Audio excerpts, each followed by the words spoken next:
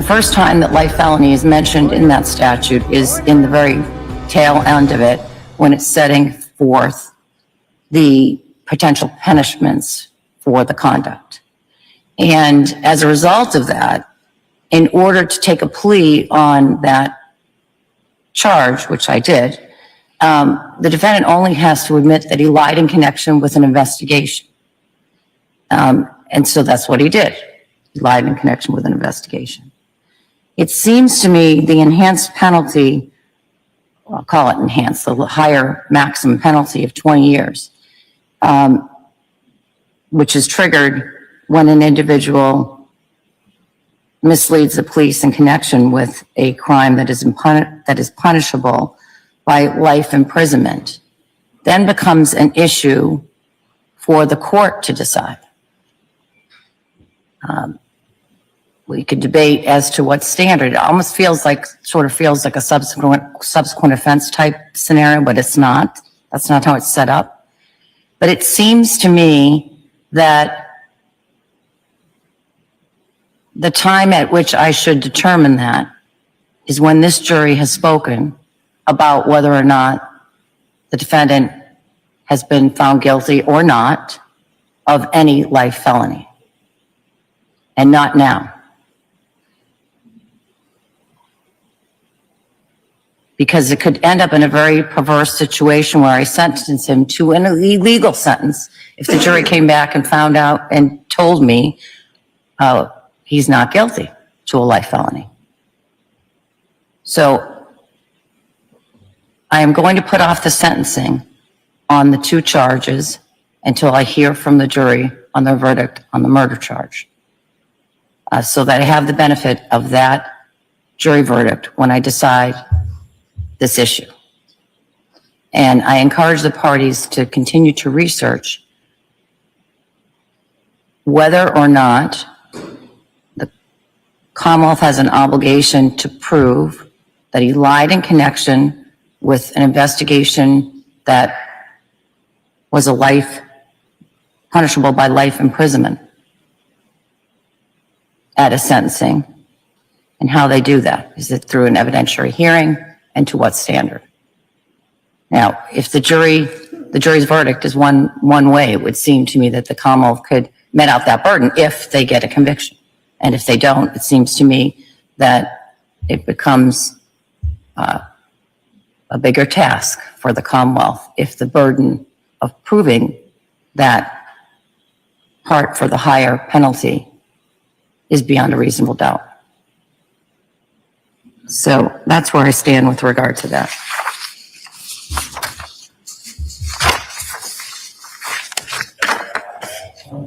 Yes?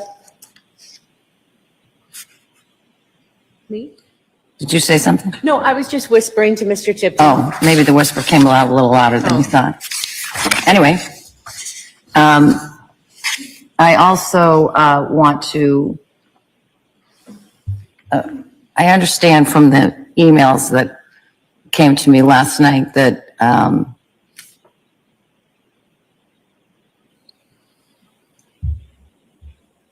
the defense is no longer agreeing to all the William Fastow messages coming in. Is that right? I'm not trying to hedge, but the court indicated that you were inclined to perhaps keep some out. And so my intention is, if any, then all, but I think Mr. Walsh deserves the benefit of knowing what the court's ruling is before I have to negotiate with the Commonwealth. So I apologize for that, but I am asking for some guidance there. All right. That's like a... Well, actually, can we approach? That might be Well, easier. no. No. Okay. So I'm not giving an advisory opinion.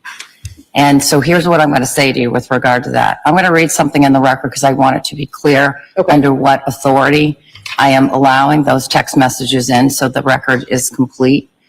And this ruling relates to both my thought process with regard to the William Fastow text messages, to the extent that they reveal some state of mind evidence of Anna Walsh, and also just so that I'm clear, these thoughts equally apply to the reason why on an earlier motion in limine with regard to the expected testimony of Alyssa Kirby, why I believe these state of mind statements are coming in. So just bear with me while I read this into the record. And this is my oral order on the motion to admit the text messages between Anna Walshe and William Fastow. And again, same reasoning for what I expect at some point will become a similar issue with regard to a conversation Anna Walshe had with Alyssa Kirby, I think on the evening of 10/12/29/22. The Commonwealth filed a motion in limine to enter text messages between William Fastow and Anna Walshe as evidence of Anna's state of mind. Quote, an exception to the hearsay rule permits the admission of evidence of a murder victim's state of mind as proof of the defendant's motive to kill the victim, end quote. Commonwealth versus Castano, 478 Mass 75 at 85, 2017. Such evidence is admissible, quote, when and only when there also is evidence that the defendant was aware of that state of mind at the time of the crime and would be likely to respond to it. Period, end of quote. Commonwealth versus Qualls, 425 Mass 163, 167, 1997. There need not be direct evidence that the defendant learned of the victim's state of mind, so long as the jury reasonably could have inferred that he did learn of it. Citing again to Castano, 478 Mass at 85. In this case, there is evidence from which the jury reasonably could infer that the defendant saw the text messages exchanged between William Fastow and Anna Walshe. Specifically, during his interviews with the police on January 4th, 2023, Brian Walshe told detectives that sometimes Anna's iMessenger comes up on his phone and that he had seen messages people were leaving for Anna. That is on the 1/4/23 interview transcript at page 30. During his January 7th, 2023 interview, Brian Walshe told police that Anna took a bunch of photos on New Year's Eve and that she sent one to William Fastow around 10 o'clock. That can be found in the interview of 1/7/23 transcript at 86.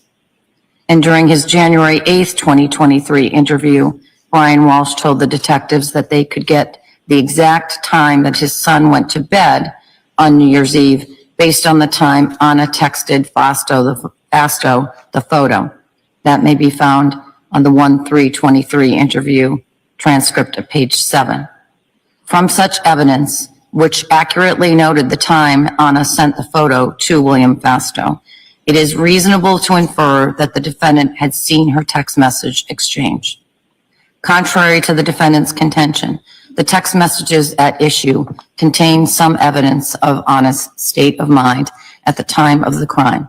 In particular, she sends messages regarding her feelings of confusion in her married life, her intimate relationship with Fastow, and her desire to make future plans with Fastow. While there was some discussion of redacting portions of the messages that are not relevant to the state of mind evidence, and I will reserve ruling on those as I now know the parties' positions has changed. I will reserve ruling on those. I continue to believe that there are certain messages that are not relevant to Anna's state of mind. And if the defendant objects during the proceeding of Mr. Fastow's testimony to those, I will rule on those real time, as we do in many cases.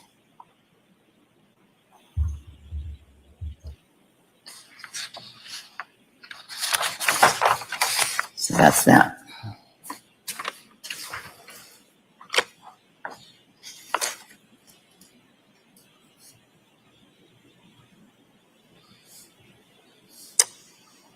Madam Court Reporter, we're starting at 1:45 today. Exhibit 145. Yes. And what about ID number? 5 for ID. I is the next one? 5. Thank you.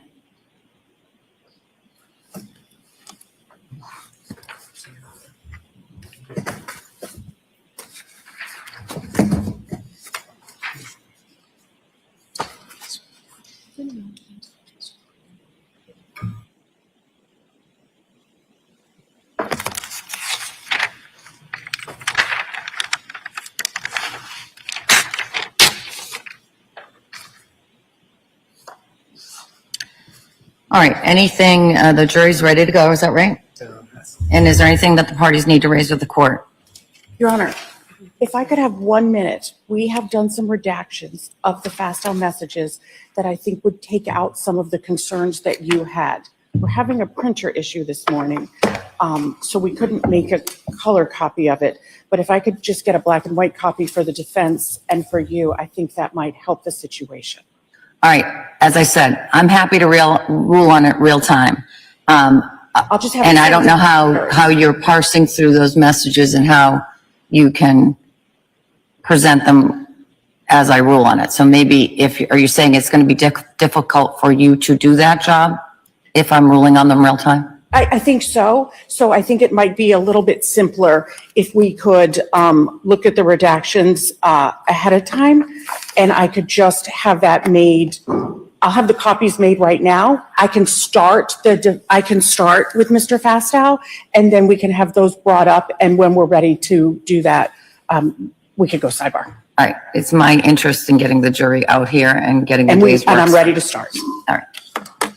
Anything from May Ms. Cusick be excused so she can take them right down. Sure. Thank you, Your Honor. And anything from the defense before we bring the jury in? Defense, is there anything that you wish to bring to the court's attention before the jury comes in? Bring him in.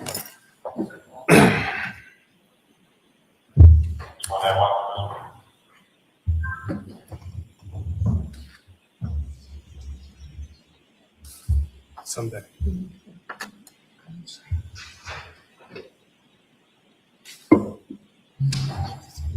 Yes.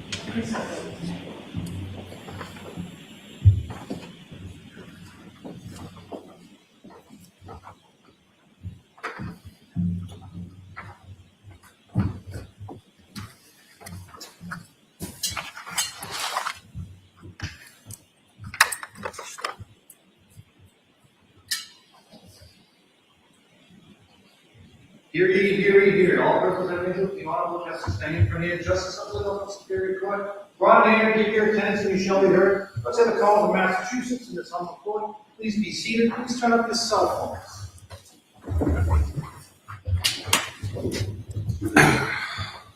Welcome back and good morning, jurors. Good morning. Jurors, I will start today with our questions. Jurors, were you able to comply with my order that you not speak to anyone about this case? Have you given up on answering to me? Let's try that again.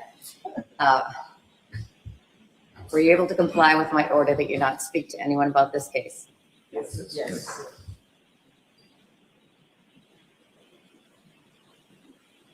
Were you able to comply with my order that you not go on any social media and not take in any news media?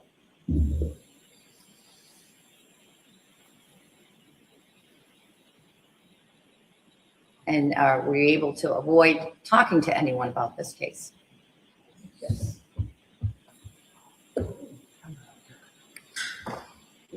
And do you all still have open minds? Yes.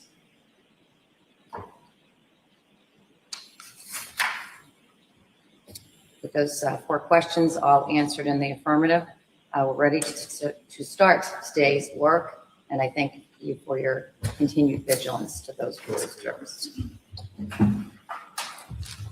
Commonwealth may call its next witness. Thank you very much, Your Honor. The Commonwealth calls William Fastow.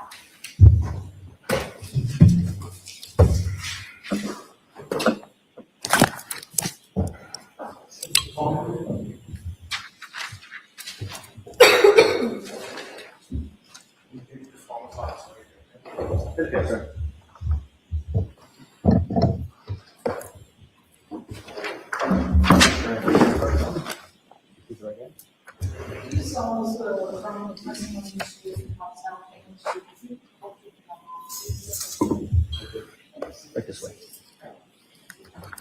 Let's step up and just watch your step forward. Thank you. Slide over. Shoot for you. No, a little bit more. There you go. You may proceed. Thank you. Good morning. Good morning. Could you please state your name and spell your last name for the record? Yes, my name is William Fastow, Fastow. Thank you. And what do you do for a living, sir? I'm a real estate broker And where do you do that? in Washington, D.C. And is that where you live as well? It is And how long have you been a real estate broker? just about 20 years. Always in the DC area? No, actually up here in Boston for a few years, and then a hiatus, and then back in D.C. And were you familiar with Anna Walshe and Brian Walshe? Yes. And how did you meet the Walshes? Anna Walshe was referred to me by a mutual friend, Jem Mutlow. They were looking for a home in the DC area, and I assisted them in purchasing a townhome in Chevy Chase, DC. And did you know Anna or Brian Walshe before that? I did not. And where was that property located generally? It was on 43rd Street in Northwest DC. And you said it was a townhome? That's correct. Can you just describe that townhome? So it was a semi-attached townhome. One side of it faced on 43rd Street. It had a staircase that led up to a parlor level. It was 4 floors and had a 2-car garage underneath. And who bought the home? Anna Walshe. And was the deed in her name? I believe so. And when did Anna close on that property? March of 2022. And did you meet Anna in person? Yes. And when did you first meet Anna in person? I think a couple months before that, she had come up to Washington once or twice to look at properties. And did Brian Walshe come with her? He did not. Had you ever met Brian Walshe in person? No, I have not. Did you ever speak with Brian Walshe? Yes, we had at least one, if not a few, teleconference calls to discuss the property.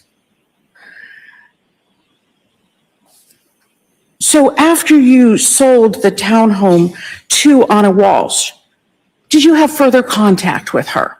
I did. And when was your initial contact with her after you sold her the home? Immediately. And what was your initial relationship? We quickly became close friends, then confidants, and before long we started an intimate relationship. And what do you mean by confidants? We would share conversations about our lives, what we were going through, personal troubles, those sorts of things. And you said that your relationship became more, that Yes. it became intimate. It did. And when did that happen? Shortly after she moved to Massachusetts, within a few weeks. Massachusetts? Sorry, excuse me, Washington, D.C., from Massachusetts to Washington, D.C. And what was your marital status at that time? I was separated. And do you have children, sir? I do. Tell me about the types of things that you and Anna did in the course of your relationship. We would go out to dinner, go to bars. She would accompany me to functions. I have a boat in Annapolis. She would come sailing with me. We did a couple of fitness dates together, see movies, those sorts of things. You said movies? Yes.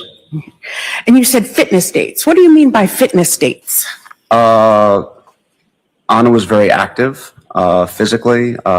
Being in shape was very important to her.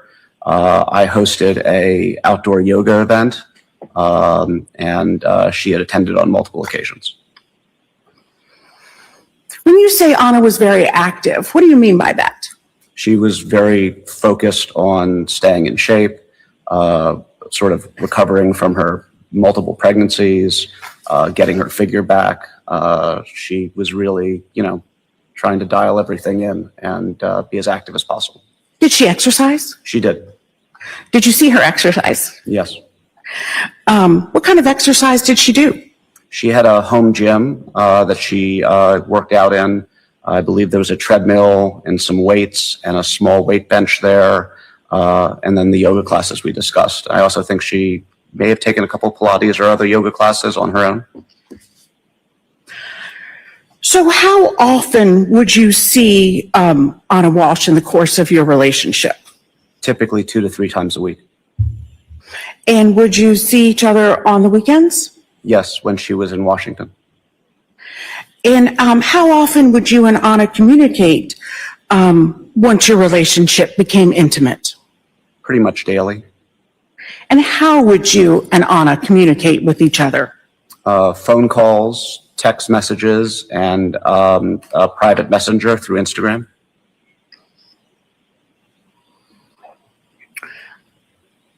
Did she use a cell phone? Yes. And how many cell phones did you contact her on? 1. Did you know her to use more than one cell phone? I did not. How about you? How many cell phones did you use? Just 1. And the cell phone number that you used to communicate with Anna, do you remember that number? Not off the top of my head, but I know it was a 617 number. If I said the number to you, would you recognize the number? Yes. Do you recognize 617-599-7966? Yes, I believe that's correct. Did Anna use social media? She did. How do you know that she used social media? She was a frequent Instagram poster. And when you say frequent, what was her practice or custom with social media? Typically, I'd say at least once or twice a week. Any other platforms that she used? I think she had a Facebook account. And did you comment on her posts? I did. And did you comment on her post using your name, Yes, I did. your full name? Whatever, yes, that my account's under. So the townhouse that you sold Anna, is that where she lived? It is. And did you go inside of that townhouse after she moved into it? I had. And did you ever stay overnight at that townhouse? I did not. Did she ever stay at your home in DC overnight? She did. So talking about her townhouse, you said it was 4 floors? Yes. And that starting like the garage level?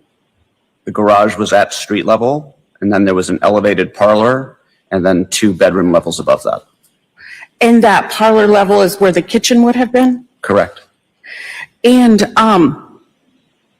what had she done about, was the home furnished? Yes. And how was She had the, furnished it. okay, and how was the home furnished? She had settled in very quickly. It was important to her to nest as quickly as possible. So she had fully furnished it. She had built out the home gym, which I had mentioned earlier, furniture on the main level, the owner's bedroom, and 3 bedrooms upstairs that were for the children. And what had she done to furnish the bedrooms for the children? She had acquired beds, accessory furniture. I think she had the rooms painted. She may have even gone as far as buying some individual items, clothes, toys, whatnot. Did you ever meet Anna's three children? I did not. What did Anna tell you about where her children were? Her children were living in Massachusetts. What did Anna tell you about why her children were not with her?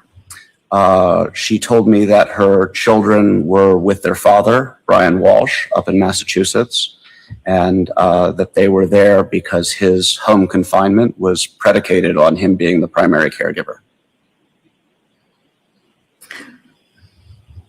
When did Anna tell you that? Fairly early on. She had attempted to apply for a insurance policy, blanket coverage policy for her house, and the company she had reached out to was unwilling to underwrite the policy, and they had disclosed to her that it was because of Brian's history. What did Anna tell you about how she felt about her children not being with her in DC? Initially, she felt that it was something necessary for her to get through, but as time came on, it became a significant issue for her. It deeply upset her, and in time, she was even despondent about it. Jurors, I'm going to give you a mid-stream brief instruction. You're going to hear through this witness evidence of Anna Walsh's state of mind. And it is limited to the purpose of establishing her state of mind as may be relevant to the defendant's motives in this case. Evidence cannot be considered as proof of the criminal act that is charged in this case. You may proceed. Thank you, Your Honor. What do you mean despondent? She was deeply upset about it. She was troubled. I think she was concerned about her role. As to, I think. All right. Restate the question and I'll have the answer. What do you mean despondent? Anna felt deeply disappointed that she wasn't in a position to be the mother the children deserved.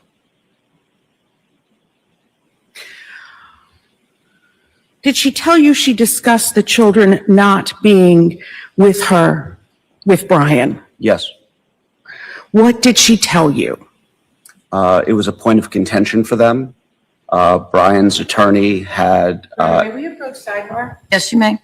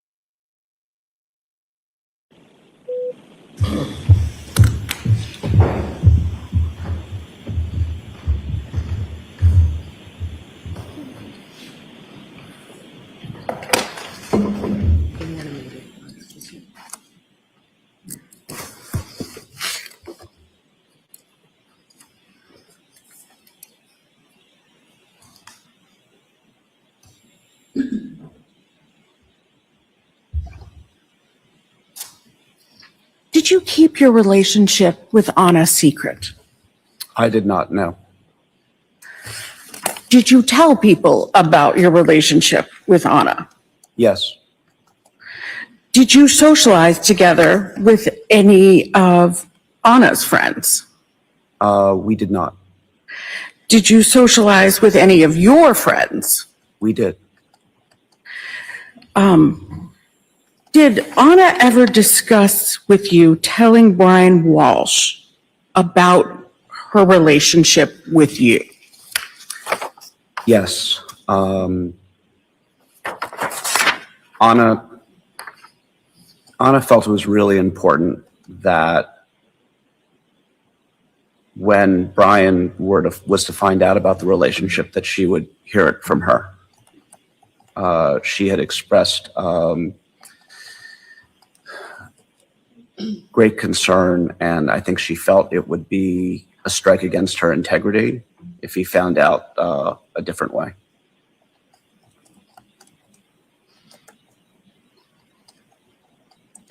So, at some point, did your relationship become more serious? It did. When would you say that your relationship became more serious? In the early to mid-summer, around July. And how would you describe it?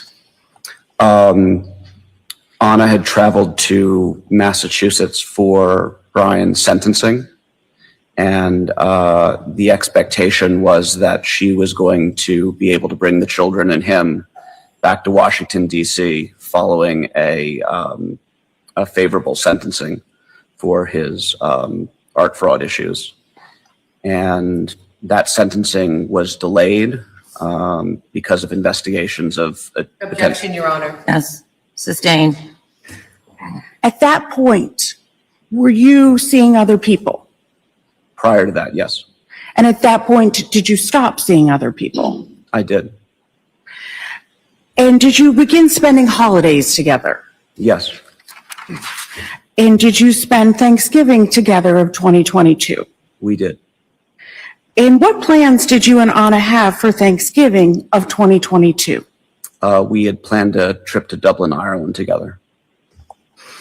And when did you get to Dublin? I believe we left on the 23rd or 24th of November.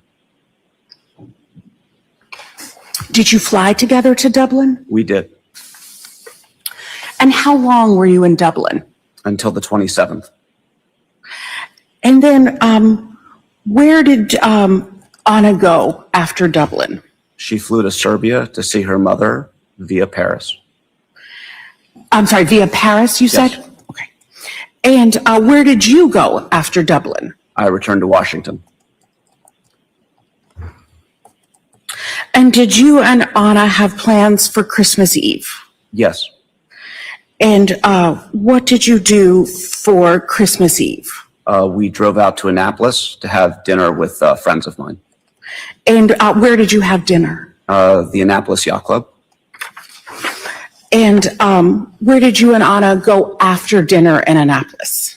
We went back to my home in Washington. And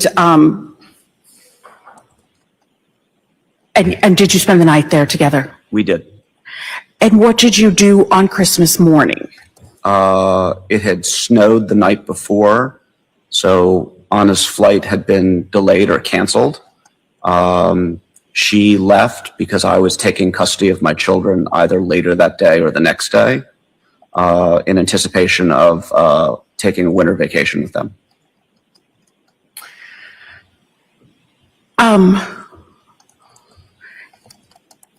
And do you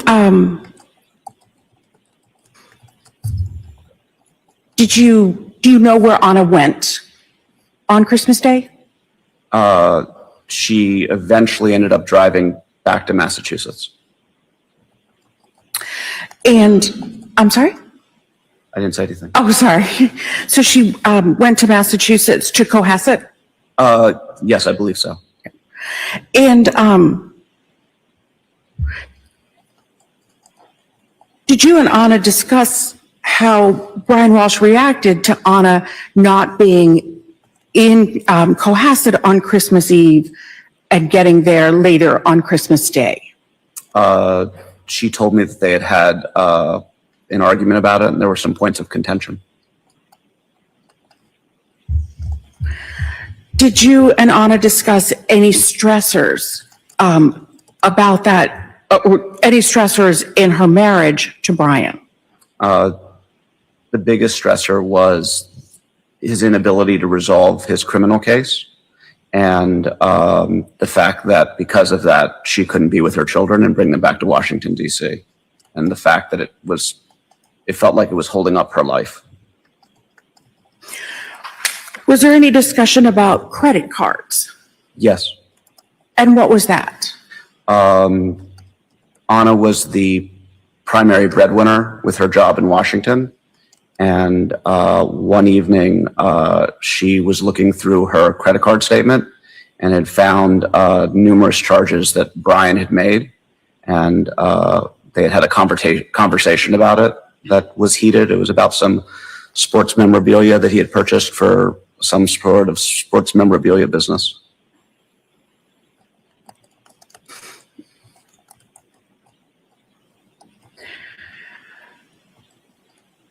When was the last time, I'm sorry, were you and Anna making plans to go on any other trips in 2023? Yes. I was in Idaho with my children for New Year's. Was flying back to Washington, D.C., and we had planned to celebrate New Year's together on the 4th. And were you going to go to any other locations together, any vacation locations? While we were communicating over New Year's, we had talked about doing a trip to New York City. Tishman Speyer, the company that Anna works for, has an ownership interest in Rockefeller Center. So she had mentioned wanting to go to New York, and we had discussed it. I think we may have even planned it at one point. But I was concerned coming back from Idaho that I would need to be back on the job, and I didn't want to commit to travel before coming back to the office.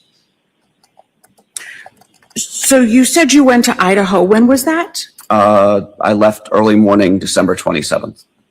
And did you communicate with Anna while you were in Idaho? I did. And how did you communicate? Through text message and through Instagram. And how did you communicate through Instagram? Through the private messenger feature. And what is the private messenger feature? Within the application of Instagram, you can send a private message to users. And did you voluntarily provide text messages from between you and Anna to the Commonwealth? Yes, I did. Your Honor, may we be seen at sidebar? You may.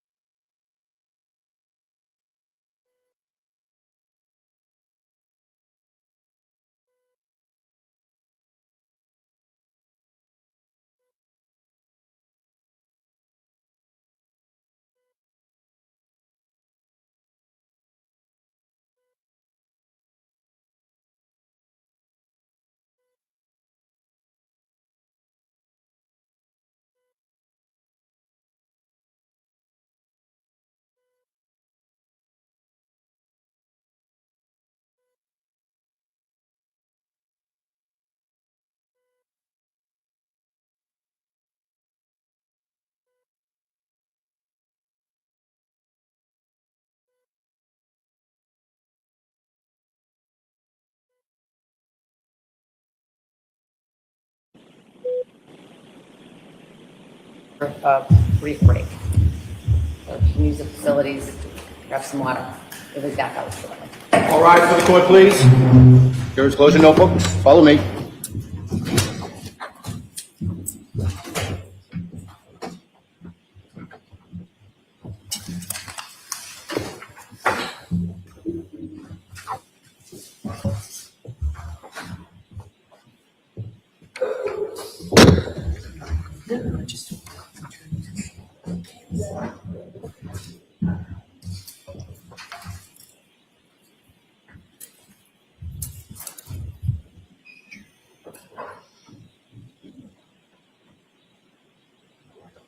You can get off the stand for a minute. What's hard is you didn't want I'll give what you, you a redacted. few minutes to take a look at the proposed redactions, and Okay.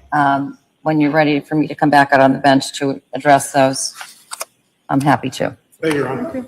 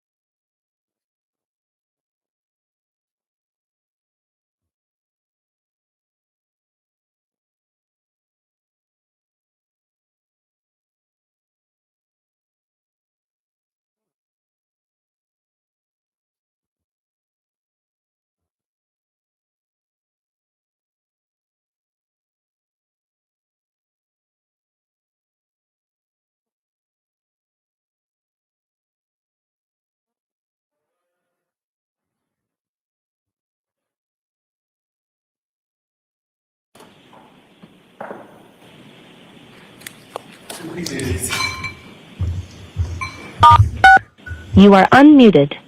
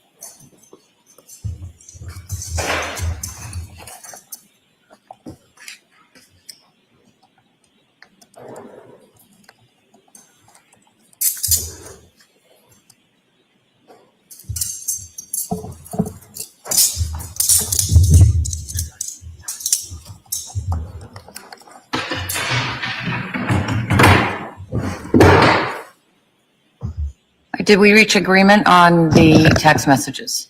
We did not. We were hoping for a ruling from you. All right, what page? So, Your Honor, it's difficult because they numbered the pages, but they took out whole pages and sections, so they don't correspond. I have visually done it. That might be easier to approach so I can show you side by side.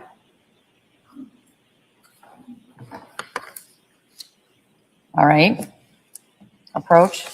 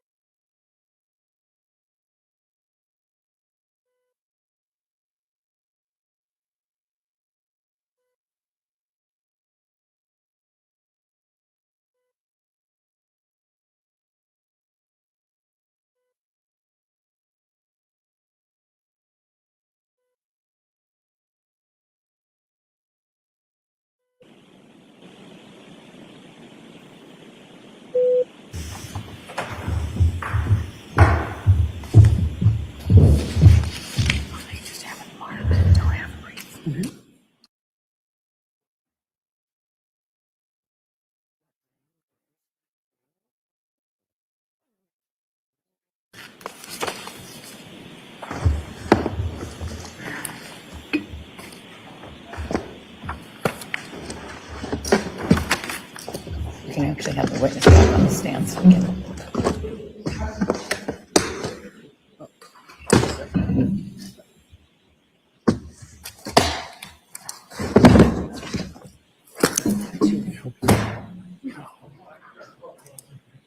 Okay.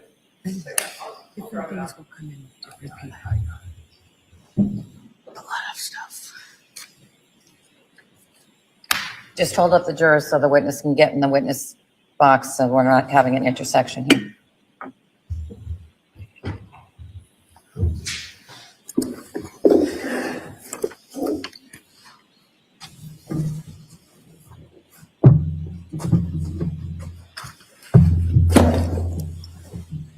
Thank you.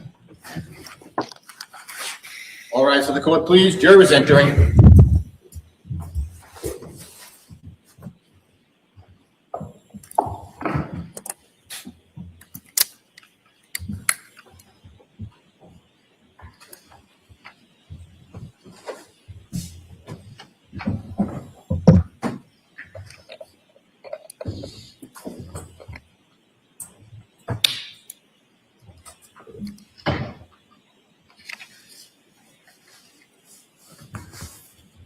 Doors back open. You may be seated.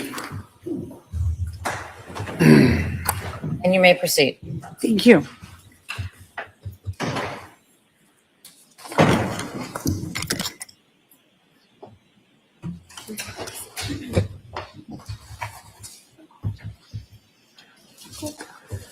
May I approach, Your Honor? You may.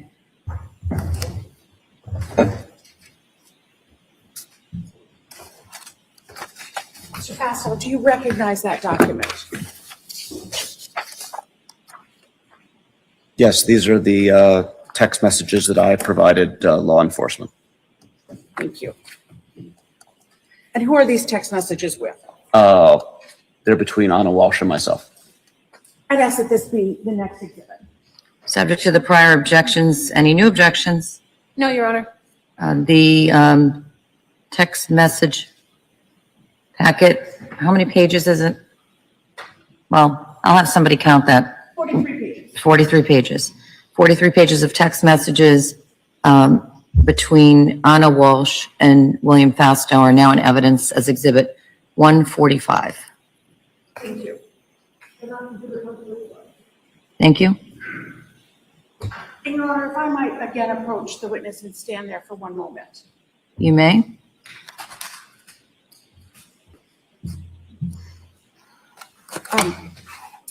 Mr. Fastow, this is a printout that you gave, correct? Yes.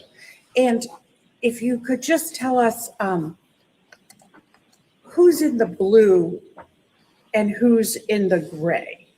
Anna Walshe is in the gray. My messages are in the blue. Thank you. And in the course of this, you and Anna text some pictures as well. Is that right? That's correct. And going to page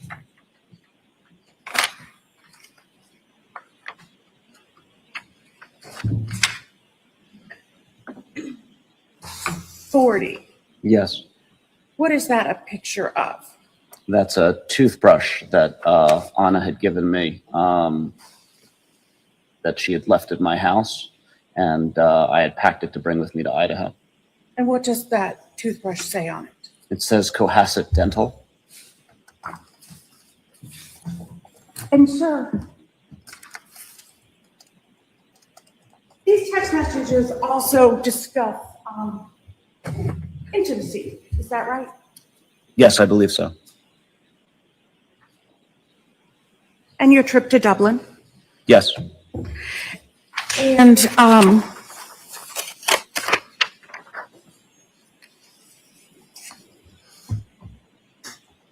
you also received a photograph, which is in that, well, you received several other photographs, which are in those text messages from Anna,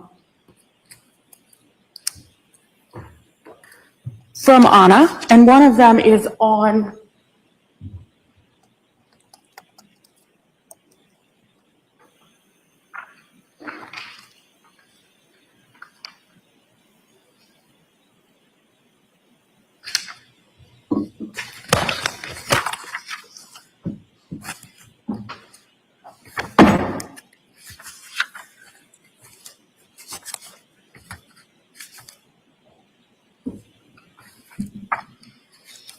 Apologize, Your Honor.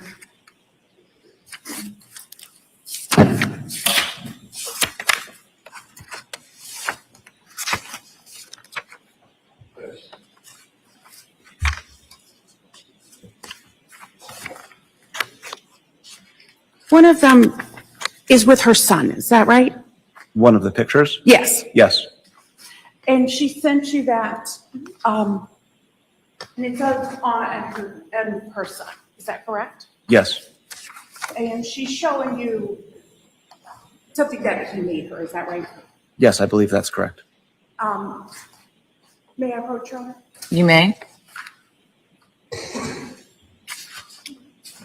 And is this that photo? Yes. And is that the next she's trying to show you? Yes. I'd ask that this be the next exhibit.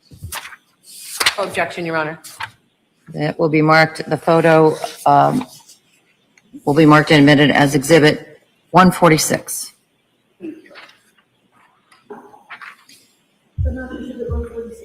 And Your Honor, this is blurred per the court's instructions. Yes, so can I just see it quickly? All right, so can I see counsel at the side of the bench?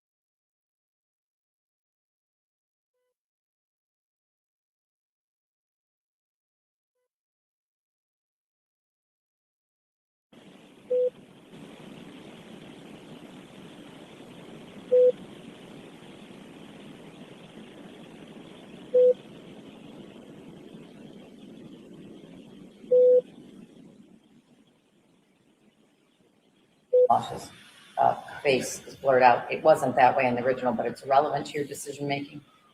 So that's why I've instructed that it be blurred. All right, thank you. I'd ask that that now be published for the jury. You may publish it.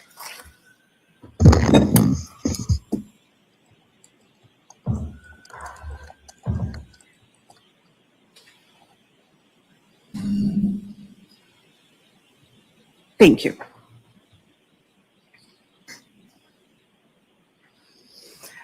Did she also send you a photo on New Year's Eve as well?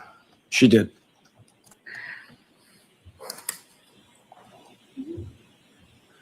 I know, okay.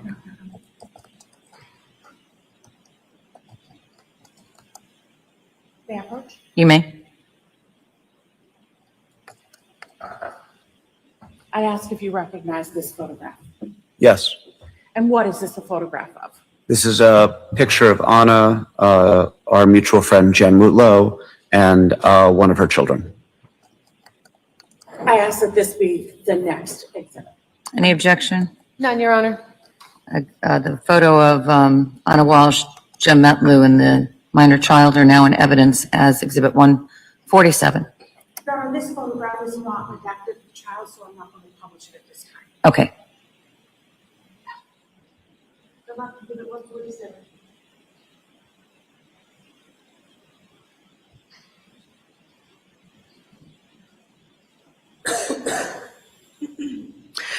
When did you plan to return from Idaho?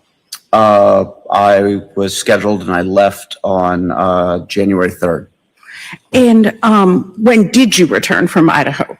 I believe I came back very early the morning of January 4th. I think it was probably right around like midnight or 1 or 2 a.m. And did you have plans to celebrate New Year's with Anna? I did. And when did you make those plans? When I was in Idaho and she was in Cohasset. And what were your plans for? When were your plans for? Our plans were to have dinner on January 4th to celebrate New Year's and discuss our 1, 3, 5, and 10-year plans. And what had you and Anna discussed about your future together? We'd had a number of conversations about what a life together might look like, what merging two families would look like, how that might work. But I had always said to Anna that she needed to figure out how she wanted things to be with Brian and what she wanted to look like for her life before, we could make any sort of commitments or decisions. And did you have dinner reservations for January 4th? I did. Did you have dinner on January 4th? I did not. What was the last contact that you had with Anna Walshe? I received a text message from Anna. It was a Happy New Year's message right around the stroke of midnight on New Year's Eve, East Coast time. Did you respond to her? I believe I did. And then did you send her anything? The following day, I had sent her a photo of me showing one of my children how to ski. I had sent her, I think, a waving hand emoji. I think I'd sent a question mark query and then a couple of other texts over the next day or two that were not responded to. Did you try calling her? I did. When was that? I believe I tried calling her on January 2nd, and it went straight to voicemail. I tried that a couple times, and then I called her from a landline, thinking that she may have blocked my cell phone. Did she ever answer you? She did not. Were you concerned? I was. Did you have any contact with Brian Walshe after you sold the townhouse to Anna? I may have had a call or two with him discussing the townhouse. I don't really recall. It would have been dealing with property matters. And then he called me on January 4th. And did you answer that call? I did not. What did you do? I pushed the call to my voicemail. Why'd you do that? I was in an intimate relationship with his wife. I had not heard from her in several days, and frankly, I was concerned that maybe he had found out and was calling to confront me. Did he leave you a voicemail? No. Did you call him back? I did not, but he called me a few hours later again. When was that? A few hours after the initial call, so maybe mid-morning, noonish. I couldn't tell exactly. And did you answer that second call? No, I pushed that to voicemail as well. Did Brian Walshe leave you a voicemail? The second time he did. And did you provide that voicemail to law enforcement? Yes, I did.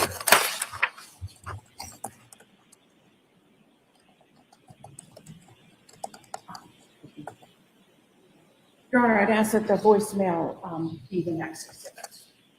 Any objection? No, Your Honor. The voicemail message from Brian Walshe to William Fasto is now in evidence as Exhibit 148.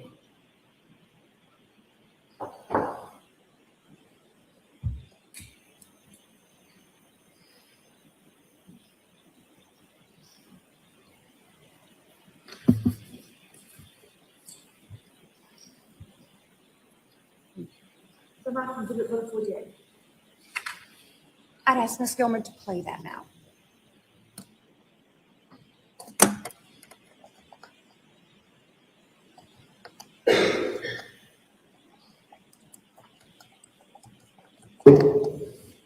Good afternoon, William, Brian Walshe. I hope all is going well. I was just reaching out to basically everybody I could. Anna hasn't been in touch for a few days. I spoke to work today. She hasn't been in.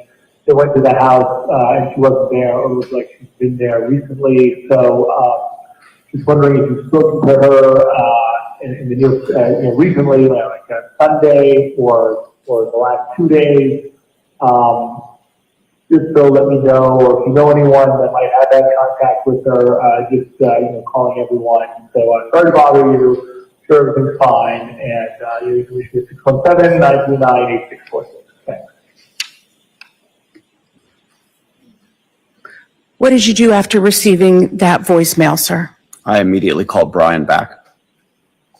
And what happened when you called Brian back? I told him that I was concerned. We had discussed that Anna had been missing since New Year's Day.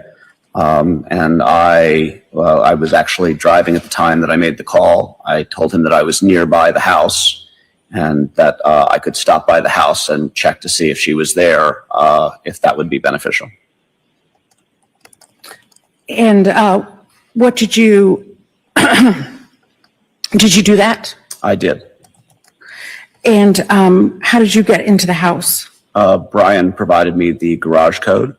I opened the garage and entered the garage bay underneath the house. And was there a car in the garage? There was not. Was there usually a car in the garage? Anna usually parked in the garage, yes. Did Anna have a car? Yes. Do you know what kind? I believe it was a Volkswagen Taos. Did she have one car, two cars, if you know? Just one car that I know of. Do you know, did you look inside the house? I checked the door leading from the garage to the house. That door was locked, so I couldn't enter the house. Did you notice any damage to the house? I did not. And what did you do after going to the house? I called Brian, let him know that there was no sign that she was there, that her car wasn't there. It didn't look like anyone had been home. And then I actually came back later that evening and checked the garage again in the hopes that she might have shown up. And did you see anything at that time? No, it was the same.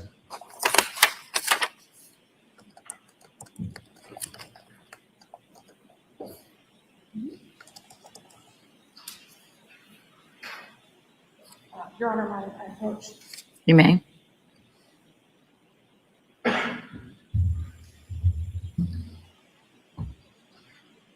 Do you recognize that necklace? Yes. What is that? It is it's a Gucci pendant necklace that Anna wore frequently. Thank you. I'd ask that this be the next exhibit. Any objection? None, Your Honor. Do you also recognize? Marked and admitted as Exhibit 149. Sorry, Your Honor.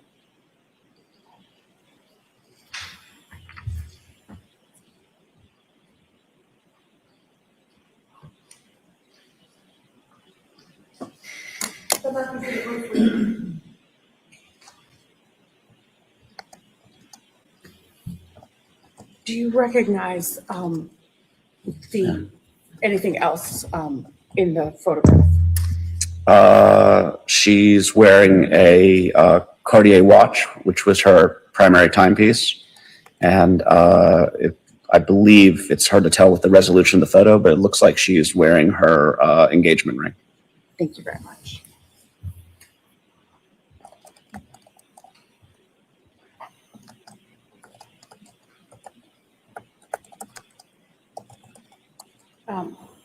Your Honor, I'd ask that this be published to the jury. Again, this has been blurred at. You may, and you can publish it electronically, and you can do it the old-fashioned way also. I'd ask to do it the more modern way. All right. Right ahead, Thank you. as you wish.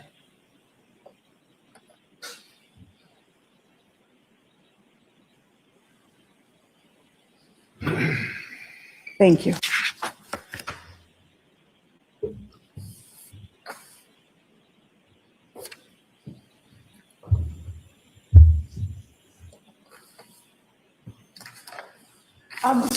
You had said that you had communicated with her after New Year's Eve. Did you only text her, or did you also communicate through Instagram or other platforms? I tried to call her through using the cell phone, the landline in Idaho. I sent her text messages, and I probably messaged her through Instagram, but I don't recall. No, I'm sorry. I'm specifically referring to when you texted her like Happy New Year at New Year's at midnight. Was that on text message, through Instagram, or something else, if you remember? It would have been text message or Instagram. Okay. Thank you. And have you seen Anna Walshe since December 25th of 2022? I have not. Thank you, Mr. Fasta.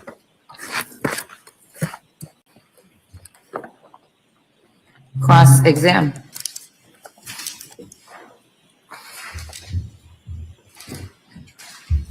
Good morning.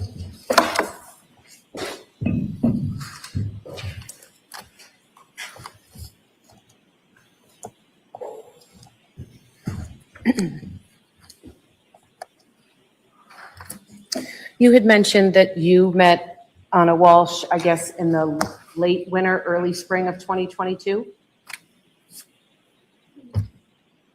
Yes, And you were introduced to her through a mutual friend, Jem Mutlu? correct. And Mr. Mutlu is also in the real estate business? He is. And at first you were introduced because Mrs. Walshe was looking for a property in the DC area to relocate her family. Correct. And you assisted her in, excuse me, finding the townhouse? I did. Okay. And when you were looking or showing her that townhouse, at some point you FaceTime with Mr. Walshe, who was back in Boston, so he could see the property as well? Yes. And this was a property for the whole family? Yes. Okay. I think you said that quickly you guys became confidants? Yes. Okay, and when you say confidants, do you mean really good friends? Would you share secrets? Would you commiserate about being, hardworking? What do you mean by confidant? We were both at very vulnerable times in our lives. I was dealing with a separation and what was soon to be a full-fledged divorce. Okay. And initially unbeknownst to me, but became quite obvious, is that she was dealing with a pretty substantial family legal trouble. Okay, let me start with, you had mentioned your separation. When you met Anna Walshe in that late winter, early spring, you were recently separated. My wife and I had been estranged since late November to early December I guess it would have been 2021. Okay, so just a few months. Yeah. Okay, and you had 2 young sons? Yes. Okay. And I think you had mentioned that Mrs. Walshe, Anna Walshe, had described an argument that she had with Brian Walshe about some charges on a credit card. Yes. So they had an argument about finances or money. Yes. Okay. During your marriage, did you ever have an argument or disagreement with your wife about finances or money? Yes. You had also mentioned that there was an argument, I guess, on or around Christmas Day between Anna Walshe and Brian Walshe, right? Yes. Okay. And am I correct? Excuse me. Am I correct that this argument was because she was delayed in coming home? Yes. On Christmas Day? Yes. Okay. And so it's Christmas Day, they have 3 sons, and her flight gets canceled, and she's late coming up, right? Yes. And so from what you talked to her about, that was upsetting to Mr. Walshe. Yes.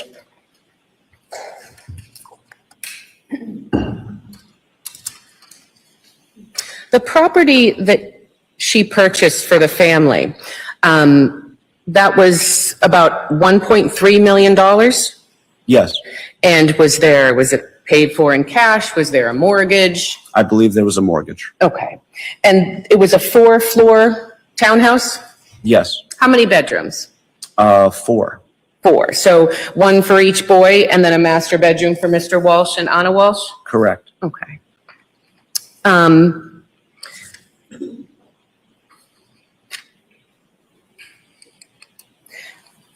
When you initially became friends with Anna Walsh, I think you said you would communicate with her through text message and Instagram?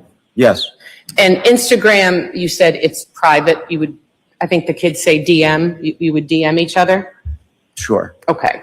So when you were communicating on Facebook, you weren't posting romantic, intimate messages on her public Facebook page? I was not. Okay.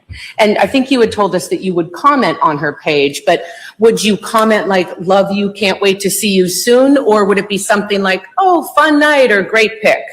It was more the latter. Okay, so they weren't flirtatious, open messages? No, Okay. And you had mentioned on her Instagram that I think, or maybe you didn't, she would post a lot. yes. Okay. You were never in any of those photographs? I believe that she referenced me in one of those photographs. She had attended a yoga event that I had hosted. Okay. And she had posted a picture of herself at that event, and I believe that she had tagged me in that photo. Well, you were the host, right? Yes, You set it up. yes, So she went, it was like, hashtag thanks Will for yoga type thing. yes. Okay. And your Instagram page, you weren't posting pictures of the two of you on that page? I was not. Okay.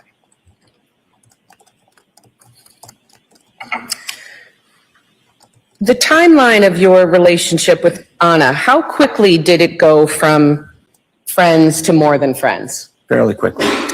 Bless you. So were you intimate with her after a week, after a month? When did you start becoming intimate? To be honest, I don't remember the exact moment, but I Okay. know it was very shortly after her move to Washington, D.C. Okay. You had mentioned, I think, that things had gotten more serious in July, so it had been going on for a few months at that point? That's correct.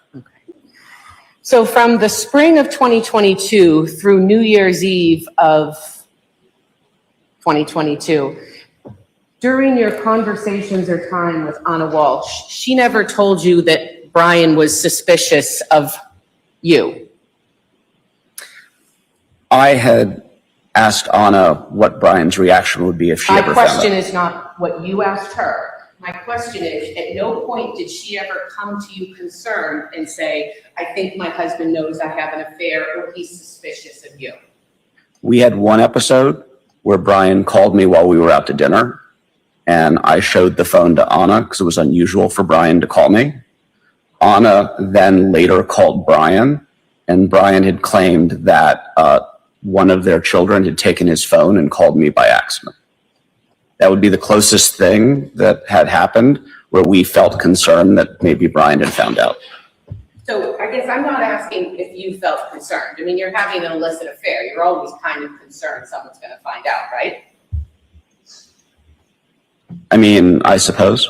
My question to you is, did Anna ever text you or call you and say, look, I think Brian is suspicious that I'm having an affair? Anna never texted or called me and said that she felt that Brian knew that we were having an affair. You had mentioned that you had introduced or socialized with your friends and Anna Walsh. Yes, The friends that you had that you would socialize with Anna Walsh, they weren't connected to Brian in any way? no, except for Jem Mutlow. Okay, and did Jem Mutlow ever come to DC? He did not, but we had correspondence. Okay. And as far as you know, well, let me ask you this. You didn't tell Jem Mutlow about your relationship with Anna. I don't recall. You don't recall. Okay. Anna never told Jem Mutlow about your relationship. I'm sorry, is that a question? It sure is. I don't know what Anna told Jem Mutlow or what she didn't. So Jem Mutlow was the reason you guys met, right? Correct. You guys, or you were good friends? I would say that we were professional associates. Okay. Actually, let me couch that. I would say we were friends. Okay.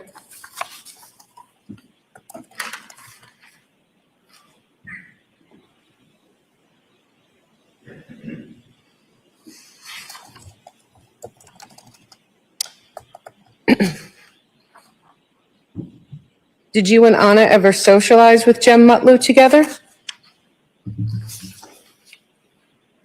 Not to my knowledge, no. Not that I recall. So did you ever go to dinner with Jem and hold hands with Anna, flirt with her in front No. of Jem? No. So would it be fair to say that you were keeping this from a mutual friend of yours? I don't know if I was keeping it from him. Jem Mutlow and I had numerous conversations during the time that I knew Anna. We've had conversations following Anna's disappearance. And frankly, it's a little difficult for me to tell you what Jem knew or when or what I told him. I mean, this is something that's played out over 3 years, so. Your answer is you don't know if you ever told Jem Mutlow about your romantic relationship with Anna Walshe. I don't know if I told her before she disappeared. Okay. So you talked to him after? Yes, And you told him after that you were in a romantic relationship he certainly knew after that we were in a romantic relationship. because you told him? Yes, I believe so. But you don't know if you told him when you and Anna were dating? I cannot recall if I told him before or after. Okay. You had mentioned on direct that you and Anna had conversations about your future. Yes, And going into the Christmas holidays, I know you were going to Idaho, Anna Walshe was planning to head back. At that point, there was never any specific plan for Anna to tell Brian about her relationship with you. not that I'm aware. Well, you've been asked questions and testified about this before, right? That's correct. And when you testified, am I correct that either Mr. Connor or Ms. Yaz were asking you questions about the nature of your relationship with Mrs. Walshe?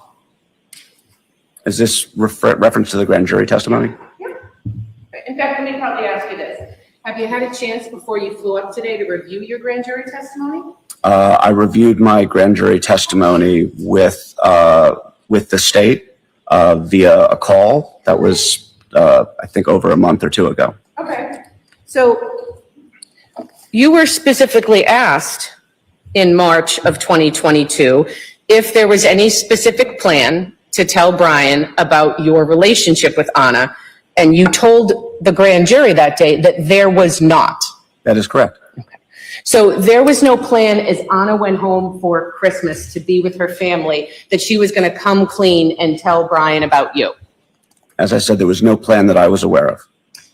She never told you, hey, Will, I'm gonna go home. I'm gonna talk to Brian. I'm gonna blow up my marriage and come be with you. She never told you that. That is correct. She didn't tell you, I really want to tell him I just want to be with you before she went home for Christmas. Objection.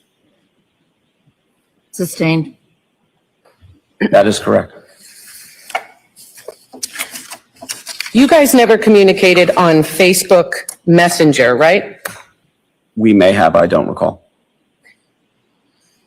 Well, did you have a Facebook page? Yes, And did Anna have a Facebook page? yes. And did you turn over any Facebook messages between yourself and Mrs. Walshe to the police? I don't believe so.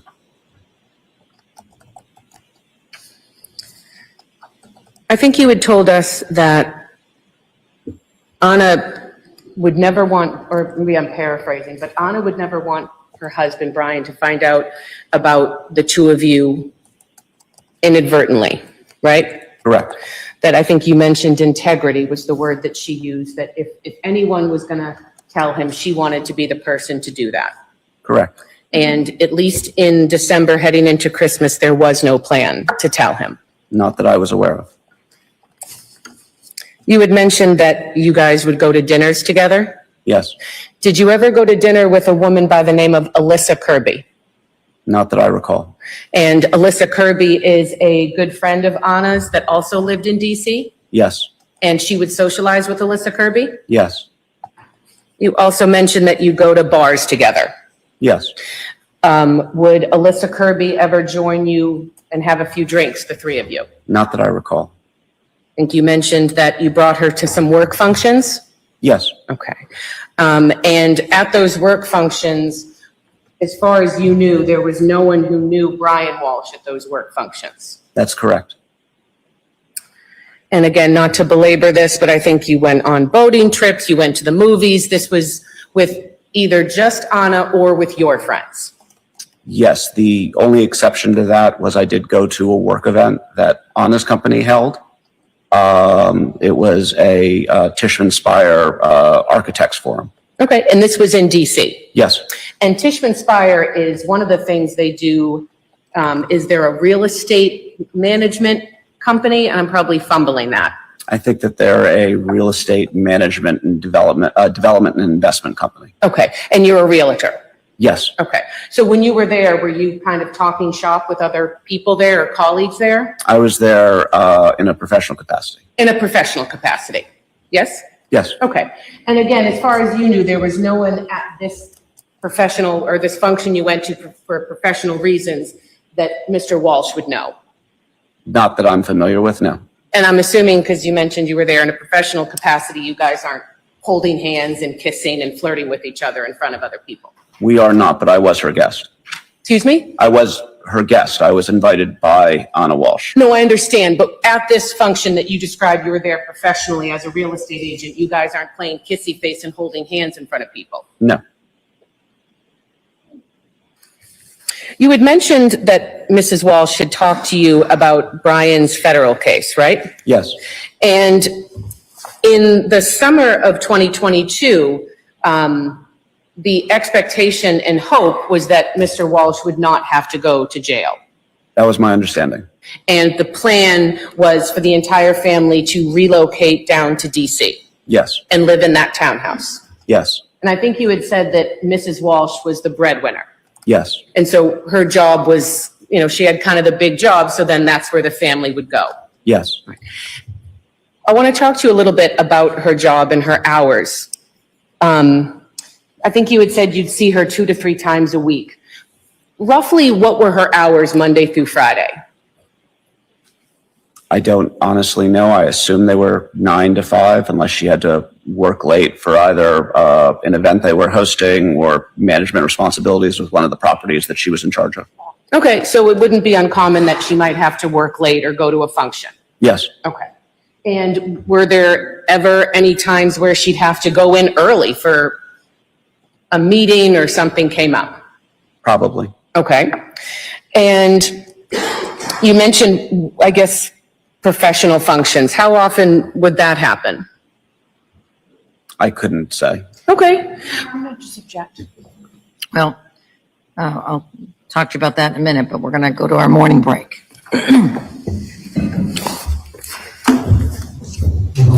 All right, please. Close your notebooks, follow me.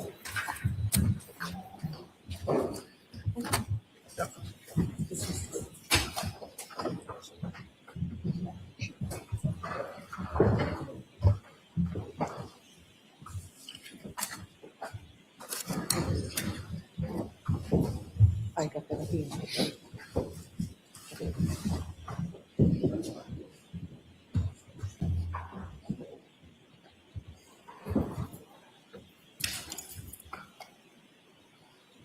The witness may step down. What's the objection? I think she's asking since he said he doesn't know. So she wants you to lay the foundation. I didn't hear what she said, She sorry. said, he said he didn't know. Everybody can be seated. We don't all have to all be standing. He didn't, Know what she would, her words. Oh, that's so fine. she's just asking you to lay the foundation that he has a basis for knowing. Okay. Anybody need anything? No, thank you. All right. All rise.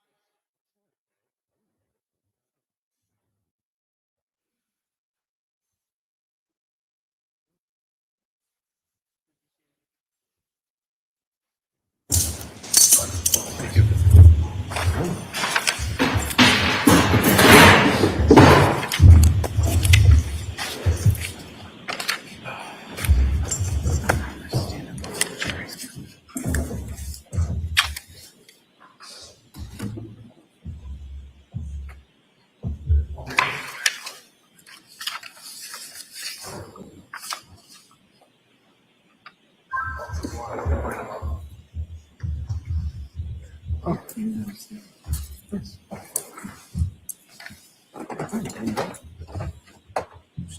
watch your step. You just remain standing for a moment, okay? Yes, sir.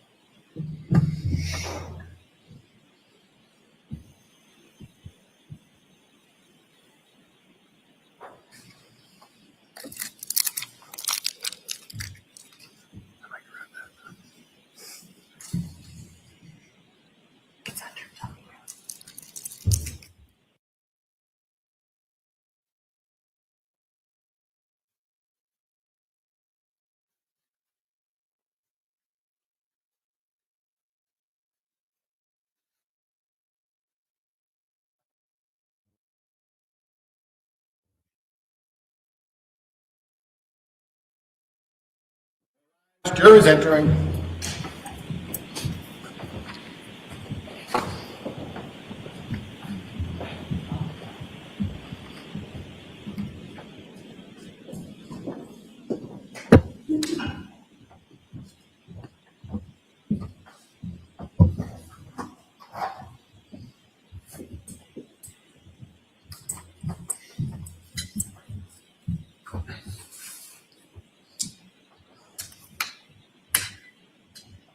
Court is back in session. You may be seated. You can have a seat. Thank you, sir. You can voice up for me, please, okay? Thank Yes, you. sir. Thank you. You may proceed. Thank you, Judge. Good afternoon, or good morning again. Before the break, we were talking about whether or not there was any definitive plan for Anna to tell Brian about your relationship. I want to talk to you a little bit more about conversations that you did have with her in which she told you that if Brian was going to find out, she wanted it to be from her, right? Yes. And that it would really upset her if he found out any other way. Yes. To the point where it would devastate her if Brian ever found out that she was having an affair. Yes. And you had mentioned, I think on direct, that you had conversations about a future together, Yes. but you never had extensive, concrete conversations about being together and when that would happen. Correct. And at this time frame, that summer, fall, and winter of 2022, you were also in no position to openly start a new relationship with another person.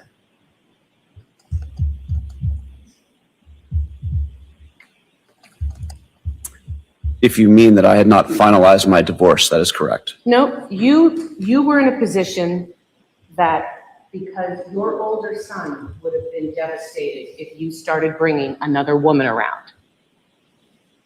Yes, I did say that. And if I'm correct, I believe on page 36 of Exhibit 145, which are text messages that you turned over.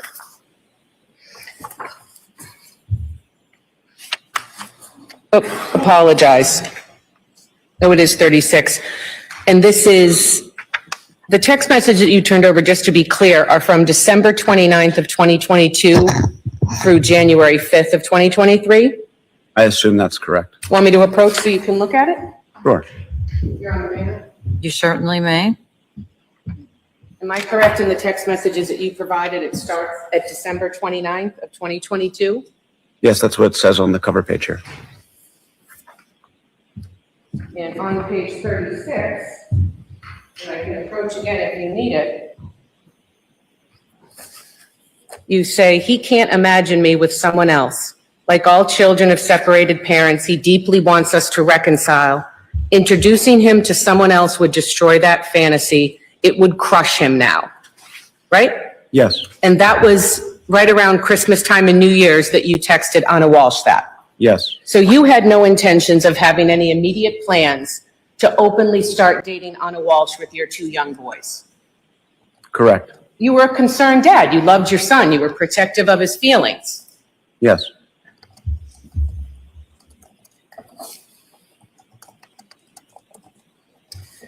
At the same time you were having conversations just about her marriage and your relationship, you knew that it was always a possibility after having these conversations that Anna would stay with Brian, the father of her children. yes, And while she would talk to you about arguments they had about finances or the stress of his federal case, she always spoke to you about him in a positive light. yes, And you knew from her words, that she cared for him deeply. very much so. And I believe during these times when you would talk about her relationship with Brian Walshe, she wanted everyone to see him in the light that she saw him.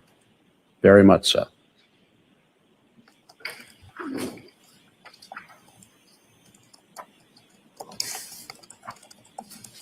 The text messages that you turned over to the police,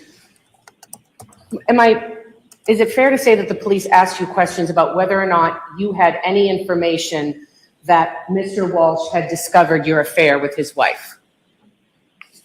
Yes, I'd say that's fair. Okay.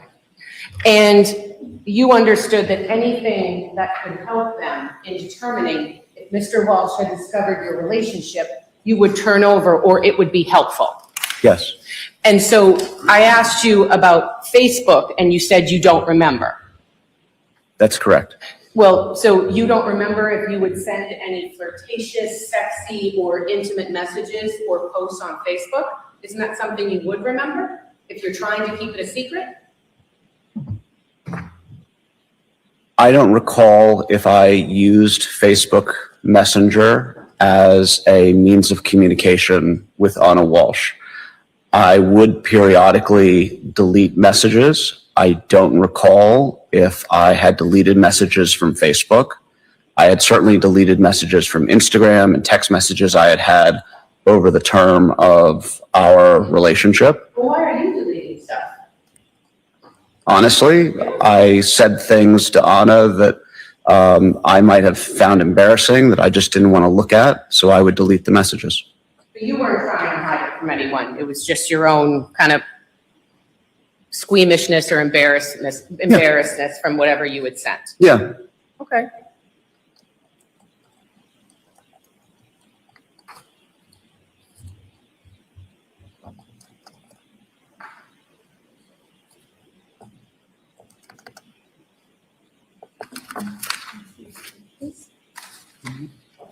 One moment, Your Honor. Yes.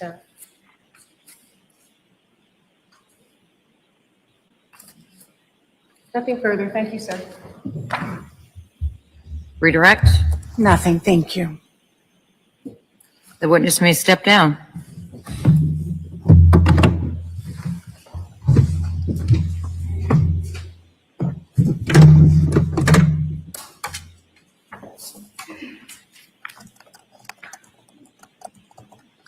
Commonwealth may call its next witness.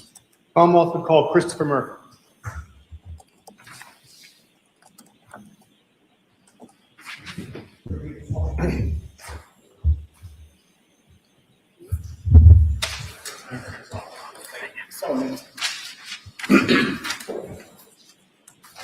Turn and face the left on me. Raise your right hand. Speak solemnly swear that the following testimony is given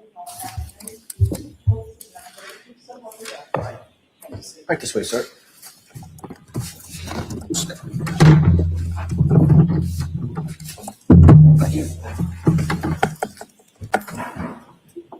May I proceed, Your Honor? You may. Thank you. Sir, could you please state your name and spell your last name for the record? Christopher Murphy, M-U-R-P-H-Y, What do you do for work, sir? construction. Where were you working in January of 2023? I was working at a painting company. I'm sorry, I haven't been working there for 3 years, so, It's okay. it's been a while. All right, so you were working at a painting company? Yes, How long do you think you were at that painting company? a year.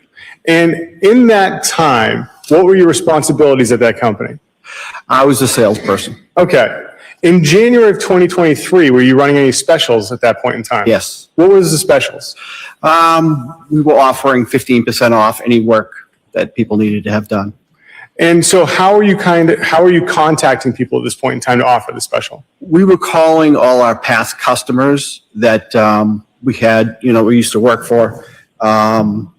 And we do like a cold call kind of thing. And I called, a bunch of people that day, and the defendant was one of them. Well, let me get to that. So when you were calling people, do you remember what phone number you were calling from? Was it a work number? It was a work phone, yes. And if I were to tell it to you, actually, I'll ask you right now. Do you remember that work number right now? No, I don't. Because it's been 3 years. You haven't enough time to remember where you worked. I don't remember my own number. But All right. So at that point in time, was the number 774-534-2005 your work number? Possible. Okay, possible. So now, you said that you were calling people offering this special. And so at any point in time, did you have the opportunity to reach out to Mr. Brian Walshe? Yes, I did. Okay, can you explain to us how?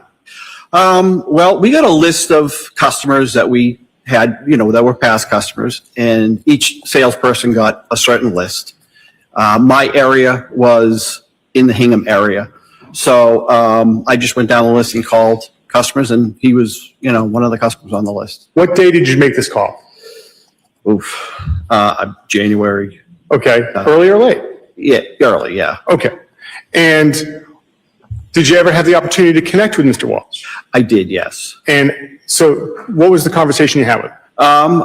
Again, just talking about, work that possibly needed to be done, and he stated that he didn't need any work to be done. Okay.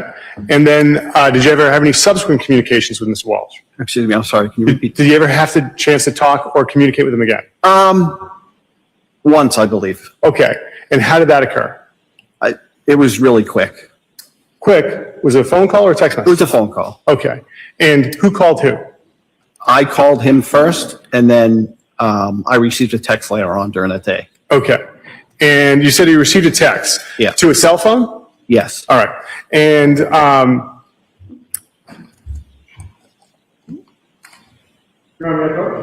Yes. do you recognize these images, sir? Yes, I do. What are they, sir? They were pictures sent to me describing a ceiling that needed to be repaired. Okay. Now, the pictures that you're looking at here, sir, are they the pictures that were sent to you, or are they pictures of the phone with the pictures on them?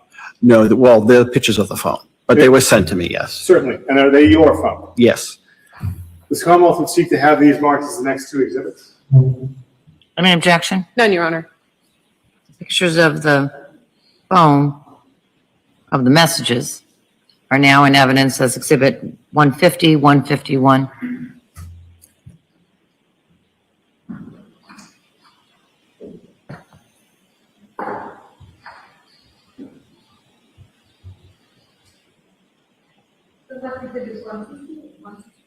Thank you.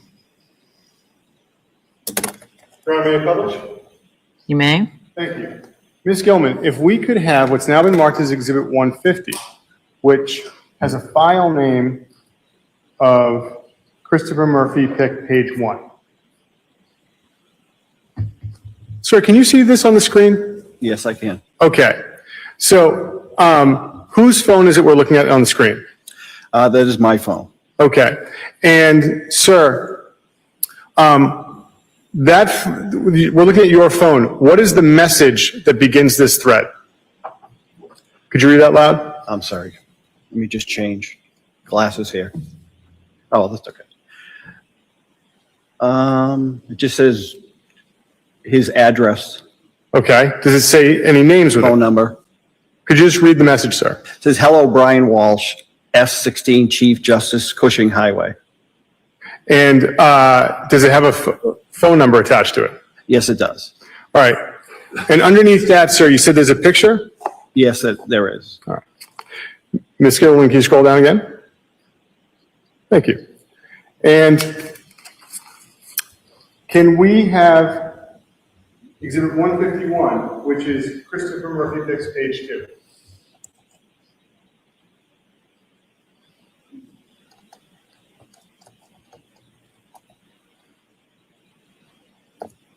Sir, I'm going to direct your attention to the bottom of this thread. Ms.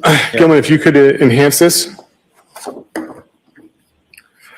Sir, at the end of the thread, what is the message? It says, "Good morning. Let me know about the ceiling. Best, Brian." And what's the date on the message? January 6th. So, sir, did you have any phone communications with Mr. Walsh besides the initial one in relation to this damage to the ceiling? No. Okay. Nothing further, Your Honor. Any cross-examination? No questions, thank you, sir. The witness may step down. Thank you.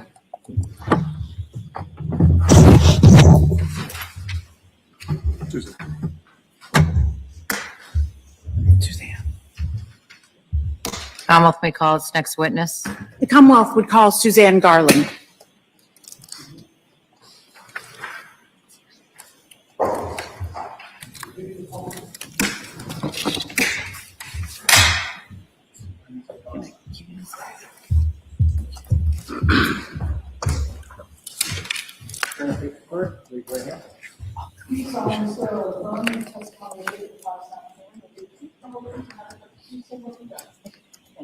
Right this way.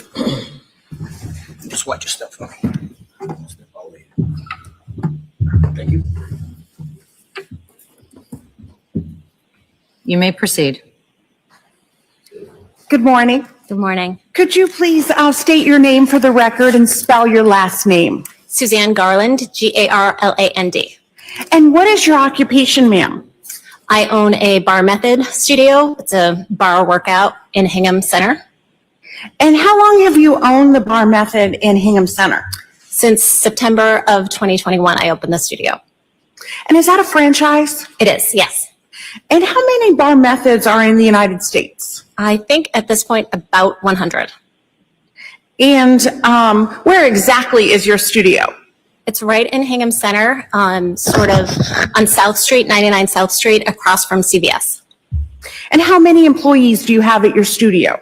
16. And how many clients did you have in 2022 into 2023? I would say about 160 active clients.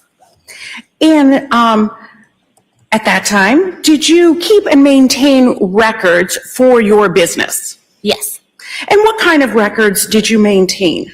We maintained membership agreements and class history, purchases, time and date of classes taken, the number of classes each client took. And how did you keep those records? Electronically. And why do you keep those records? For regular course of business, but also to report to our franchise. And do you have a corporate email? Yes. And what is that corporate email? I have two, actually. One is hingham@barmethod.com, and the other is my personal business email, which is suzanne.garland@barmethod.com. And you also keep payment information? Yes. And do you maintain all communications with clients in good faith? Yes. And do you keep your records in good faith as well? Yes. Did you know Anna Walsh? I did. And how did you know Anna Walsh?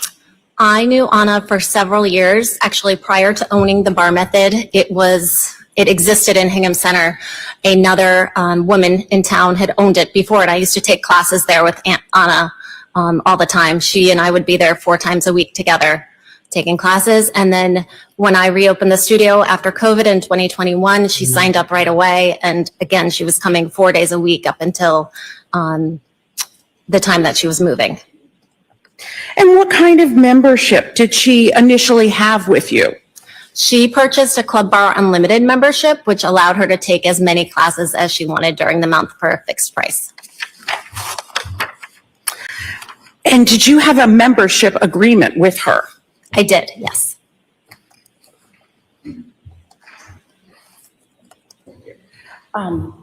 May I approach, Your Honor? You may.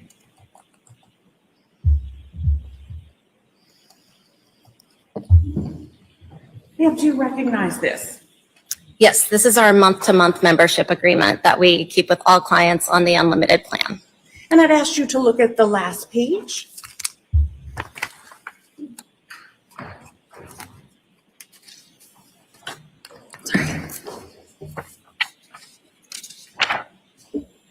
This is her signature. It's at the agreement with Anna Walsh. Yes. Thank you. Your Honor, I'd ask that this be the next exhibit. Any objection? No, Your Honor. Marked and admitted into evidence, the membership agreement of Anna Walsh for Bar Method is in evidence as 152.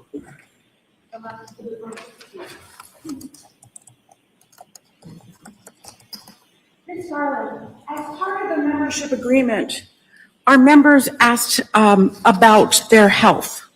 Yes. And do they have to sign off for medical information? They have to sign that they are fit to take classes. Why is that? For liability purposes for the studio. So in December of 2022, how often would Anna Walsh attend Bar Method?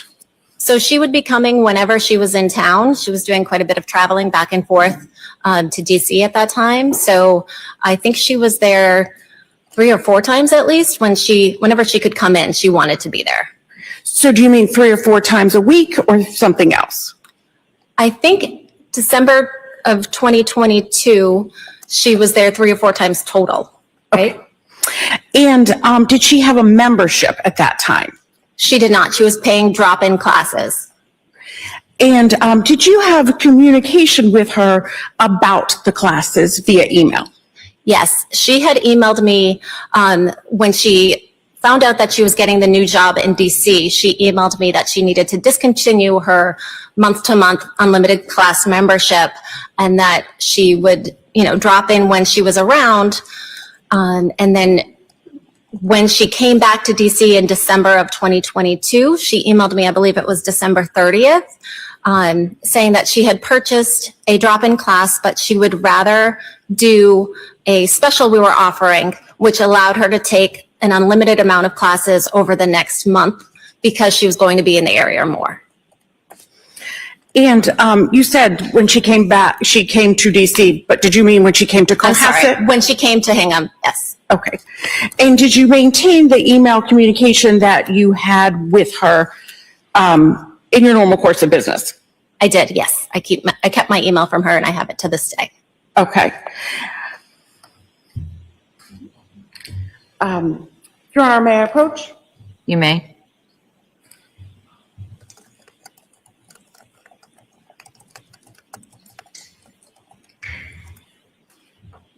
I'm showing you 3 documents, if you could look at those. you recognize those documents?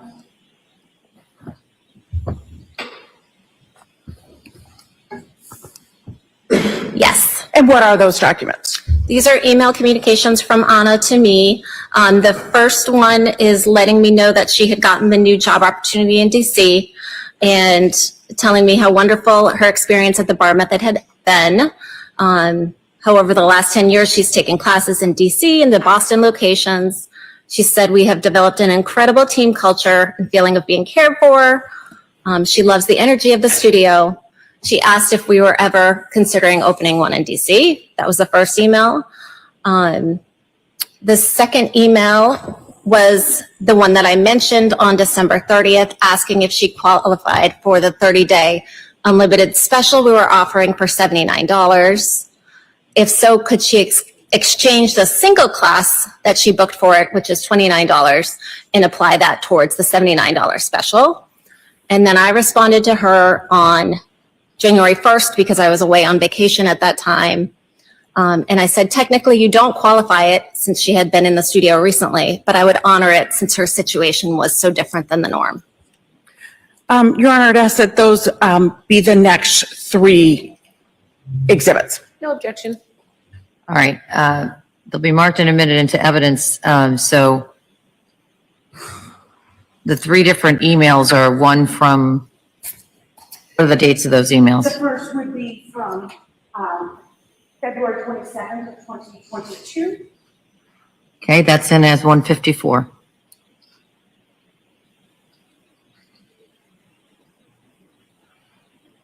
Well, did I mess that up? 153? Okay, so as it was coming out, I looked back up and saw there was no 153. So 153 is the email from 2/27/22. 154 is what? Date? 154 would be 12/30/2022. Okay, and the third one? The third one would be January 1st, 2023. All right, those three are now in evidence, 153 to 155.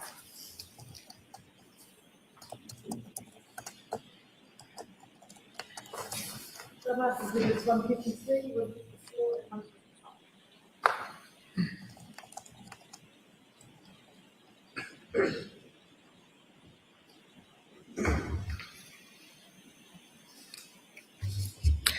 And did you also keep the registration for December 31st of 2022? The class registration log? Yes, I apologize. Yes, we do. Thank you for correcting me. And that's maintained in the normal course of business? Yes, we have records of every single class. And I'd ask that this be the next exhibit. Any objection? None, Your Honor. The class registration for the bar method is in evidence as 156.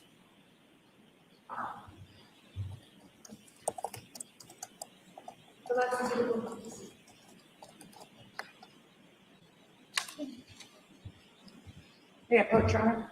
May?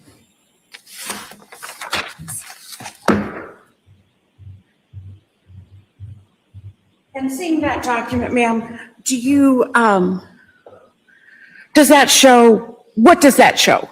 This shows that Anna Walshe created a reservation for class on the morning of December 31st. She did that on December 30th at 11:18 p.m. And it shows that she was checked in for class on December 31st at 8:17 p.m.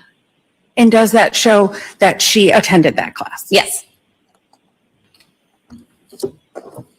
Thank you. Any cross? Just briefly. Good morning. Getting there. The email that Mrs. Walsh had sent you asking to convert her drop-in to the unlimited monthly, that was on December 31st? Was it December 30th or 31st? December 30th or 31st? Yes. Okay. And the reason that she was asking to do that is because she expected to be in the South Shore area more the next month? Yes. Okay. You had mentioned that your studio requires a medical waiver? When you sign the month-to-month agreement, you do acknowledge in there that you are healthy and that you have conferred with your doctor. Okay. And she does that, or that person, for example, does that once when they first start coming to you as a client? They sign that every time they sign a contract. Okay. So when was the last time Anna Walsh had signed a contract with Bar Method? I believe it was September of 2021. I don't think she was actually ever able to book that last contract she wanted to. Okay, so the health waiver that you're talking about, or the medical waiver, was September of 2022, September of 2021? Yes. Okay, and the medical waiver that someone signs, do they have to provide any type of medical documentation to confirm they are in fact good health? No, we don't require a letter from a physician. So it's just self-reporting? Yes? Yes. Nothing further, Judge. Any redirect? No, thank you. The witness may step down. Thank you. Do you want this?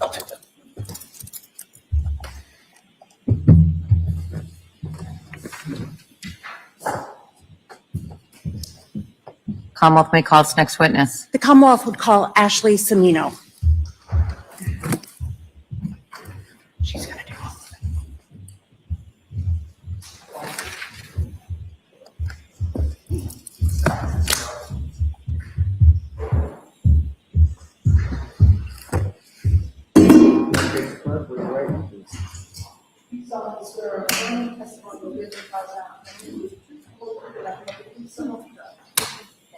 Right this way.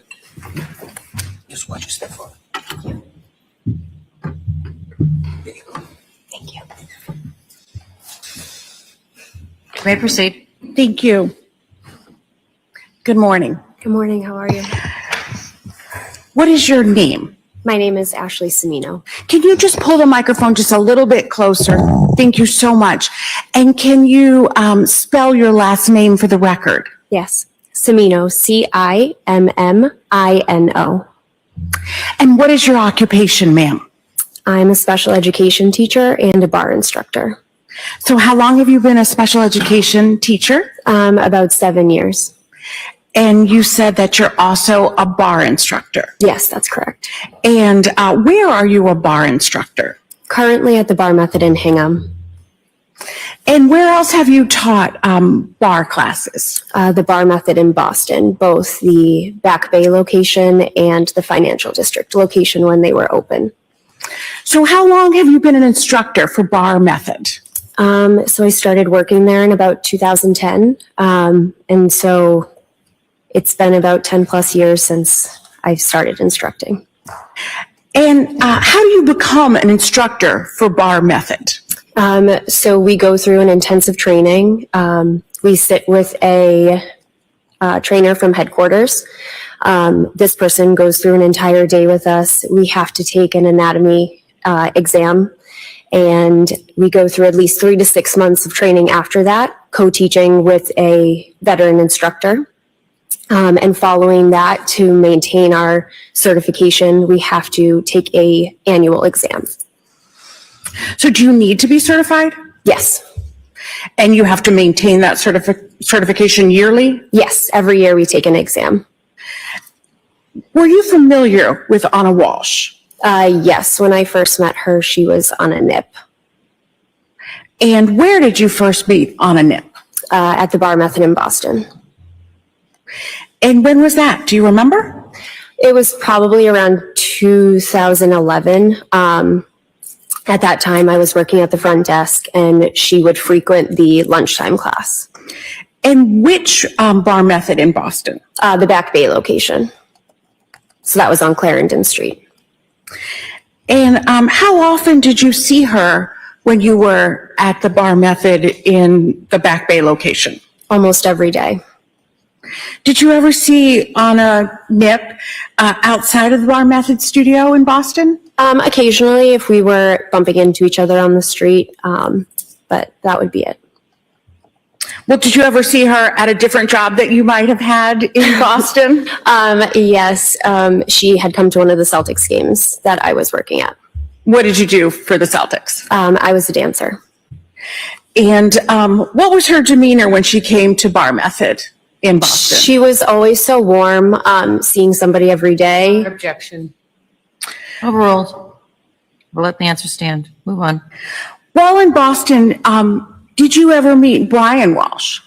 He did come into the Bar Method, yes. And how many times did you meet him? At least once or twice. Now, directing your attention to Saturday, December 31st of 2022, were you working that day? I was. And where were you working? At the Bar Method in Hingham. And which class were you teaching?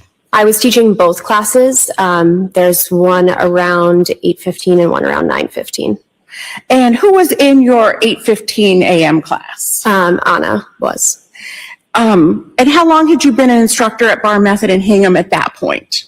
That was my first day teaching at the Bar Method in Hingham. And when did you first notice Anna Walshe? So I wasn't familiar looking, we all get class lists of our class prior. So one of the Bar Method qualities is that we are able to call our clients by name as we're teaching them. And actually it was because of Anna in Boston that we always clarify with our clients, is it Anna or is it Anna? So I had asked our front desk staff that day, and she was like, I believe it's Anna. So when I started class, I just made a little note of it, but she wasn't there at the start of class. When did she come in? She came in about 10 minutes late. And what did you do when she came in? It was kind of like this, oh my God moment, because with COVID, we had closed the Boston studios, and I had, had 3 children simultaneously at the time, so I took a little step back from teaching. And when those studios in Boston closed, I decided it was either going to Wellesley or Hingham, and I chose Hingham. And what type of interactions did you have with her during the class? During the class, I was instructing her. I was giving verbal adjustments, hand-on adjustments. But when she came in, we kind of had, oh my God, I can't believe that you're here. And what type of exercise do you do during a bar class? How does it work? So a bar method class, you work all your muscles in your body. You work your muscles to exhaustion, and then you stretch them to become longer and leaner, but also stay healthy and safe with your body. So can you explain how you do that? Sure. So we start off with a warm-up. You could do up to 60 push-ups in class. We move into a portion of class where you're working your thigh muscles. You work a portion of your seat, you go into curl, and there's some stretching in between. And typically a class is 45 minutes to an hour, and you use light to heavy weights depending on the client's choice. And do you remember how long that class was? That was a 45-minute class. And how did Anna Walshe perform during that class? She was a powerhouse. Clients are given the option during my setup that they can do push-ups on their hands and knees, hands and feet, or up at the bar for a modification. And she was doing the push-ups on the balls of her feet, on her hands. She was completing the motions. She was someone that you wanted to take class with because she made you work harder. Did you notice any injuries on her during your class on December 31st of 2022? No, and she did not make me aware of any that would change any of the exercises that we were doing. And after the class was over, what interactions did you have with Miss Walshe? We chatted, and actually I remember having to tell her, I'm so sorry, I can't finish our conversation because the next class was starting. So there was at least 15 to 20 minutes between when her class ended and the next one started. And what, if anything, did she say about coming to the gym in the future? So she had been so excited to see me because she had told me that I was one of her favorite instructors, and she was so happy to see that I was in Hingham. She was planning on coming to a lot more, and she wanted to know my schedule. And have you seen Anna Walshe since Saturday, December 31st, 2022? If I might just have one moment, Your Honor.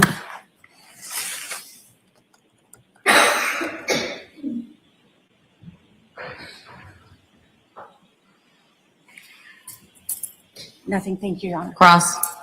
Good afternoon. Afternoon. When was the last time you spoke to the prosecutors or police about your testimony today? August, I believe? Okay. You didn't speak to them today or yesterday? No. Okay. And you had mentioned that you are a special education teacher? Yes, I am. Okay. And then you also still teach bar? Yes, that's correct. And you're a mom? I am. Okay. Are you, and I'm not trying to be flip with you, but you're not a doctor? Nope, You're not a nurse? I am not. Did you perform any type of medical tests on Anna Walshe on December 31st? No, I do not. Are you aware if she had any pulmonary issues that were undiagnosed? Not that I saw. Are you a pulmonologist? I am not. Are you aware of any undiagnosed cardiac issues that she may have had on December 31st? No, Are you aware of any neurological issues that she may have been suffering from on December 31st? no. And prior to December 31st, what was the last date that you saw Anna Walshe? I couldn't tell you. Over a year? Probably. Nothing further, Judge. Any redirect? No, thank you. The witness may step down. Thank you. Thank you.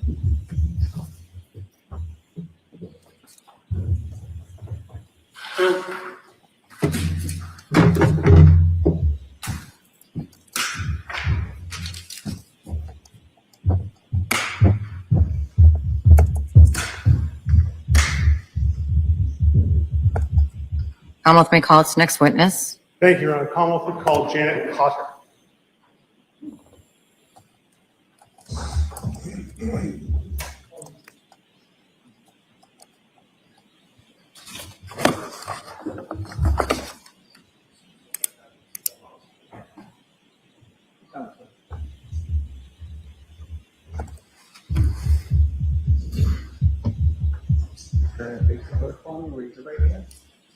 You solemnly swear or affirm the testimony you give in the testimony. Right this way. Just watch your step for me. Step all the way in there so you get this shit. There you go. All set. And you may proceed. Thank you, Your Honor. Good morning, ma'am. Good morning. Could you state your name and spell your last name for the record? Janet Cotter, Cotter. Ma'am, what town do you live in? I live in Hingham, Massachusetts. In January of 2023, did you reach out to the Cohasset Police Department? I did. Why?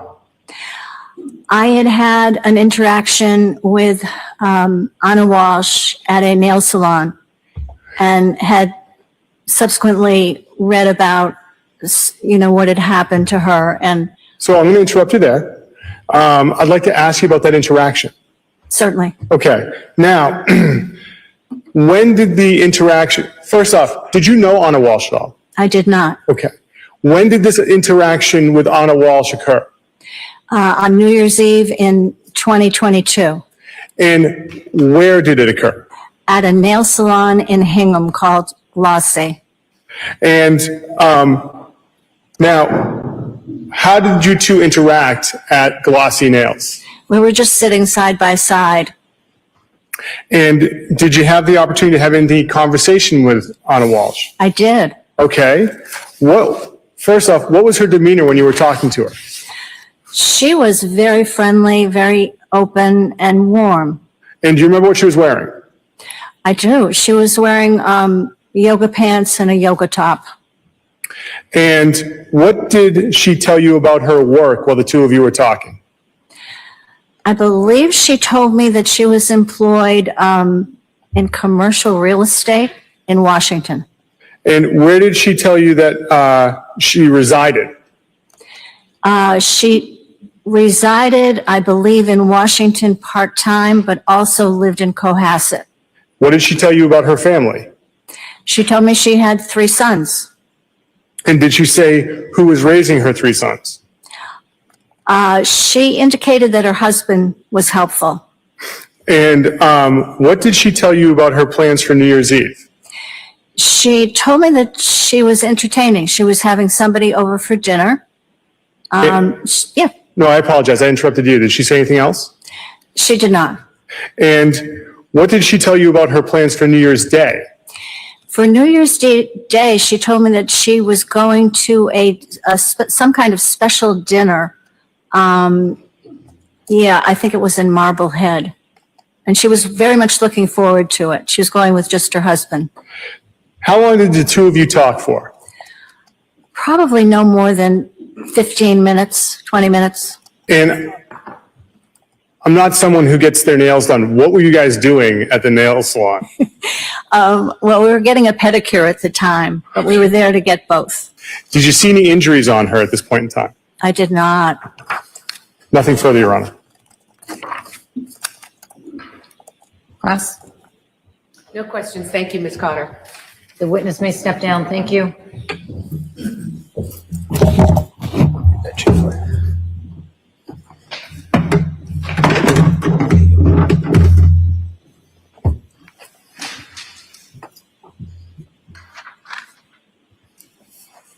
Commonwealth may call its next witness.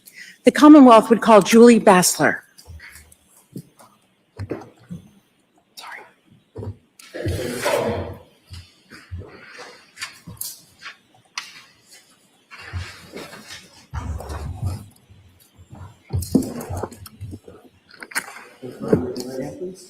You solemnly swear or affirm the testimony you give in the testimony. Right this way. Step for me. Okay. There you go. Thank you. You may proceed. Thank you. You might want to move up just a little bit and move that microphone in. Okay. Good afternoon. Could you please state your name for the record and spell your last name? Julie Bassler, B-A-S-L-E-R. Thank you. And what do you do for work, Ms. Bassler? I am the executive director of the Learning Experience in Dedham. Work for a daycare. Thank you. And how long have you worked in childcare in general? Over 30 years. And where did you work in January of 2023? Kindercare in Norwell, Mass. And was that also in December of 2022? Yes, it was. Well, actually, how long did you work in Kindercare in Norwell? For 1 year.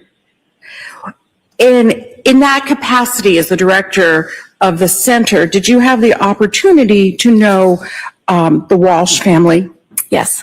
And how did you know them? They were a family that attended, the 3 boys attended Kindercare.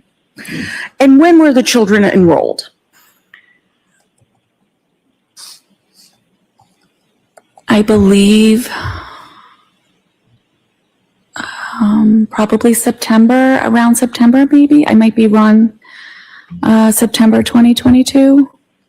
And how many children were enrolled? 3. And what were the ages of the children that were enrolled? The youngest was around 2, maybe about 15, 17 months. The middle child was 3, and the oldest, I believe, was 5.5, 6 at the time. And did the oldest child stay at Kindercare, or did the oldest child move to the public schools? He went to the public schools, yes. So in December into January of 2023, how many children were in the school? 2. And how many days a week at that point, and I'm talking about December of 2022 into January of 2023, how many days a week did the 2 children attend the center? 5 days a week. And who dropped off the 2 Walshe children? Brian Walshe and sometimes the grandmother would be with them. And by the grandmother, do you know the name of the grandmother? I unfortunately forgot. And do you know whose mother? Brian Walsh's mom. And what time was the typical drop off for those children? What time did Brian Walshe typically drop them off? I really can't remember, maybe 8:39, maybe 9, closer to 9. And what about pickup? Who would do the pickup? Brian Walshe as well. And do you see Brian Walshe in the courtroom today?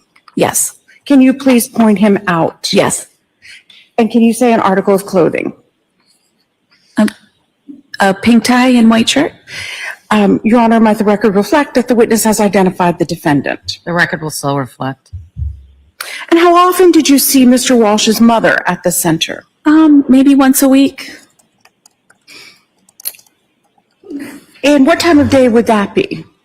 Usually in the mornings, around 9, drop-off time. And did you ever see Anna Walshe at the center? I saw her a few times. Usually I would see her at pickup. And what days would that be? Usually a Friday.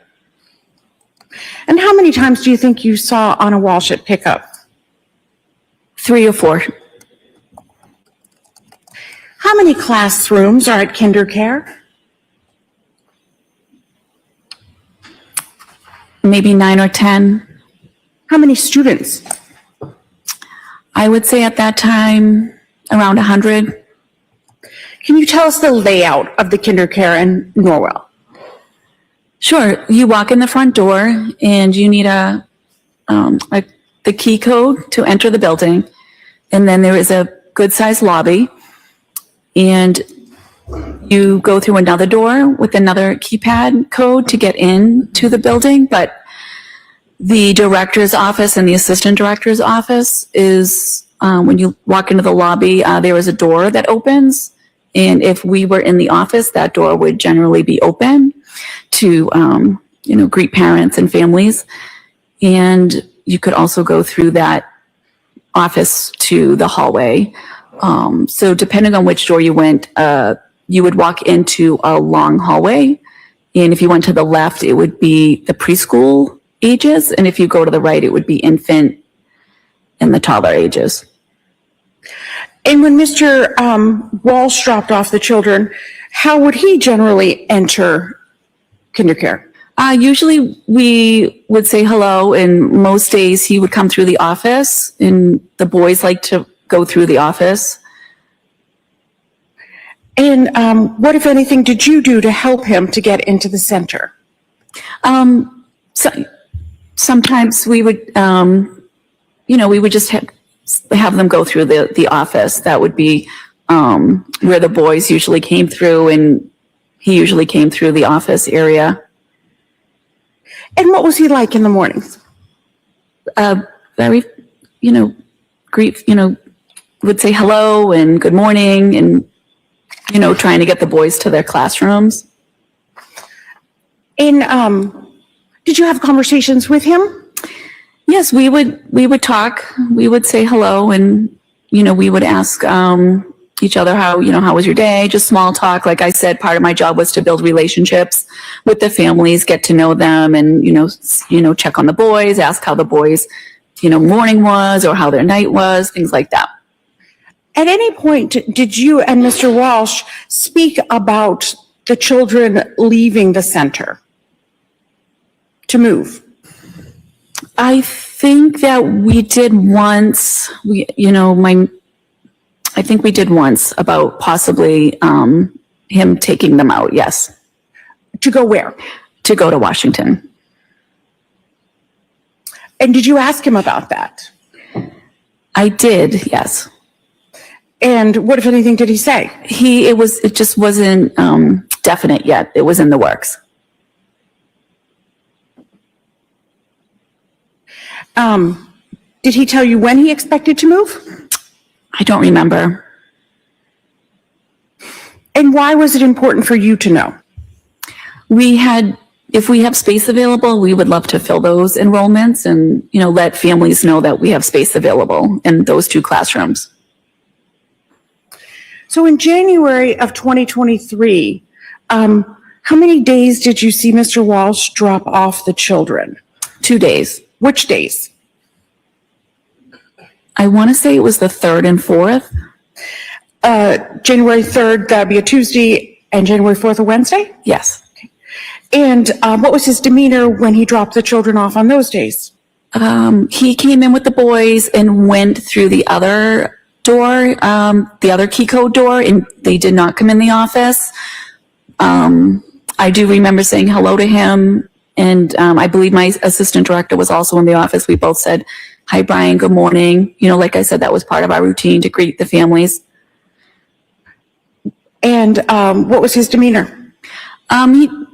It was, in a rush. It's kind of like, "Come on, boys, let's go." I remember, when they went through, and that was it. He dropped the children off at class. So it was, definitely a little different than the usual conversations we would have in the morning. Did you talk about anything those days? No. One moment.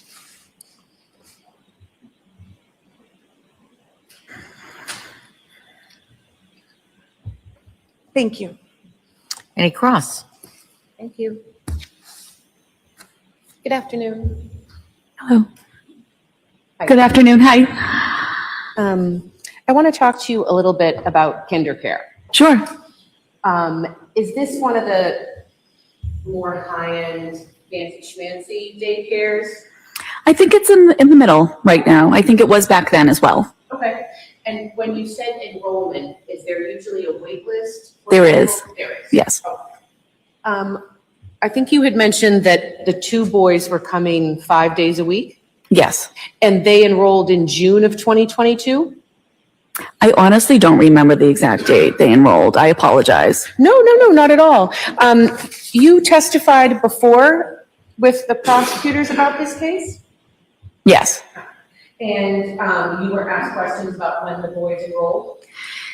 Yes. And like I said, I don't remember right now. You don't have to remember. Okay. Looking at a copy of your transcript, refresh your memory as to when the boys enrolled? Yeah, that would be great. Your Honor, may I approach? You may. Sorry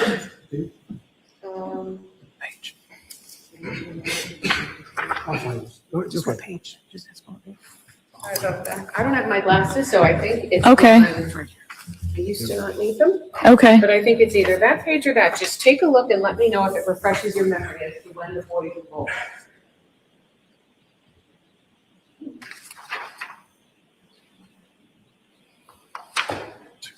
The end of June. End of June. Yes. Okay. Of 2022. Yes. Okay, and so from June of 2022 until the end of December of 2022, the two boys were coming 5 days a week. Yes. And you had said that Mr. Walsh would do drop off every morning. Yes. And I think sometimes you said his mom would be with him. Yes. Okay. And then he would also do pickup. Yes. And in those 6 or 7 months, you had said that you had met or seen Anna Walsh, I think 3 or 4 times. Yes. And those pickups, were those on Thursday or Friday night? Usually Fridays, or I might have seen her once on a Thursday night. Okay. And you had mentioned, let me ask it a little bit better. Ms. Yaz was asking you about Mr. Walsh's demeanor those 2 days in January when he dropped the boys off. And you had said that it was different, Yes. that he didn't say anything to you or have a conversation. Yes. You said it was different than the other mornings when you speak with him. Yes. So the other mornings when he would drop off his 2 boys, he was friendly. Yes. He would say good morning. Yes. He didn't seem rushed. Yes. Would he chat with you about how you're doing, Yes. how's work? Oh, yes? Yes. Okay. This was different. Yes. Okay. When someone brings their kids to daycare, do they have to bring a lunch for them? No. Do you provide lunch and snacks? Yes. Do they have to provide diapers, formula? Yes. Yes. Yes. Do they have to provide a change of clothes? Yes. So each day, whoever is dropping off the child, parent, friend, auntie, they have to bring a little bag for each kid. Yes. And it's something that presumably the parent would pack each night or each morning. Yes. Okay. And when Mr. Walsh would bring his 2 little sons, he would have 2 little bags that would be packed for both of them. Yes. And again, change of clothes, diapers, anything else that they bring? If they had like a favorite stuffed animal, maybe, Okay. things like that. Okay. And am I correct that when kids are at daycare, sometimes they'll make little art projects or drawings about their parents or about Yes. their life? Yes. And then those would be given to the parents when they come pick them up? Yes. Okay. And in those 6 or 7 months, was there ever a parent-teacher conference or a school night or anything? Yeah, we would have some school nights, like babysitting nights, A what night? like a babysitting night, like it's parent night out. Oh, okay. I don't remember if the boys ever attended that. Okay.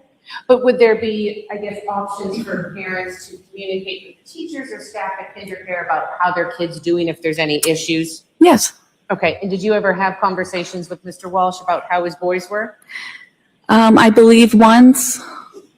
Okay. And it was good? Everything was great? The boys are cute, fine, there were no issues? Yeah, there was just, we talked daily, ask questions, things like that. When you say you talk daily, you mean with the little kids? Yes, and with the parents. Okay. And that is something that was common with Mr. Walsh, that when he would come in or pick the kids up 5 days a week, that he was friendly, right? Yes. He was engaging. Yes. He was invested in his sons' lives, Yes. and he would talk to you about their progress. Yes. Nothing further, Judge. Any redirect? No, thank you. Witness may step down. Thank you. Thank you.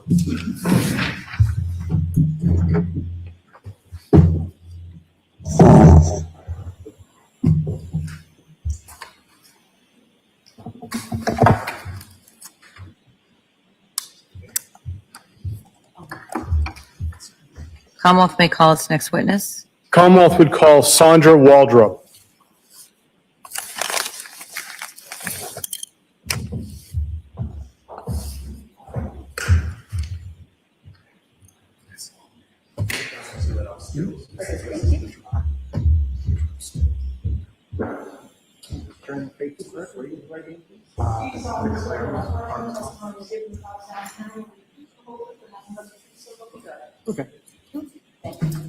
Right this way. Just watch your step. A little bit further in. Oh, there you go. And I sit down? Yep, you're all set. You may proceed. Thank you, Your Honor. Good afternoon, ma'am. Good afternoon. Could you please state your name for the record and spell your last name for us, please? Sandra Hempel Waldrop. Last name is Hempel, Hempel, Waldrop, Waldroup. Where do you work, ma'am? I work at the Claremont in Abington, an apartment complex. Where is the Claremont located in Abington? At 500 North Quincy Street in Abington, Massachusetts. And what do you do for the Claremont? I'm the general manager. And how many units are at the Claremont? 91. What are the responsibilities of the general manager? Well, my responsibilities, I'm also head of maintenance, so I do everything. If there's nothing that I do not do, I do everything. And how long have you held that position at the Claremont? Since 2018. What does the Claremont have for surveillance videos on the outside? Could you rephrase? Sure. Do you have any surveillance cameras at the Claremont apartment complex? Yes. Okay. And how many cameras do you have for the outside of your apartment complex? Oh, for the outside. Yes. Give me 1 second. Sure. 2, 3, 4. 4 on the outside. I believe 3 in the back parking lot and 1 at the front. Now, how many dumpsters are there at the Claremont? A total of 3 dumpsters. 2 gated areas, 2 dumpsters in one, and 1 dumpster on the top hill. On the top of the hill. And the Claremont, is it near any other apartment complexes? Yes, it's so right behind us, our back parking lot, there is the Chestnut Glen. Years ago, it used to be the same owner. It used to be connected. In Chestnut Glen, is that an apartment complex or is it assisted living or like what is Chestnut Glen? It is a home for the elderly and disabled. Okay. And now, I had asked you about the surveillance videos. In January of 2023, did you have the opportunity to produce any surveillance videos to law enforcement as a result of this case? You did? Okay. And have you had a chance to review those videos on a thumb drive? I didn't review it I saw it on the screen, actually, yes. Okay. And let me ask you this about your videos. Are they kept in the normal course of business? Yes. Are they kept in good faith? Yes. And I take it your cameras, they're always recording? Yes. Okay. Now, I'm going to show you this drive and ask if you recognize it.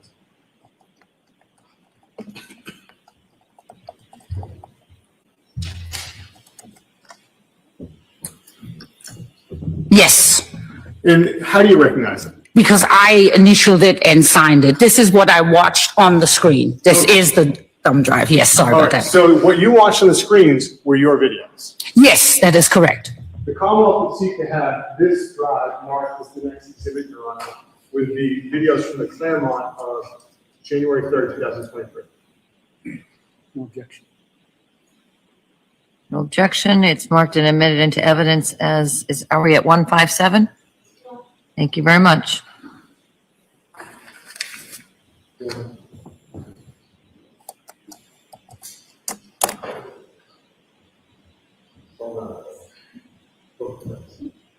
Your Honor, may I publish? You may. Thank you. Ms. Gilman, could we have what's now been marked as Exhibit 157? Could we go to the video channel 14? And if you could bring us to 3 minutes and say 15 seconds. Pause, if I may. Ms. Waldrop, what area are we looking at of the Claremont? This is the front entrance, the right when you come in. So, yeah. Okay. And how many entrances are there to the apartment complex? 6. 6. Okay. Ms. Gilman, if you could press play. Thank you.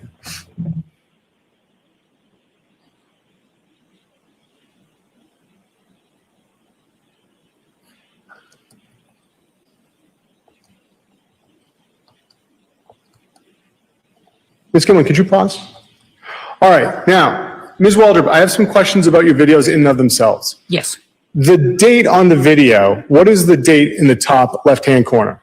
January 3rd, 2023. And the time, what does it denote the time? It's 4:33 p.m.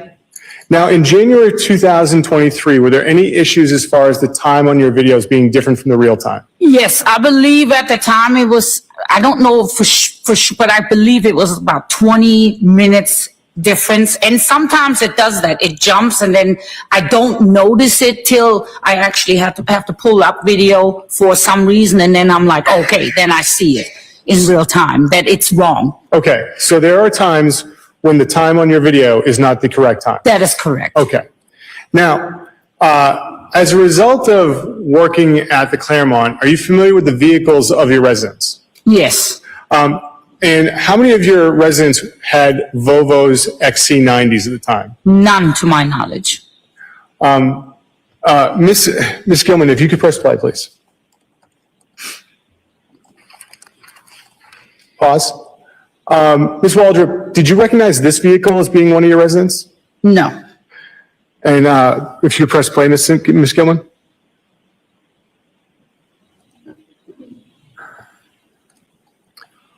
On this same video, Ms. Gilman, could you bring us to 13 minutes and 59 seconds?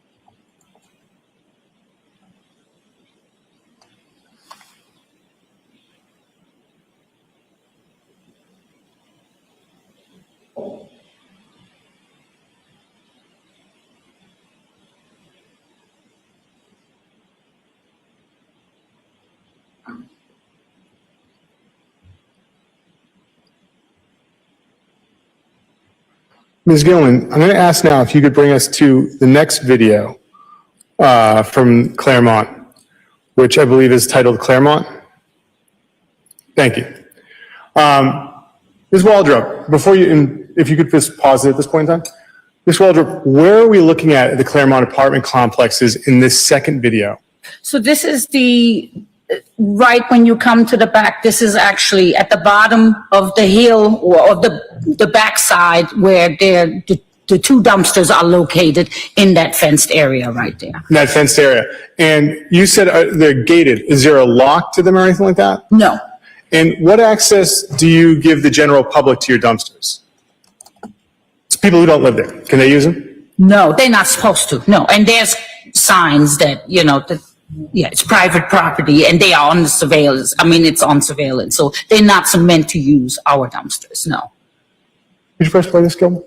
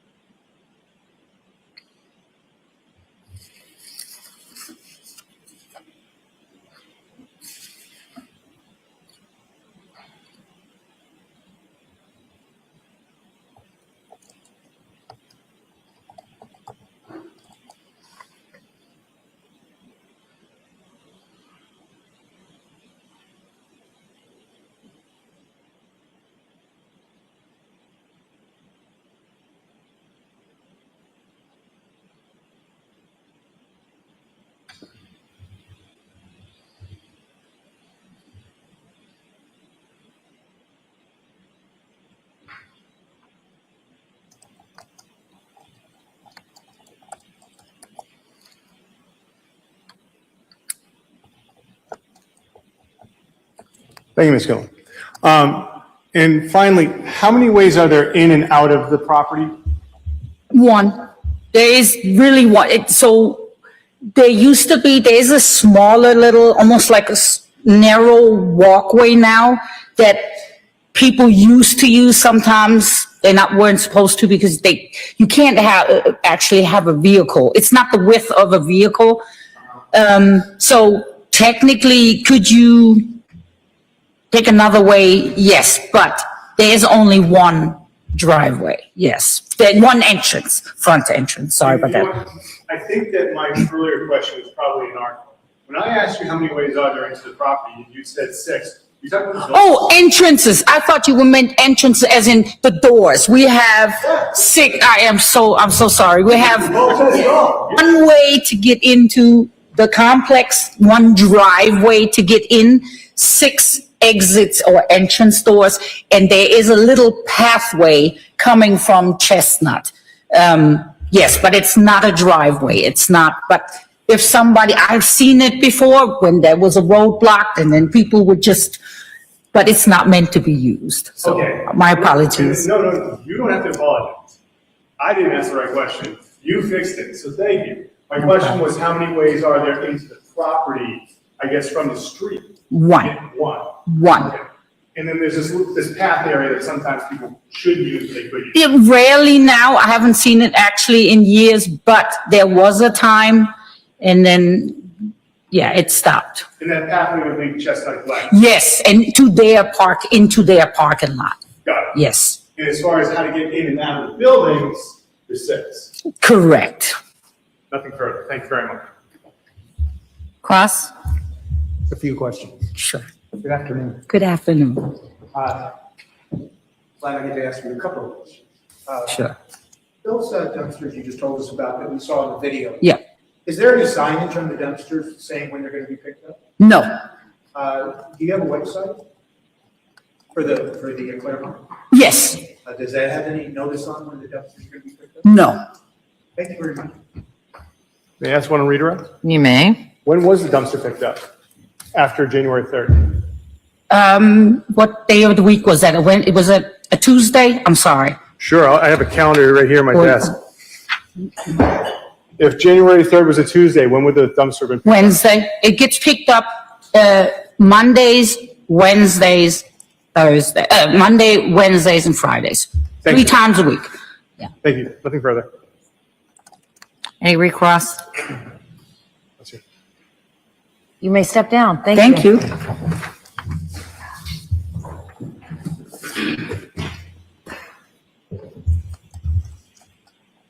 The Commonwealth is called Connor Keith.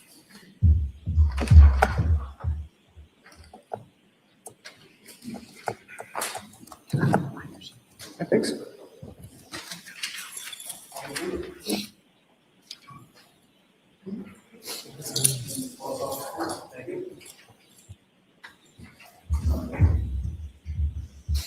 Try to take the flip phone, raise your right hand. You saw this where our phone testimony was being passed down the minutes.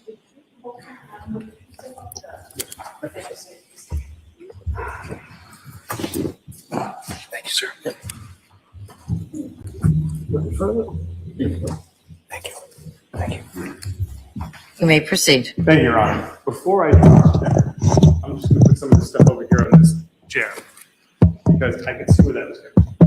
Now, sir, can I ask your name and could you please spell your last name? Yes, it is Connor Keefe, last name Keefe. And sir, where do you work? I am a trooper for the Massachusetts State Police. How long have you been a trooper with the Massachusetts State Police? 8 years. And do you work within a certain unit of the State Police? Yes, I do. What unit do you work for? I work for the Norfolk County District Attorney's Office. And what do you do there, sir? I am a homicide investigator, digital forensic examiner, and a cell phone record analyst. Now, how long have you had that position working with the DA's office? 4 years, approximately 4. And do you have any certifications as far as being a digital forensic examiner? Yes. Can you tell us what those certifications are? Yes, I have certification from Cellbrite, which is a digital forensics company. Celebrite certified operator, Celebrite certified physical analyst, Celebrite advanced smartphone analyst, and the Celebrite Apple forensic fundamentals. And just, what is Celebrite? It's a digital forensics hardware and software company. And how did you get how do you get the certifications in those Celebrate topics? Usually a in-person class test at the end. Did you pass the test? Yes. Now, have you received other trainings concerning digital forensics? Yes. From who? Magnet, Gray Key. And who administers these trainings? The companies themselves. And have you received trainings from any other law enforcement agencies? Yes. Which ones? I've taken cell phone record analysis classes from the FBI and LexisNexis, which is another cell phone record analysis. Now, in addition, could you just tell us your educational background? I have a bachelor's degree from Providence College. And have you served in the military? Yes. Can you tell us where you served? I was an officer in the Rhode Island Army National Guard for 8 years. Got out as a captain.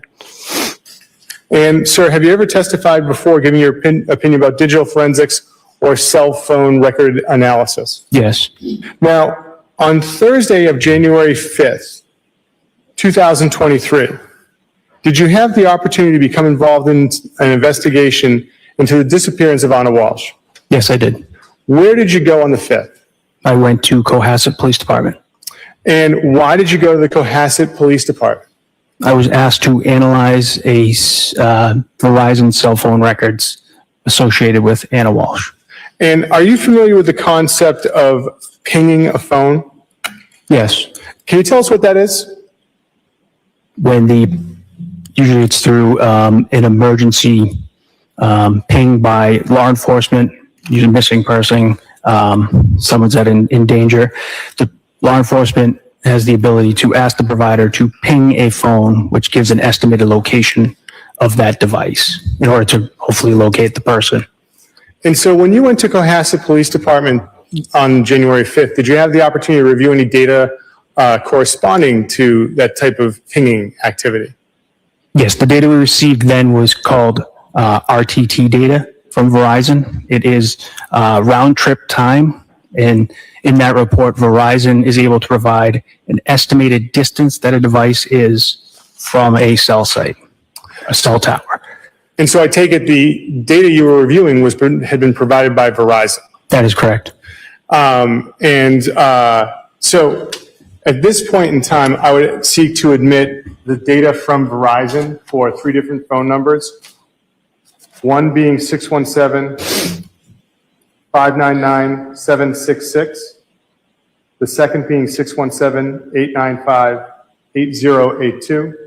And then the third being 617-939-8648. Verizon data. If there's any objection. Any objection to those? No objection.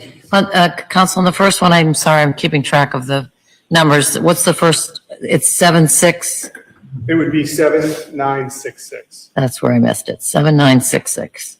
All right. So now in evidence as Exhibit 158 are the Verizon records of 617-599-7966, and then 159 is the phone number ending in 8082, and 160 is the phone number ending in 8648. Yes, Your Honor. They're in evidence.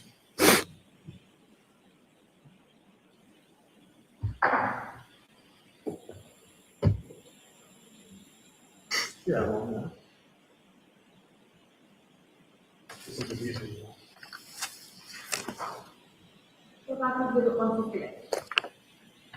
Thank you very much.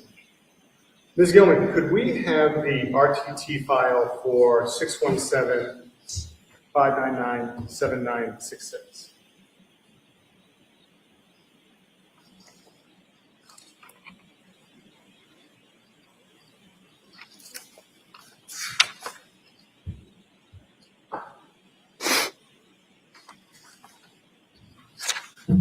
So, Trooper, looking at the file entitled RTT Details 617-599-7966, 5997966. Is there a date range in that file name? Yes, there is. What is the date range? It's January 1st, 2023 to January 5th, 2023. And these are some of the records you had the opportunity to review for the ping data. Is that correct? The estimated distance data, the real-time tool data from Verizon, yes. Thank you for correcting me. Yes. So this is a bunch of numbers. What are we looking at? I can explain. I'd love for you to do that. Yes, please. Can I touch this, or is it you'll go through the columns, or? I'll tell you what. I'll ask you about the columns. Okay. What's record source mean? Record source is the technology used for this event on the network. So for this, 12 is Samsung and 1 is Nokia. So the technology on the tower that completed this event. All right. And when you say event, does that mean it's a phone call? No. What's an event as far as data goes? So for these records, it's a signaling event from the cell site, the tower, to the device and back. Verizon is able to estimate a distance that the device is from the cell site. And what is start time and end time? That is the beginning of the event, the signaling event. And then I take it end time's the end of the event. Yes, sir. All right. Subscriber MSISDN. What's that? That is the phone number associated with these records. And what is an IMEI? That is the International Mobile Equipment Identifier. It's the unique identifier of the device itself. And so then a device will have its own identifier in addition to a phone number. That's correct. What is an IMSI? That's the International Mobile Subscriber Identity, and that is essentially Verizon's number for this account or device. So it's for the subscriber on that device. What's manufacturing, or I'm going MFG model? What's that? The manufacturer model, so Apple iPhone 12 Pro Max. And Ms. Gilman, if you could scroll over. Sir, are there any columns that are blank here? Yes. What are those? Those are the Ericsson, so that there was no Ericsson technology used in these records. So then that's why they're blank? Yes, sir. All right, if we could scroll over to say column L. Thank you. What is market 4G, then column M, ENB? What are those two? Those all pertain to the cell site. So it's essentially the cell site number and the sector in which the event occurred. And so which one's which? There's a cell site and there's a sector. So maybe I'll take it one at a time. Okay. What's market 4G? Why is there a 5.7 there? 5.7 indicates the market in which the event happened. So think of it as an area code like Boston 617. So Verizon knows to route this transaction to the right area. And then eNode B, column M, is 52. That is the cell site number. So that's the cell site number in which the transaction occurred. So there's a cell site, like a tower, within a sector or within a market. That's correct. Okay. And so I don't want to use the word sector because that's the next column. What's sector? Sector is on a cell site. It's typically three-sided. They have antennas on three sides. So sector 4G, sector 3 was the transaction started on sector 3, and then carrier 4G, so the transaction ended on sector 2. So the event occurred on one, then moved to another. That's correct. All right. Now, if you went down on carrier 4G, column O, there's a 7. What's the significance of a 7 in that column? So for Verizon, they start with their antennas, their sectors start with 2, 3, 4, and then most providers, the antennas are stacked on top of each other. So it should be the second row in numbers. Now, there's a bunch of other empty columns there. What are those? There was no 5G technology used in these records. And then first distance MI, last distance MI. What's that? So that's the first estimated distance that was provided, and then the end of the event was the last distance. And what happens when there's an NA there? That means Verizon was able to provide an estimated distance of the device for that date and time during that transaction. So And does that correspond to the technology in the first column? Yes, sir. And why is that? Like, what technology had the data and which one didn't? Yes, after analyzing the records, all the data with a 1, which is Nokia, they were unable to provide any estimated distance of the device. The one with 12 was Samsung technology, and they were able to provide estimated distances for that. And so Samsung and Nokia both had antennas on this tower. Yes. And then what is VoLTE? That is voice over LTE. That would indicate if it was a call or not, like a voice call. All right. And could we keep on going all the way to the end? All right, if we could stop. Thank you, Ms. Gilman. So I take it there's no Ericsson's issues on why, because there's no Ericsson technology? Correct. And then there's a series of entries or columns from Z to AC, PCMD, and then that information. What is that? Column Z is the per call measurement data, and the 2 indicates that it was not an emergency call. A 0 would be invalid, 1 would be an emergency call. This is just how Verizon marks their data for these records. And then what is procedure duration? That is, again, per call measurement data. That's how long the transaction in milliseconds was for this signaling event. So milliseconds, that's not seconds, it's milliseconds. Correct. All right. And then I take it date, month, day, and year, those are pretty much standard? Yes, sir. January 1st, 2023. Yes. Now, Ms. Gilman, can we go down the bottom of this and then go back over to the left?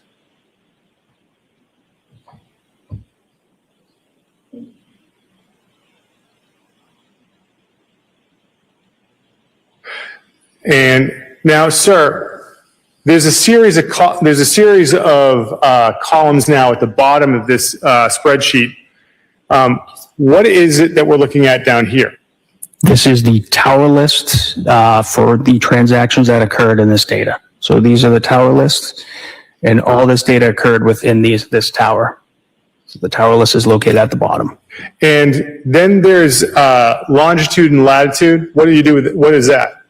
That's the GPS or the lat long of the cell site location. Could be a building, could be, in this case, it's a water tower.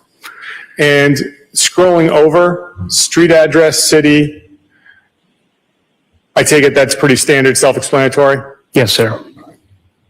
So now, Ms. Gilman, if you could go back all the way over to the left. Thank you very much.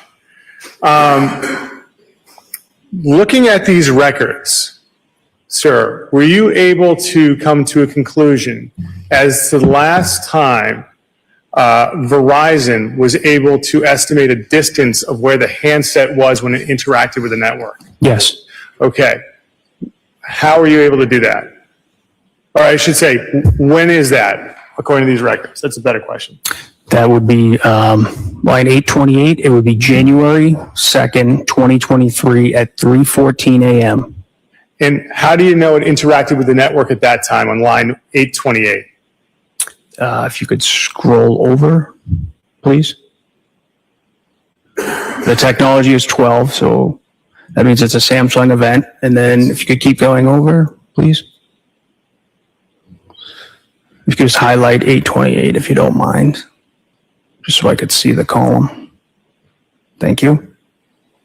Okay, so 828, we see 0.024. What's that? That is the estimated distance that Verizon believes the device is from the cell site located on Reservoir Road in Cohasset, Massachusetts. And so is that measured in feet, inches, or what? Miles. So approximately quarter mile, Yes, right? sir. Okay, now, how do you know what direction it is from the tower in Reservoir Road, according to these records? So is it, are you talking that it's a circle or what? So it would be the azimuth in which the antenna is facing.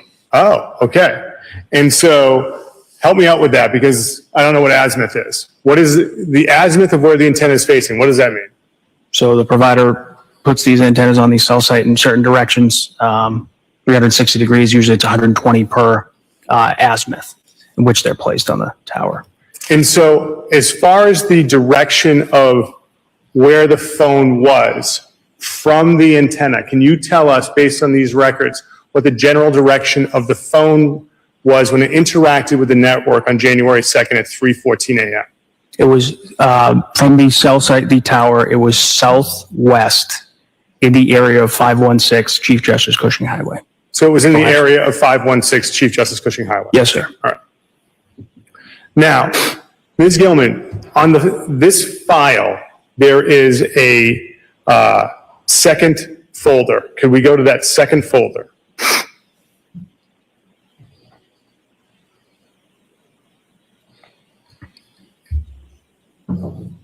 Yep. Are you familiar with subscriber data, sir? Yes, sir. Okay. What is subscriber data in relation to Verizon? This is from these are Verizon's business records associated with an account. Looking at the spreadsheet that is on the screen, subscriber MTN 617-599-7966. Is this the subscriber data from Verizon? Yes, sir. All right. What is the first column search value? That is the phone number of these records, associated with these records. Okay. And what is the search start date and end date? That is the report date that these were run. Okay. So January 7, 2023. And then column D has MTN. What is MTN? That is mobile terminating number. That's the same as the search value. That's Verizon's, the number associated with these records. And Ms. Gilman, could you just expand column D for us? Thank you. All right. And then account number, what's that? That is Verizon's internal account, an account number for this, this line. Now we get to last name, first name, business, address. What's that? That is the account holder of this number. Okay. And Ms. Gilman, could you scroll across to the right? All righty. Now we have a column P and Q. What are we looking at here, sir? I'm just waiting. That is the subscriber under this account for this phone number. Okay. So there's an account holder and then there's a subscriber. Yes, sir. And so the account holder, I take it they pay it? Yes. Okay. They're responsible for it. Yes. Okay. And what is the name for columns P and Q? Walsh, Anna. Counsel, is that a good place to stop for lunch? It's always a good place to stop for lunch, Your Honor. We'll do that now. All rise, please. Chairs, close your notebooks, follow me.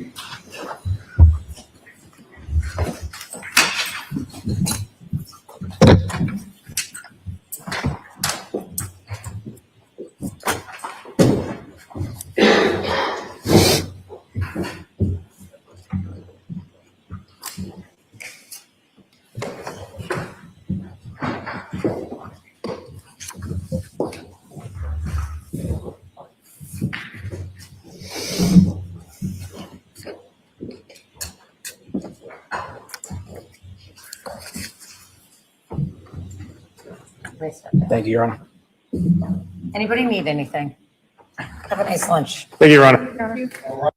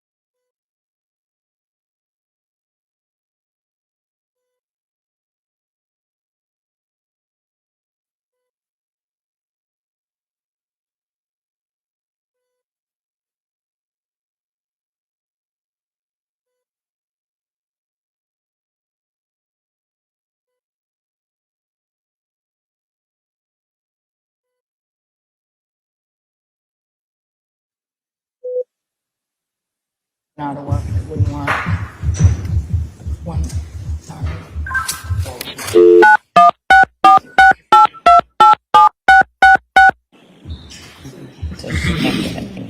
Welcome to Zoom for Government. Enter your meeting ID followed by pound. Yes, please. Come on. You entered 7678990. This meeting ID does not exist. Please re-enter your meeting ID.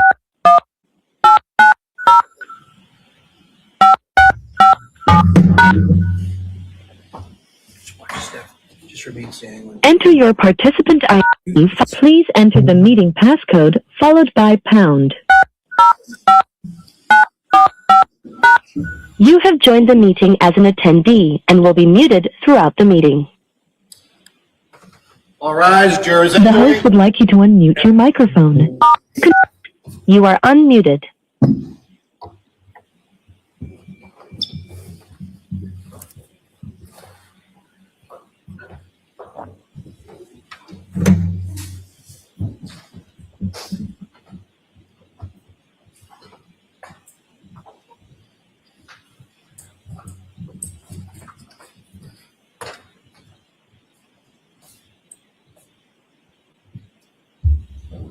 Court is back in session and need seated. You may proceed. Thank you. Ms. Gilman, can we go back to that RTT file for the phone number ending in 7966? And can you scroll all the way down to the bottom, Ms. Gilman? Thank you.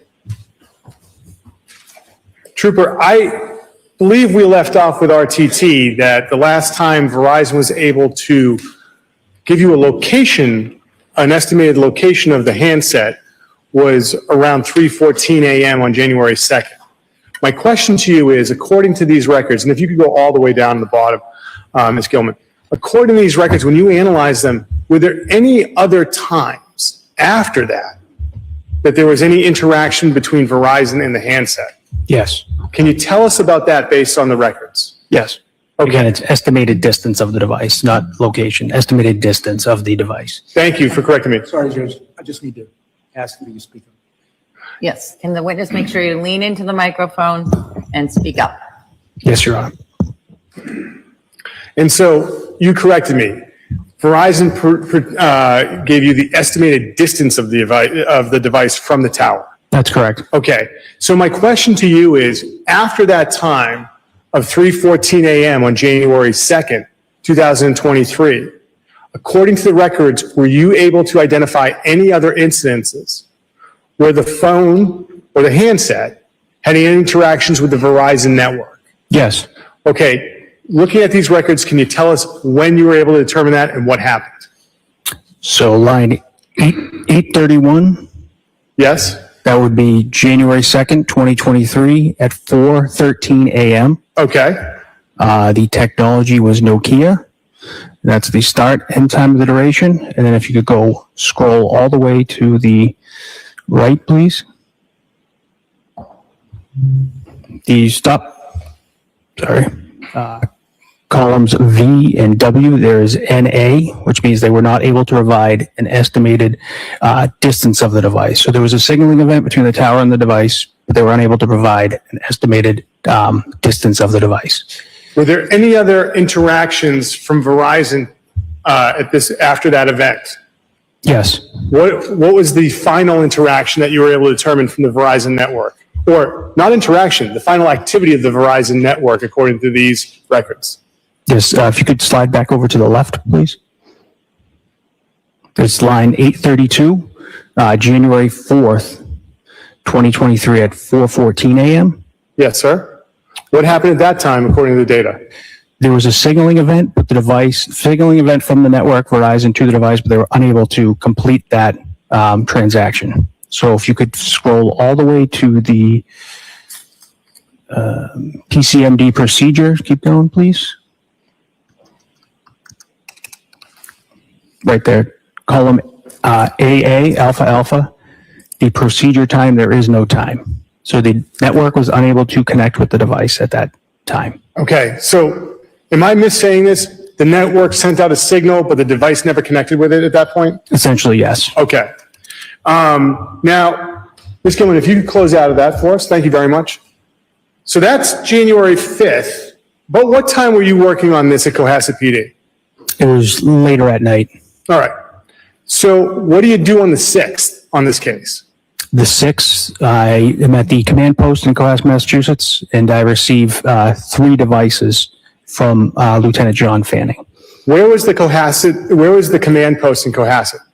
The Stop and Shop Plaza. Okay. Kind of in the center of town there. Not center of town, but. Forgive me, I'm not in the military, I wasn't in the police. What's a command post? Usually like a uniform command where agencies collaborate, there's communications, establish different units to collaborate and come up with a plan and action. Were there any vehicles or anything like that brought in? Yes. What? There was different police vehicles, I believe, maybe some four-wheelers, stuff like that, from what I recall. Okay. So it's January 6th, you're at the command post and you received what for devices? 3 electronic devices. And who gave them to you? Lieutenant John Fanning. And what devices did you receive? I received an iPhone 13 mini, an iPad 6, and an iPad 6 mini. And what did you do with these devices? I transported them back to the Digital Forensics Lab at the Norfolk District Attorney's Office in Canton, Massachusetts. And so about what time did you get back to the lab? Around 9:30 p.m. And so what did you do with these devices around 9:30 p.m.? I began the extraction process on the iPhone 13 mini. Walk us through, what's the extraction process consist of? So in this case, I used Gray Key, which is a forensic hardware and software company. You will take the device, you plug it into the hardware on a forensic computer running forensic software, and then the data will be extracted from the device. How long does this take? It can take hours, up to hours. And so did you do all 3 devices at once? I did not. Why not? It got towards later in the evening, and I finished the devices the next day. And so do you have 3 Gray Key machines, or can you put all one onto one machine? No, it's one at a time. Okay, so one's going to download, then you can get the next one. Yes, sir. And this information, once you download it, where does it go? It goes to the forensic server at the office. Okay, and does anyone have access to the server? Just the people assigned to the forensic lab. How many people were assigned to the forensic lab in January 2023? At that time, I believe it was 3. And so you said that you came back on the 7th to work on this? Yes. But what time did you finish downloading the devices? Before lunchtime on the 7th. And what was done with the devices? They were returned back to the owner. And who was your understanding the owner was? Brian Walshe. Now, once you've downloaded this information, can you just read it and go to town, do what you need to do? No, sir. What do? The data is in a raw form, and then we use a program, Celebrite, which is another forensic software that we take the raw data. It is ingested into Celebrite. Celebrite creates a readable, interactive image of the data. It breaks it down to calls, contacts, pictures, videos, text messages, web history, stuff like that. And so when did you finish getting the data into a readable format? The late afternoon on the 7th. And so on the 7th, what did you do as far as analyzing data from the iPhone 13 mini? I began analyzing data from December 25th, 2022 through the date of, I received them January 6th. And was that now, did you ever have a second opportunity to download this data from the iPhone 13 mini? Yes. When did you do that? Trooper Nick Areno did that, I believe in the January 9th. Okay. And so on January 9th, in addition to the iPhone 13 mini, did you have the opportunity to analyze data from any other iPhones? Yes, I did. What was the second iPhone you had the opportunity to analyze data from? That was an iPhone SE. And now, as far as looking at this data on January 9th, did anyone help you look at this data? Trooper Nicarino was there. Now, are you familiar with the term native location data as it applies to iPhones? Yes, sir. Can you tell us what it is? Yes, so native location in Apple iOS operating systems. Native location is made up of location services on the Apple device, and location services are made up of GPS satellite, Bluetooth beacons, wireless connections, and cell tower information. And so native location data, how is that different than the Verizon data you just talked about? So this is data taken directly from the device, and the other data is from a cell phone provider. Okay. And so which one is more specific as far as a location then? The native location data. And so when you were talking about the handset being in the area of 516 Chief Justice Cushing Highway, based on the Verizon records, what are you able to determine based on the native location data of the location of a handset? It is more accurate to a specific location. And at this point in time, Your Honor, I would seek to enter in the electronic files of the location data of the iPhone 13 mini and the iPhone SE.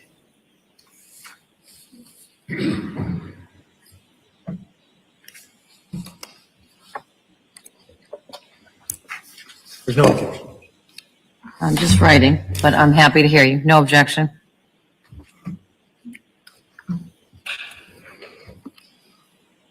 So the native location date, or the location data for those two devices, the iPhone 13 mini and the iPhone SE, Yes, Your Honor. is now in evidence as 161. Thank you.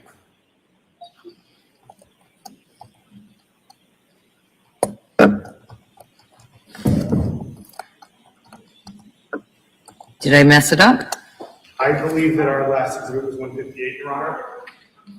No, I have No, we had the Verizon records, which were 158, 159. 159 and 160 were the Verizon records? Oh, I see. We had one drive that had 3 sets of records on it, and it got one tag. That's why. All right, well, just listen up when I'm announcing them. So let me clarify the record and make sure that I'm getting it right this time. Yes, Your Honor. All right, so there were 3 sets of records. They were the Verizon for those 3 different phones ending 7966, 8082, and 8648. And I had previously announced on the record that they were 159, 158, 159, and 160. And now I'm being told that they're on one thumb drive, and all of those 3 records for those 3 Verizon, or those 3 phone numbers that have Verizon records, are now in evidence as Exhibit 158. That is correct, Your Honor. Okay. That will mean that this records, the location data for the iPhone 13 mini and the iPhone SE is now in evidence as Exhibit 159.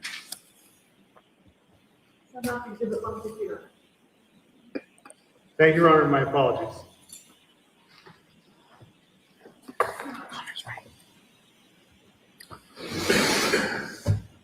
So, Ms. Gilman, could we have what's now been marked as Exhibit 159, and could you go to the file for the location data for the 13 mini?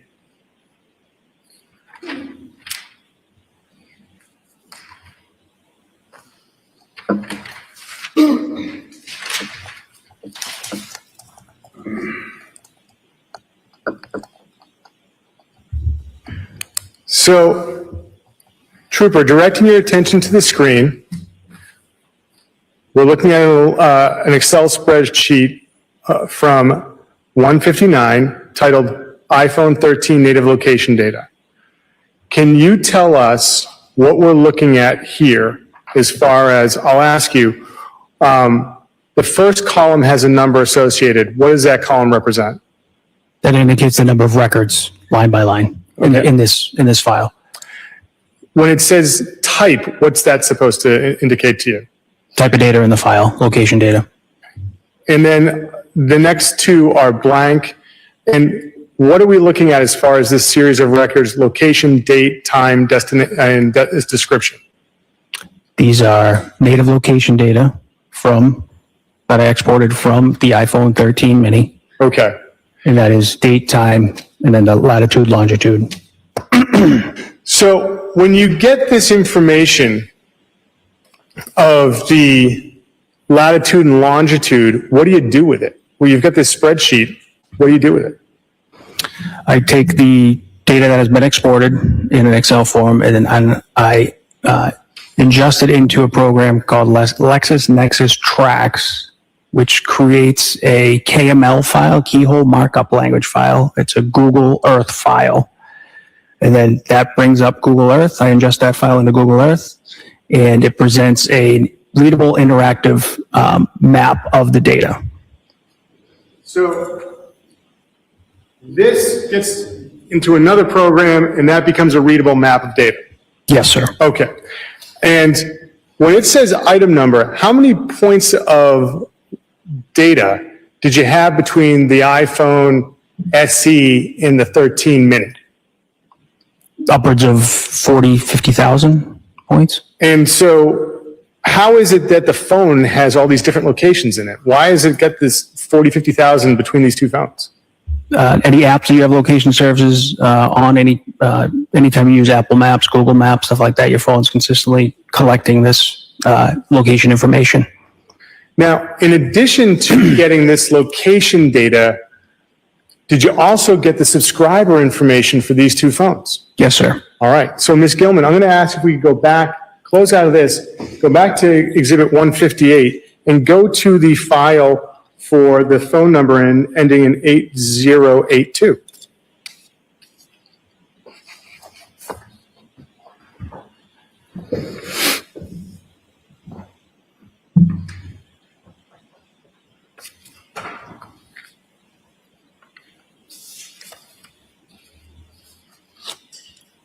Thank you, Ms. Gilman.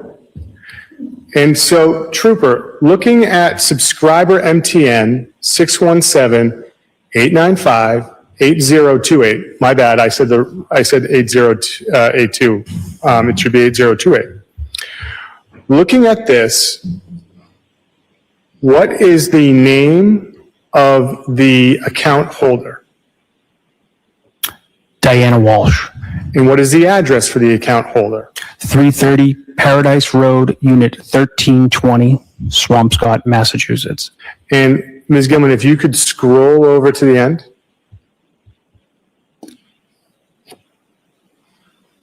If you could stop right there. MTN effective date, what does that mean? That means when this number became active on the Verizon network. All right. And that would be December 22nd, 2022. And so is this number, 8028, the iPhone 13 mini, or is it the SE? The iPhone SE. Okay, 8028 is the SE. Now, Ms. Gilman, could we have the file for 8648? Subscriber information from Exhibit 158.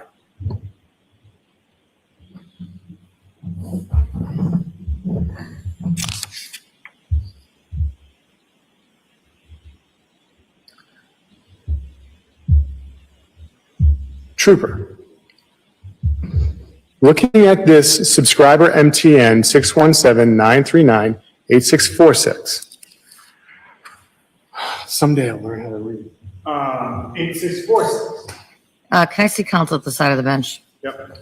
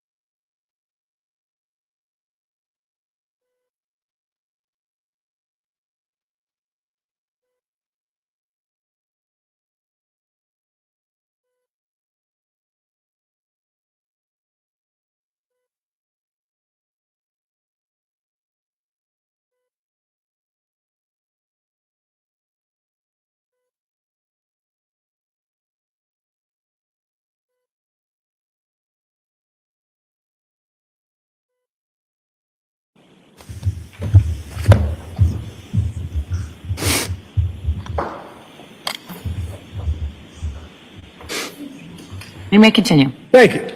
So, Ms. Gilman, actually, stop right there. Sir, what is the name of the account holder on this account? That is Diana Walsh, Okay. And what is the address for the account holder? 330 Paradise Road, Unit 1320, Swampscott, Massachusetts. Okay. Ms. Gilman, can you scroll to the end of this row of information? Okay.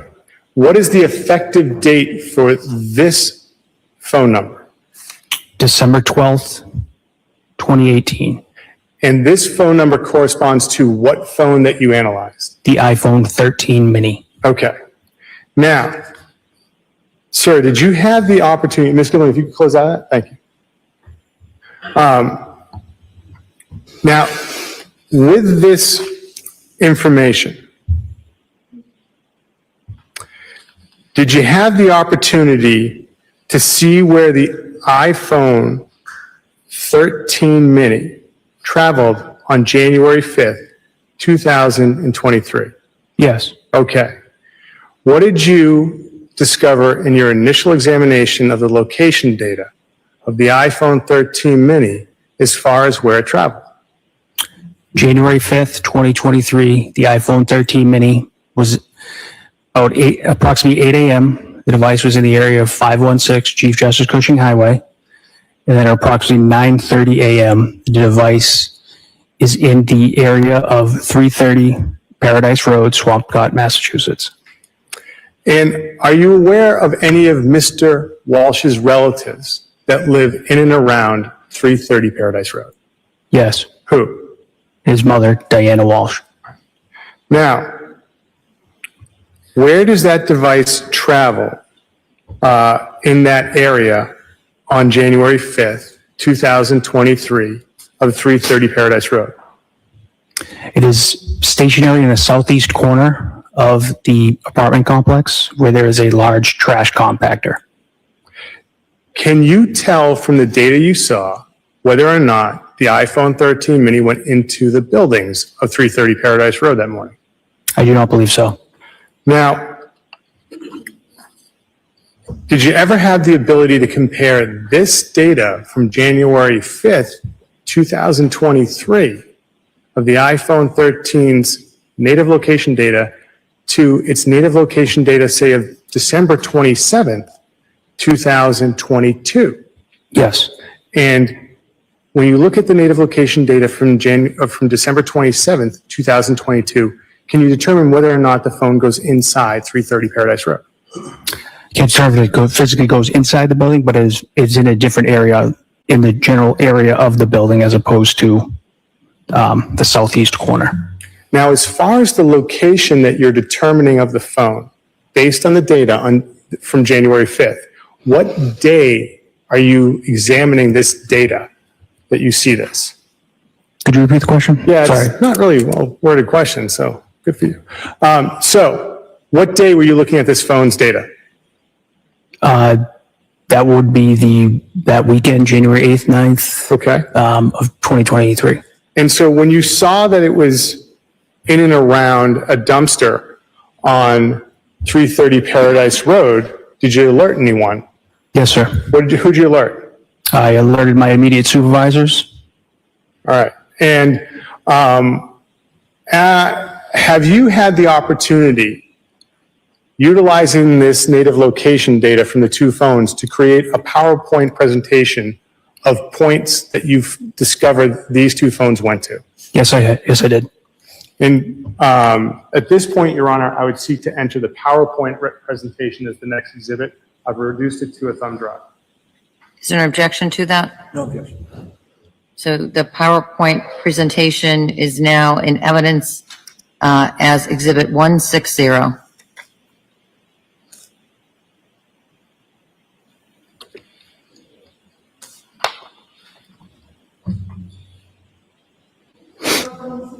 Thank you.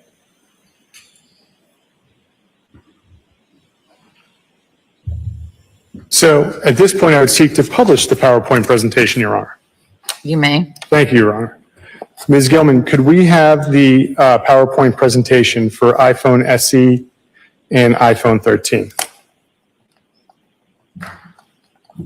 And can we go to the first slide? Okay.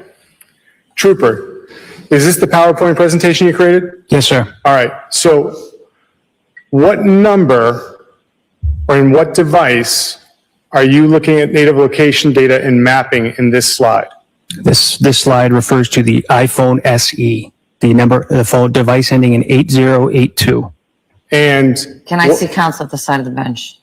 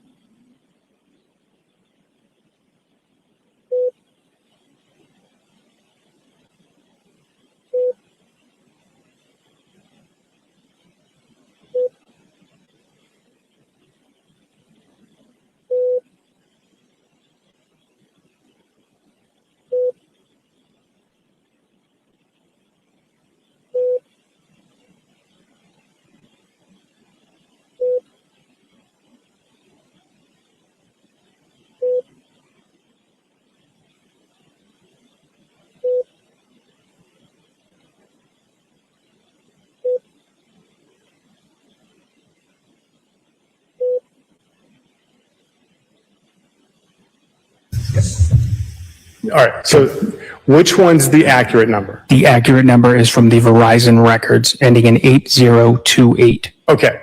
And so in the PowerPoint presentation, you made an error as far as transcribing those two numbers. Yes. Okay. So, Ms. Gilman, if we could close out of that, and for the record, on your PowerPoint presentation, the last two numbers are wrong. Correct. Okay. So if we could go back to that slide that we had. Now, looking at this, on January 1st, 2023, that's the date you've put these points in. Correct. What is the significance of the red dots? That signifies this was the data from the iPhone SE. Okay. So let's go to the next slide. Now again, the number in the corner, the last two numbers have been transcribed, correct? Correct. Or transposed. Yes, sir. Sorry. So it should be 8028. That is correct. All right. Now, what is the significance of the red dot 2? That was the line of data from the Excel. That's what the 2 represents. And this is the data from the iPhone SE. Okay. Now, what is the date and time corresponding to that line of data? January 1st, 2023 at approximately 5:07 p.m. And where is the device located according to the native location data at 5:07 p.m. on January 1st? In the southeast, at the landing at Vinnon Square Apartments at 330 Paradise Road, Swampscott, Massachusetts. Okay. Could we have the next slide, please? This next slide, again, the numbers should read 8028? Correct. Okay. And what is the significance, or what is the date and time you have with the red, what is the significance of the red dot 3? That represents the native location data from the iPhone SE. Okay. And what is the date and time of the native location data that corresponds to the location of that line of code? January 1st, 2023 at approximately 5:41 p.m. And where is the phone located? in the area of Lowe's Home Improvement in Danvers, Massachusetts. Okay. Could we have the next slide, please? Looking at this slide, again, this should be 8028, correct? Correct. Okay. What is the significance of the red dot for? Again, that's the native location data from the iPhone SE. And what is the date and time corresponding to the data for line number 4? January 1st, 2023 at approximately 6:24 p.m. And where is the phone located at 6:24 p.m. on January 1st? In the parking lot of CVS Santander Bank in Danvers, Massachusetts. Okay, could I have the next slide, Ms. Gilman? Now, this next slide, again, the numbers should be 8028, correct? Correct. All right. What is the significance of the red dot 5? The native location data from the iPhone SE. And what is the date and time corresponding to the number 5? This represents January 1st, 2023 at approximately 6:53 p.m. And where is the phone located? In the Stop and Shop Plaza in Swampscott, Massachusetts. Could we have the next slide, please, Ms. Gilman? And again, 8028 is what it should read, correct? Yes, sir. All right. What is the significance of the red 8? The native location data from the iPhone SE. And is that dot's telling you where the phone would be, right? Yes. Okay. What is the date and time of the where that phone is at point 8? January 1st, 2023 at 8:08 p.m. And where is it located? In the Stop and Shop Plaza in Cohasset, Massachusetts. Can we have the next slide, please? Now, same question. This should be 8028? Yes, sir. All right. And what is the significance of red dot 10? Represents the location of the native location of the iPhone SE. And so that's where the phone would be located. Yes. And what is the date and time of where the iPhone SE is according to point 10? On January 1st, 2023 at 8:31 p.m. It is located in the area of 516 Chief Justice Cushing Highway, Cohasset, Massachusetts. Going to the next slide. And again, same question, 8028 is what it should read in the corner? Yes, sir. All right. And what is the significance of the number 12 with a red dot underneath it? Represents the native location of the iPhone SE. And what is the date and time corresponding to point 12? January 2nd, 2023 at 9:30 a.m., approximately 9:30 a.m. And where is the phone located according to point 12? In the Home Goods TJ Maxx parking lot in Norwell, Massachusetts. Then going to the next slide. And so now, what is the phone number here? Now the phone number, this is the native location data for the iPhone 13 mini. Phone number 617-939-8646. Is that the same number that corresponds to the Verizon records? Yes, sir. Okay. Now, what is the significance of the blue dot with the 1716? To distinguish between the iPhone SE and the iPhone 13, this data from the iPhone 13 mini is blue, highlighted in blue, and 1716 is the line of data from the thousands of data points from the Excel sheet. So before this point, there would be 1,715 points of data before this. Yes, yes. Okay. And so what is the date and time that corresponds to the 1716? That is January 2nd, 2023 at approximately 4:15 p.m. And where is the phone located according to this line of data, 1716? In the entrance parking lot of Home Depot, located in Rockland, Massachusetts. Going to the next slide. What is the significance of the blue dot with the 1801? It is the native location of the iPhone 13 mini. And what was the date and time that corresponds to the native location 1801? January 2nd, 2023 at approximately 5:14 p.m. And what phone number is this for? The number ending in 8646. And where is it located? The Derby Street Shops by the Shake Shack in Hingham, Massachusetts. If we could go to the next slide. What phone number corresponds to this slide? The phone number ending in 8646. And this corresponds to which phone? The iPhone 13 mini. And what is the significance of 1872? That represents the native location data for this point. And what is the date and time that corresponds to 1872? January 2nd, 2023 at approximately 6 p.m. And where is it located? The Stop and Shop Plaza in Cohasset, Massachusetts. Could we have the next slide, please? Looking at this slide, what phone number is this for? The phone number ending in 8646. And what is the date? What is the significance of 1895 with a blue dot? It represents the native location of the iPhone 13 mini. And what is the date and time that corresponds to that data? January 2nd, 2023 at approximately 6:13 p.m. And where is it located? The Walgreens Shaw's Plaza in Cohasset, Massachusetts. Could we have the next slide, please? Now, sir, what is the significance of the blue dot 3776? This represents the native location data from the iPhone 13 mini. And you say iPhone 13 mini is the number ends in 8646? Yes, sir. And what is the date and time that corresponds to this data? January 3rd, 2023 at approximately 4:30 p.m. And where is this phone located? The device is in the area of the Claremont Apartments in Chestnut Glen in Abington, Massachusetts. Can we have the next slide, please? What phone number corresponds to this slide? The phone number ending in 8646.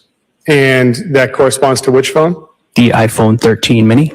And what is the significance of the blue dot with the 3840? That is the native location data. And what is the date and time? January 3rd, 2023 at approximately 4:48 p.m. And where is the phone located? The Point Apartments in Abington, Massachusetts. Could we have the next slide, please? Thank you, Ms. Gilman.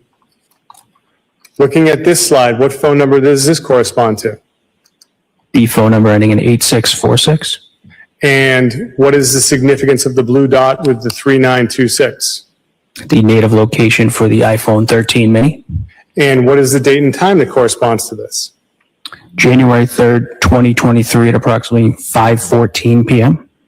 And where is it located according to the native location data?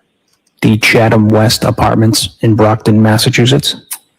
Could we have the next slide, please? Looking at the next slide, what phone number does this correspond to? The phone number ending in 8646. And what is the device that corresponds to? The iPhone 13 mini. And what is the significance of the blue dot with the 5228? That is the native location of the iPhone 13 mini. And what is the date and time that corresponds to that point of data? January 4th, 2023 at approximately 9:44 a.m. And where is the phone located? The Home Goods TJ Maxx Plaza in Norwell, Massachusetts. Okay. Looking at the next slide, please.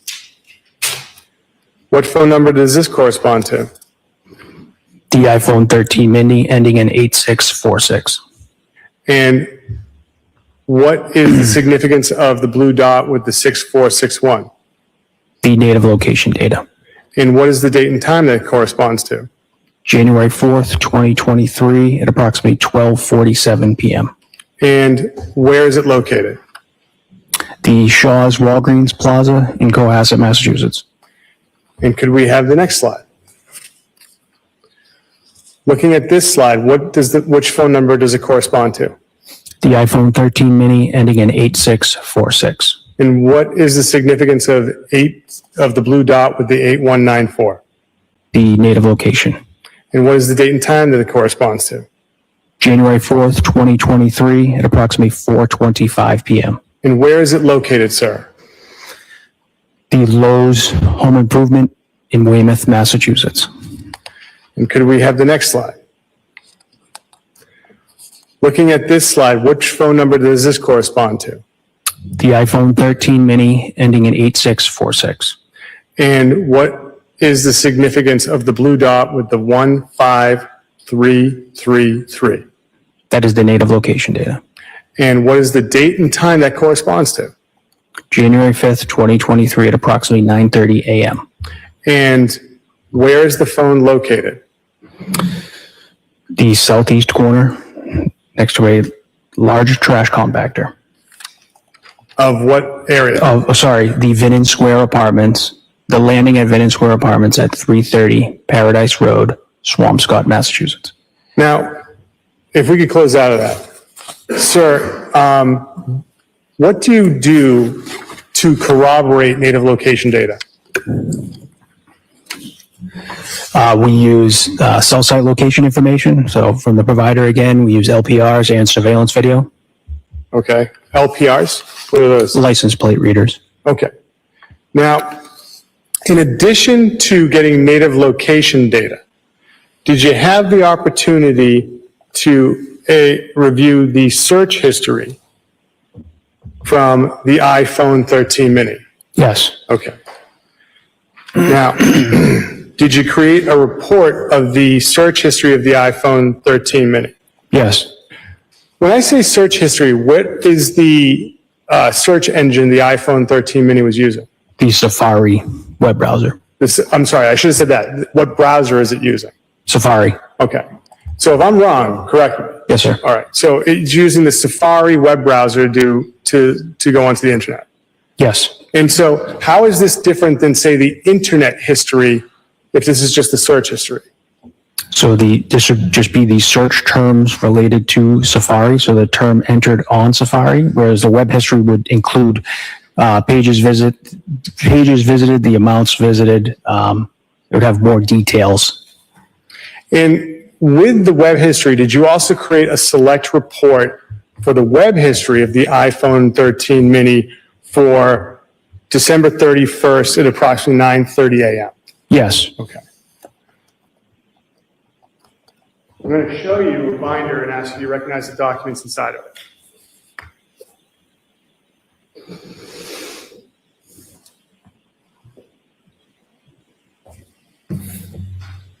Take a look inside. Yes, sir. The first chapter, do you recognize that document?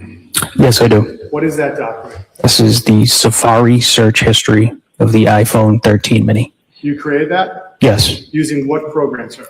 Celebrate. Okay, could you turn to the next chapter as well? It's all the way to the end.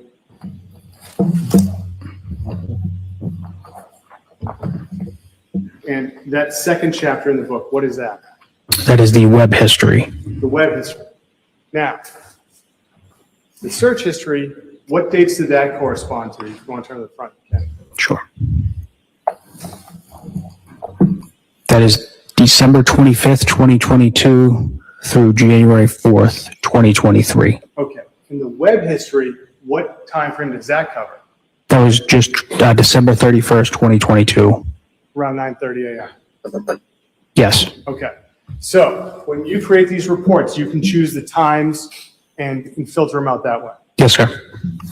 Your Honor, the Commonwealth would seek to have this binder as the next exhibit, which contains the search history for the Apple iPhone 13 mini from December 25th, 2022 to January 4th, 2023, and Safari web history, Apple iPhone 13 mini, December 31st, 2022, 8:28 a.m. to 8:31 a.m.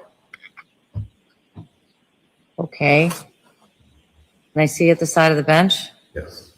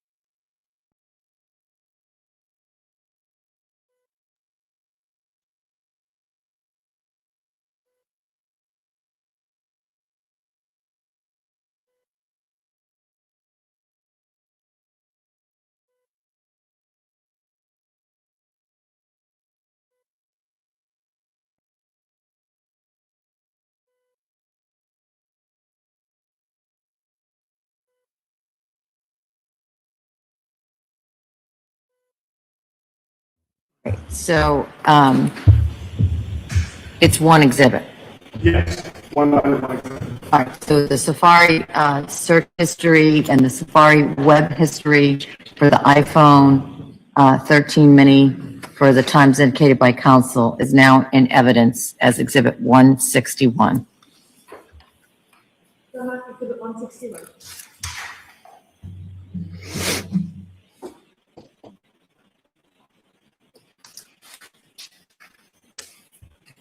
Your Honor, may I publish the Safari search history? Yes, you may. Thank you, Your Honor. Ms. Gilman, could we have the Safari search history for the iPhone 13 mini?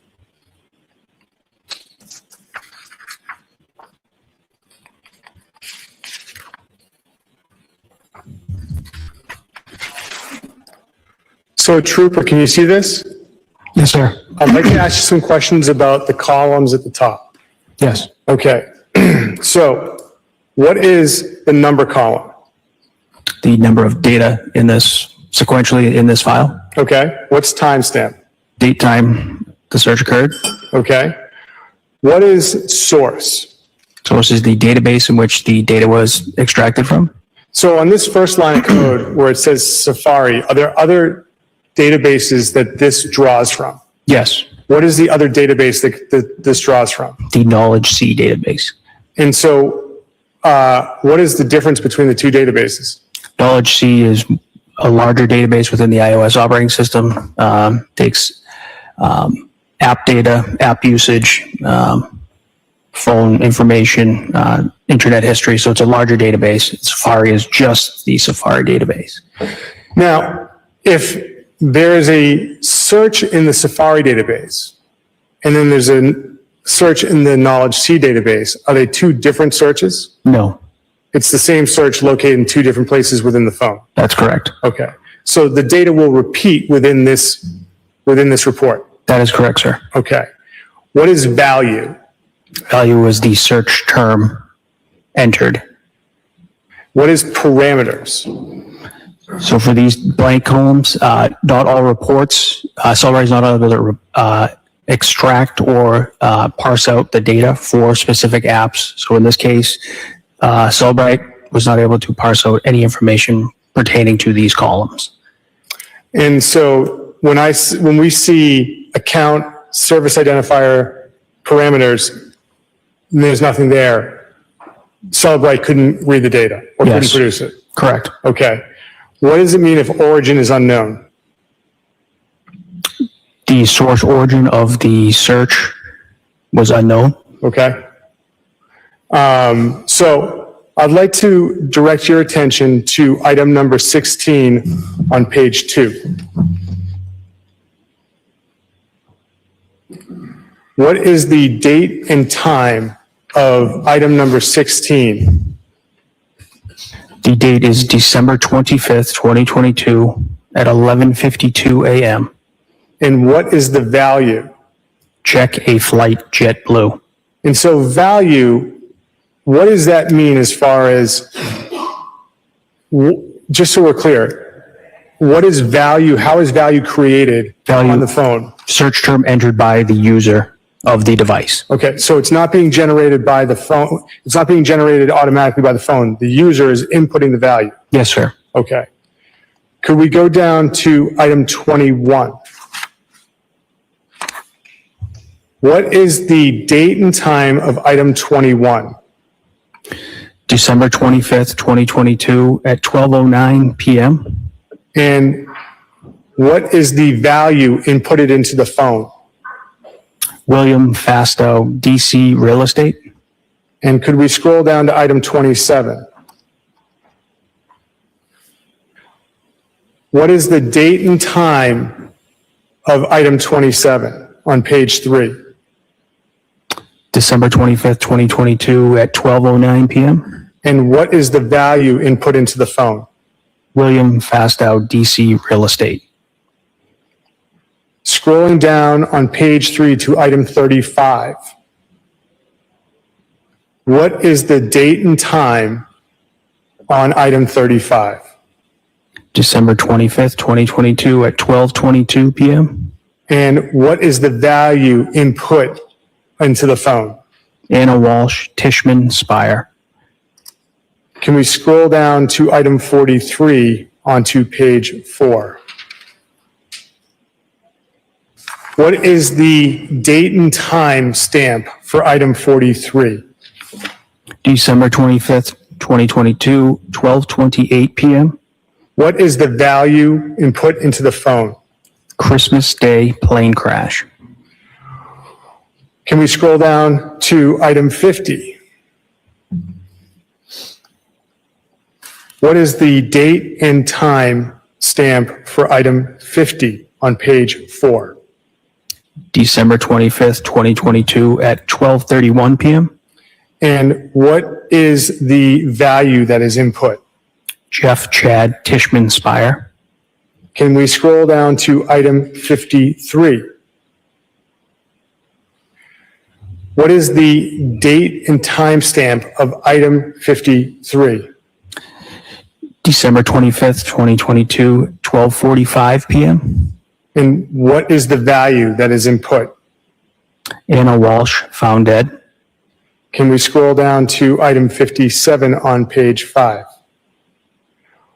What is the date and time stamp of item 57? December 25th, 2022 at 12:46 p.m. And what is the value that is input? Jeff Chad. Now, Ms. Gilman, can we go to page 14 and look at item 193? Sir, what is the date and time stamp of item 193? December 25th, 2022 at 8:28 p.m. And what is the value that is input? Autobahn. And can we now go to page 22, item 316? What is the date and time stamp of item 316? December 27th, 2022. And what is the value that's put in? It was at 6:57 a.m. and the value was all my exes. Now, the next one down, is it fair to say that's all my exes live in Texas? Yes, sir. Are you familiar with that being a song? Yes, I believe so. Can we now go to page 54 and go to item 804? What is the date and time stamp of 804? December 29th, 2022 at 9:13 p.m. And what is the value put into the phone? Mazza Building, Washington. And scrolling down to 813. What is the date and time for item 813? December 29th, 2022 at 9:15 p.m. And what is the value that is input into the phone? Mazza Building, Washington, D.C. Scrolling down to 820. What is the timestamp for 820? 9:15 p.m. And what day? Sorry, December 29th, 2022, And 9:15 p.m. And what is the value input? Crossing Building, Washington, D.C. And can we go to page 85 and line 1271? So what is the date and time on item 1271? That is January 2nd, 2023 at 6:42 p.m. And what is the value that is input? I'm good. Going down to the bottom of page 85 and looking at item 1274, what is the timestamp for that? It is January 3rd, 2023 at 11:25 a.m. And what is the value that is input into the phone? Washington, D.C. Police. Could we go to page 90? Thank you. And going to page 90, line 1, can we scroll down to 1343? Thank you. What is the timestamp for that? That is January 3rd, 2023 at 7:23 p.m. And what is the value put into it? How to file a missing persons report. Can we go down to page 91, item 359? 1359. Item number is 1359. And I'm sorry, I meant to say 1358. Could you go up one? Thank you. 1358. What is the timestamp for 1358? January 3rd, 2023 at 7:27 p.m. And what is the value? Washington, D.C. Police Department. And can we go to page 92 and look at item 1368? What is the timestamp for 1368? January 4th, 2023 at 10:11 a.m. And what is the value that was input at that time? The crossing wash. Could we go down to item 1389?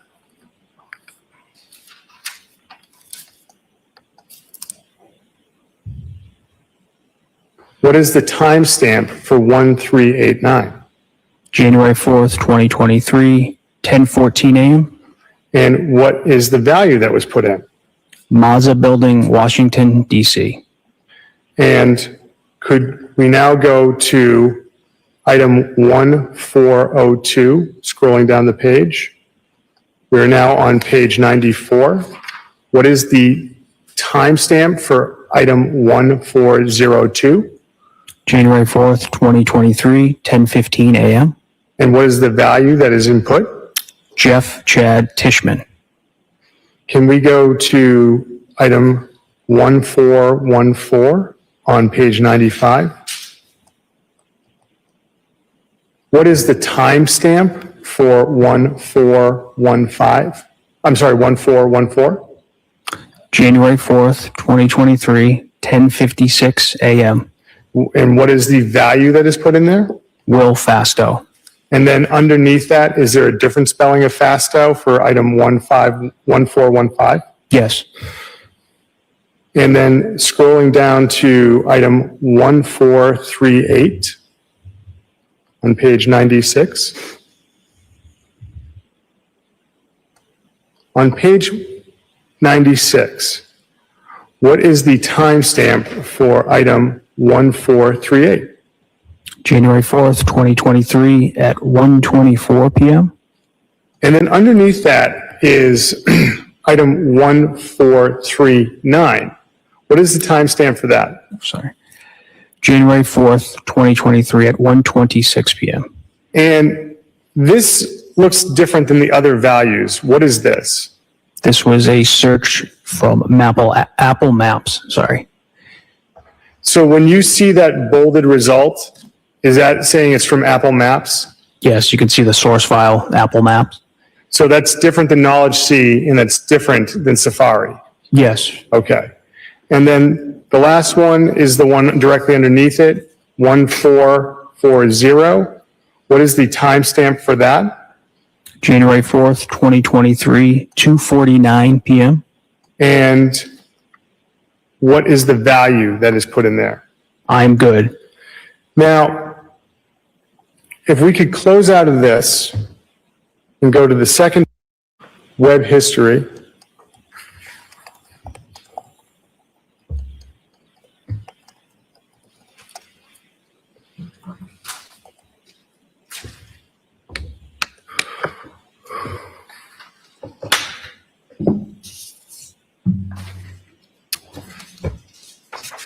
On this, sir, what is this, the columns that look different, I want to ask you, what is URL? Uniform Resource Locator. It's the website, essentially the website visited. Okay. And what is the URL in item number 1? casinos.bally's.com/Lincoln. And what is the last visited time and date? December 31st, 2022 at 9:28 a.m. And going to visits and usage pattern, are those are columns that are empty like our last sheet. Was that Celebrite didn't have any data, couldn't give you any data on that? Yes. And then for source info, it says knowledge C. And the one directly underneath it says Safari. Is this also pulling from different databases? Yes, it is, sir. Okay. So as far as the searches, as far as the web history for the device, for items 1 through 12, what did you notice about the URLs? They contained the casinos.bally's.com URL. And after .com, there's a backslash. What's the next word? Oh, sorry, Lincoln. Now, going down to item 13 through 17.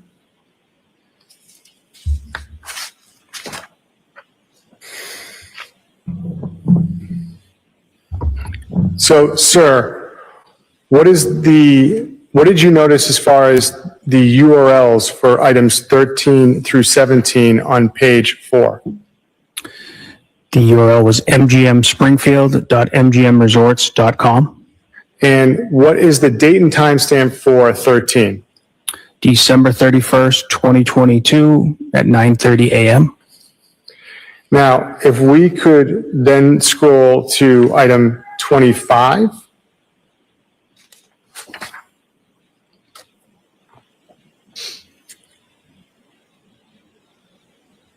On item 25, sir, what did you notice as far as the URLs on items 25, say through items 30 to item 34? Again, they contain the mgmspringfield.mgmresorts.com. And what is the timestamp for item 25? December 31st, 2022 at 9:30 a.m. And could we then go down to items 38 and 39?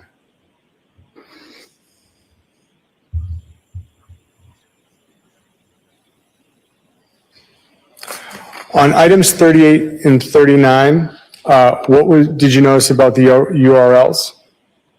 Again, it was the mgmspringfield.mgmresorts.com. And what is the date and time stamp for item 38? December 31st, 2022, 9:31 a.m. Now, sir, in addition to having access to native location data and web history and search history, you can close out of that, Ms. Gilman. Thank you very much. Did you have the opportunity to, through Celebrite, look at text messaging or messaging in the phone? Yes. And then when I say the phone, I'm talking about the iPhone 13 mini. Correct. Okay. Now, with the iPhone 13 mini, can you break out the text to individual chats with certain numbers? Yes, you can. Okay. So, and with that, did you create certain reports that correspond to these chats? Yes, I did.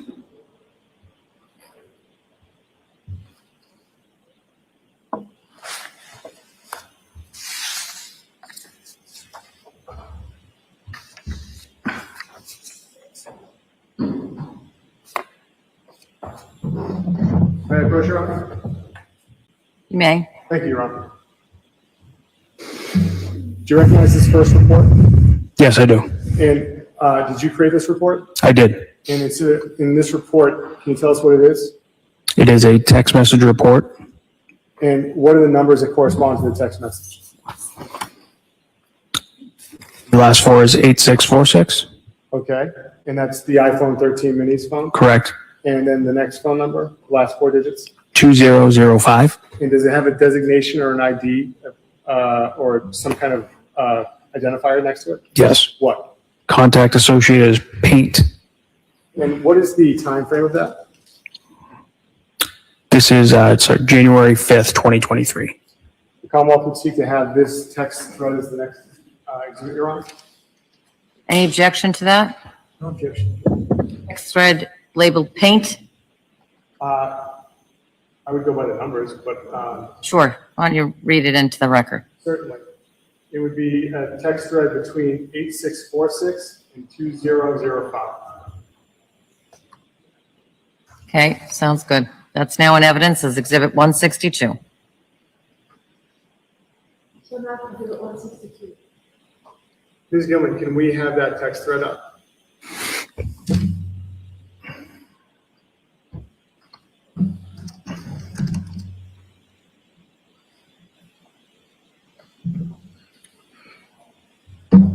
So you said contact information when you referred to paint. Did you create that or is that from the phone? That was pulled during the extraction process of the phone. So, but you don't do anything to put that number as paint? No, I do.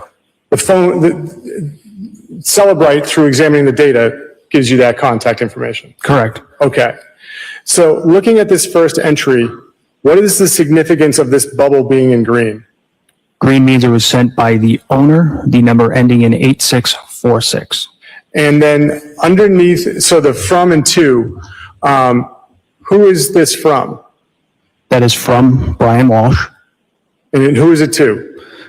The number ending in 2005 with the contact paint associated. What is the body of the text? Hello, Brian Walshe, 516 Chief Justice Cushing Highway, 617-939-8646. New address from last time. Thank you. And can you tell whether or not this text was actually sent? Yes. How so? The status in the bottom left says And so then there's a time and date at the bottom. What is that indicative of? What is that telling you? the date and time the text message was sent. Can we scroll down to the next message? So looking at this message, who is the sender of it? Brian Walshe. To who? The contact of paint. And in the body of the text, is it fair to say it's just images? It appears to be 2 images, yes. And was it sent? Yes. And can we scroll down to the final one? The final text, who is sending it? Brian Walshe. And what does the body of it say? Good morning. Let me know about the ceiling. Best, Brian. What was the date and time of that text? January 6th, 2023, 7:49 a.m.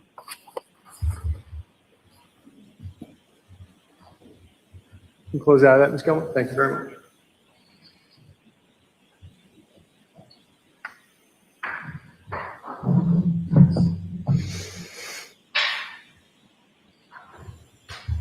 May I approach your room? Yes? Thank you. I'm showing you another report and asking if you recognize that. Yes, I do. And is that a report you created from Celebrite from the iPhone 13 mini text messages? Yes, sir. And what is the last 4 digits, or actually, what is the number that's the text message is being sent to, last 4 digits? The number ends in 5605. 5605. Yes, sir. And this is printed on both sides, correct? Correct. Okay, so it's 2 pages, but on 1 piece of paper. Yes, All right. And you created this using the Celebrite. I did. Commonwealth would seek to have this marked as next exhibit. Any objection? The Celebrate report between 8646 and 5605 is now in evidence as Exhibit 163. Gilman, can we have that text thread between 8646 and number ending in 5605? Thank you. Sir, who's sending the first text in this thread? Brian Walshe. And can you tell us the body of this text? Hello, I called MGH South Shore Hospital, Brigham and Women's. They don't have Anna. Thank you for your support, Brian. Please let us know if you have any updates. What was now under this it says, there's a section that says delivered. Yes. What does that mean? When the text message was delivered to the receiving party. How is that different than the other timestamp in the bottom? Because it could be sent It was sent approximately 4 seconds before it was delivered to the device itself. And I'm sorry, I talked over you. This status, it indicates that it was sent as well, correct? Yes, sir. Could we scroll down, Ms. Gilman, to the next text in the thread? Sir, who's sending this text? The number ending in 5605. And so what's the significance of blue? It is an incoming text message. And incoming to the 8646 number. That is correct. And what is the body of this text? Hugh Dunleavy, 1-347-913-2053. And this text, this has a red line on it. What does that mean? That's when the message was read on the device. And in addition, there's a status. Does that also indicate it's read? Yes, sir. And then the last timestamp, what is that telling you? That's when it was delivered. Can we scroll down to the next text? Sir, who's sending this text? The number ending in 5605. And can you read the body of this text? Hi, Brian. I believe Hugh has been in touch with you and understand the police are taking over. I adore Anna, thinking of you and the boys. Please let me know if you need anything. Teresa. And can you tell if this text was read? Yes. At what time? It was January 4th, 2023 at 8:10 p.m. And can we continue to scroll down, Ms. Gilman? Who's sending this next text, sir? This is Brian Walshe. And the phone associated with Brian Walshe. Yes, the phone associated with Brian Walshe. Just to be clear, you don't know who's sending the actual text. You just know the phone is sending it. Correct. Okay. And so can you read the body of the text? Good evening, Teresa. Thank you for your support during these difficult days. The private investigators wanted to know if Anna had any vacation days this week. Thank you again. Best, Brian. P.S. We adore Anna too. Looking forward to her coming home soon. And she spoke very highly of you always. I am. And when was this text delivered? January 5th, 2023 at 4:12 p.m. Can we scroll down to the final text? And who's sending this? Which phone number is sending this? The number ending in 8646. And sir, what's the body of this text? Last question. Are there Tishman Spire personnel at the Mazda building? Thanks. And when was this text delivered? January 5th, 2023 at 4:17 p.m.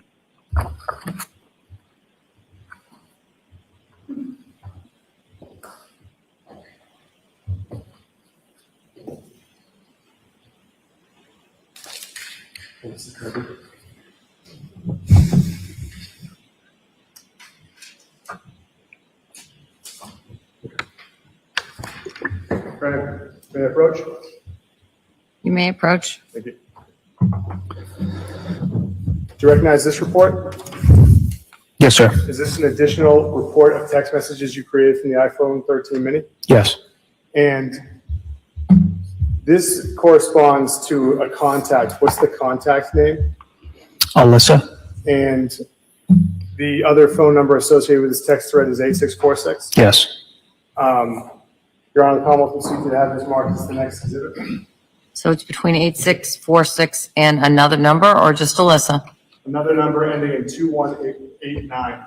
2189 it is. The text message thread between the iPhone mini 8646 and 2189 is now in evidence as Exhibit 164.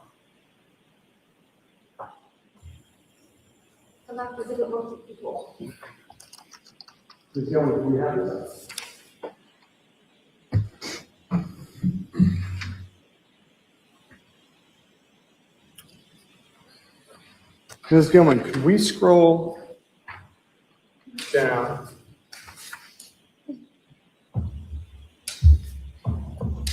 to page 2, the top text?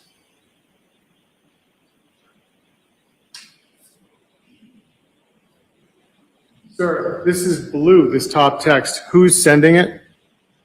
The number ending in 2189.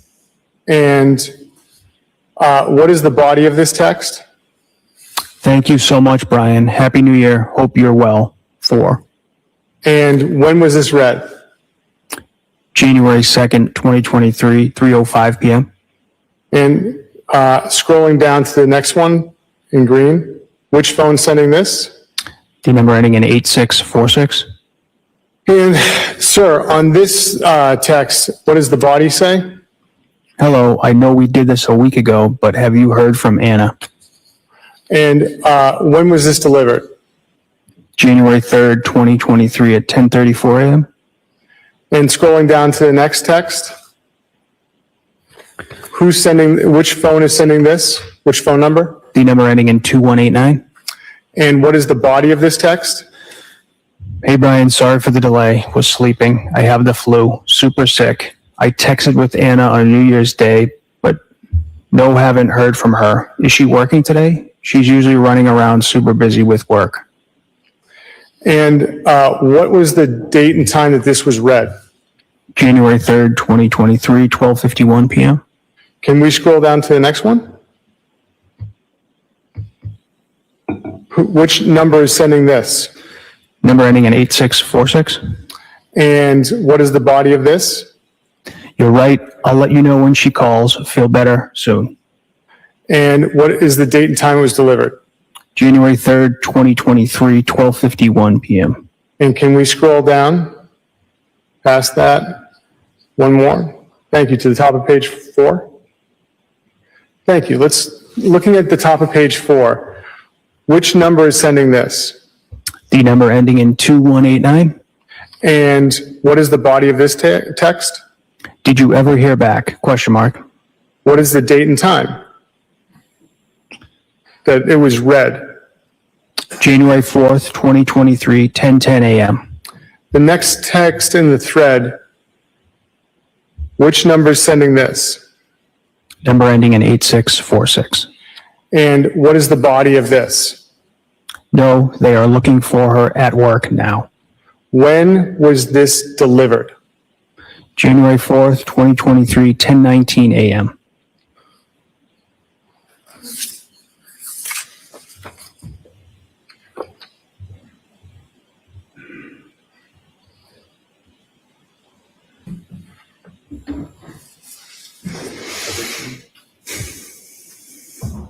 May I approach your honor? You may.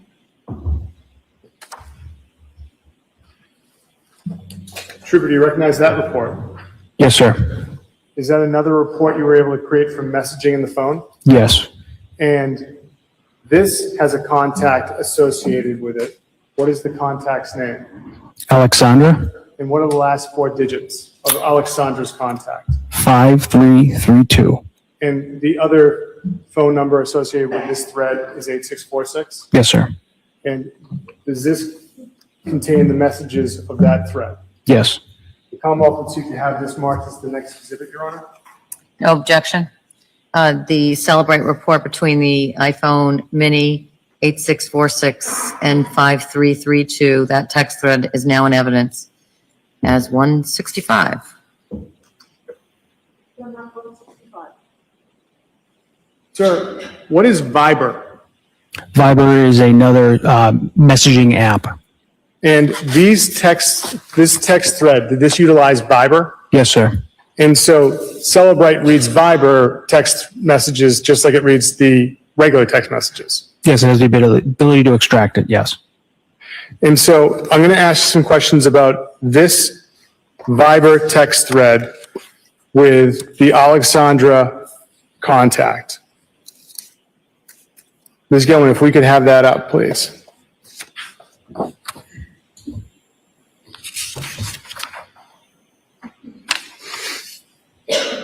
Could you scroll down to the next text? Thank you. If you could stop right there. Sir, this green bubble, which number is sending this one? The number ending in 8646. And what is the body of this? Happy New Year. Have you heard from Anna? She's been out of contact longer than normal. Speak soon. What is the date and time associated with this text? January 3rd, 2023, 10:35 a.m. And below that, is there a response? Yes, And these, because they're Viber, they also show up in green and blue, correct? correct. All right. Well, I shouldn't say because they're Viber, but they, like the other text messages, they show up in green and blue. Yes. Okay.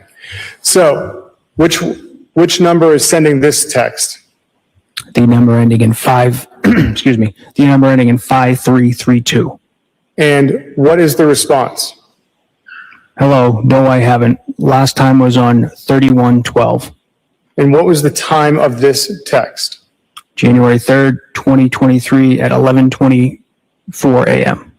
I'd now like to scroll down to the first message on page 3. Excuse me, that was 11:21 a.m. 11:21 a.m. Yes. So if we look at the first text message, the first message on page 3, which number is sending this message? The number ending in 8646. And what is the body of this message? She had to leave early due to an emergency at one of the buildings. She left early on Sunday morning. I didn't have my phone till last night because William hid it in his bed. Thomas found it. I wasn't worried at first, but she has never been this long out of communication. I will call her work tomorrow morning. And what is the date and time with this message? January 3rd, 2023 at 9:10 p.m. And if we could scroll further down the page of page 3. Looking at the green bubble, which phone number is sending that? The number ending in 8646. And what is the body? I know. Let me if you get in touch with her. I will let you know when I speak to her. What is the date and time associated with that message? January 3rd, 2023, 9:12 p.m. And then the next message beneath that, which number is sending that? The number ending in 5332. And what is the body of that message? That means no communication for almost days. Now, if we could go to page 11.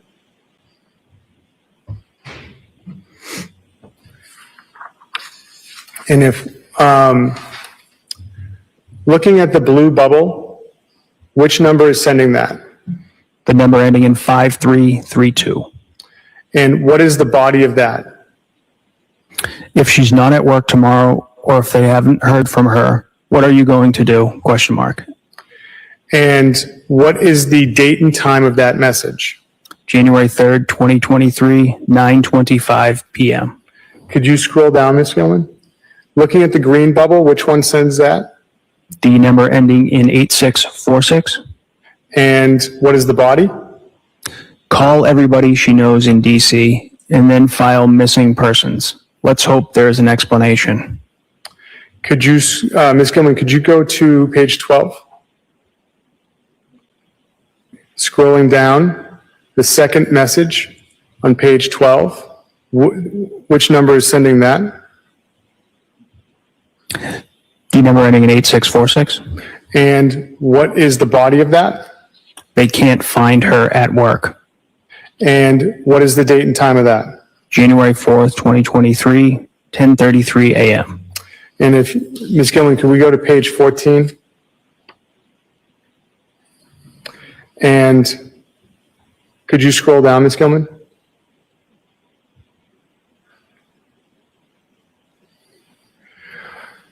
Ms. Gilman, could you stop? Looking at the last message on page 14, who is the sender of that? What number? The number ending in 5332. And what is the body of that text? I think that you need to report this ASAP. And what is the date and time of that message? January 4th, 2023, 10:59 a.m.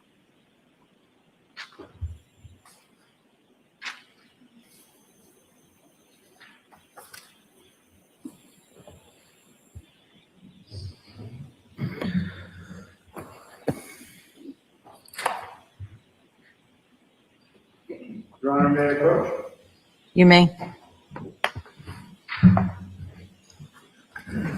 Showing you this, is this another one of the reports you created via Celebrate of a text thread? Yes, sir. And does this involve 3 numbers? Yes. So besides 8646, what is the first contact that's associated with this text thread? A number ending in 7966. And what is the name of that contact? Anna, new, and then a number sign. And then what is the other phone Thompson. number associated with this thread? A number ending in 6708. And what is the contact name? Gem. The Commonwealth would seek to have this marked as the next exhibit, Your Honor, which would be a text thread between 8646, 7966, 6708, and 670. Thank you. Any objection to that? Now in evidence says 166.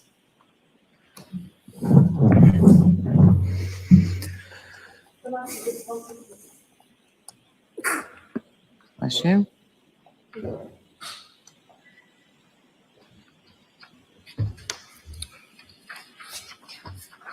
Ms. Gilman, may we have this published?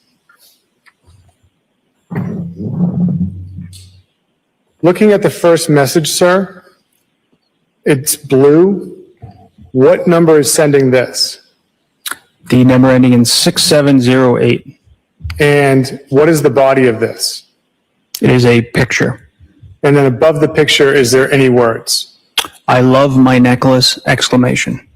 And then under recipient, what does it say? Participant, sorry, misread it. The number ending in 8646. And does it acknowledge what time it was read?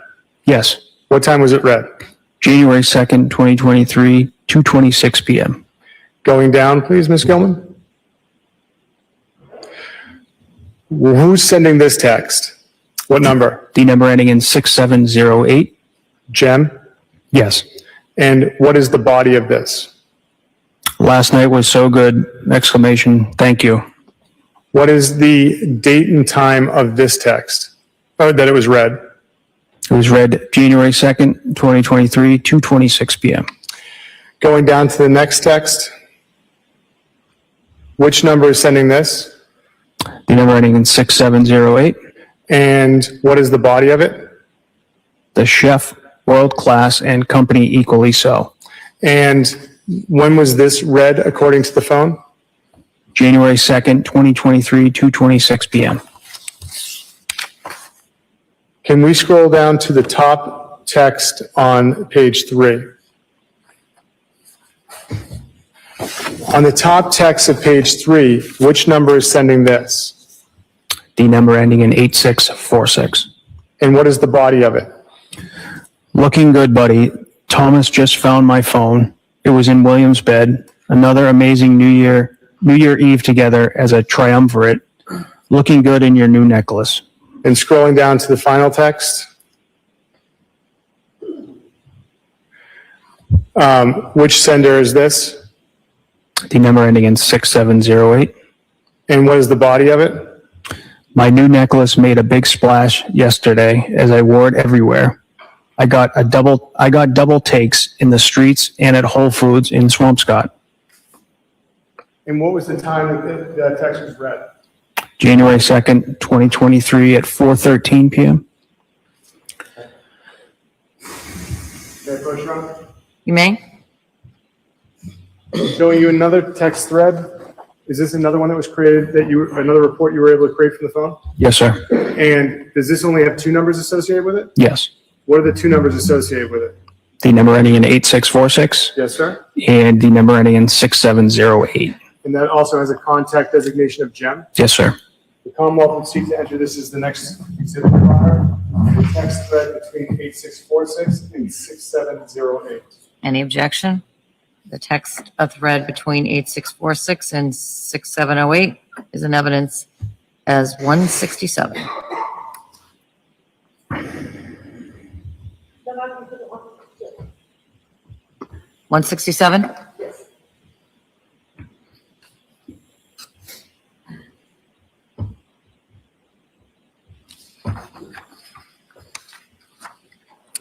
Directing your attention to the top of page 2 of this thread.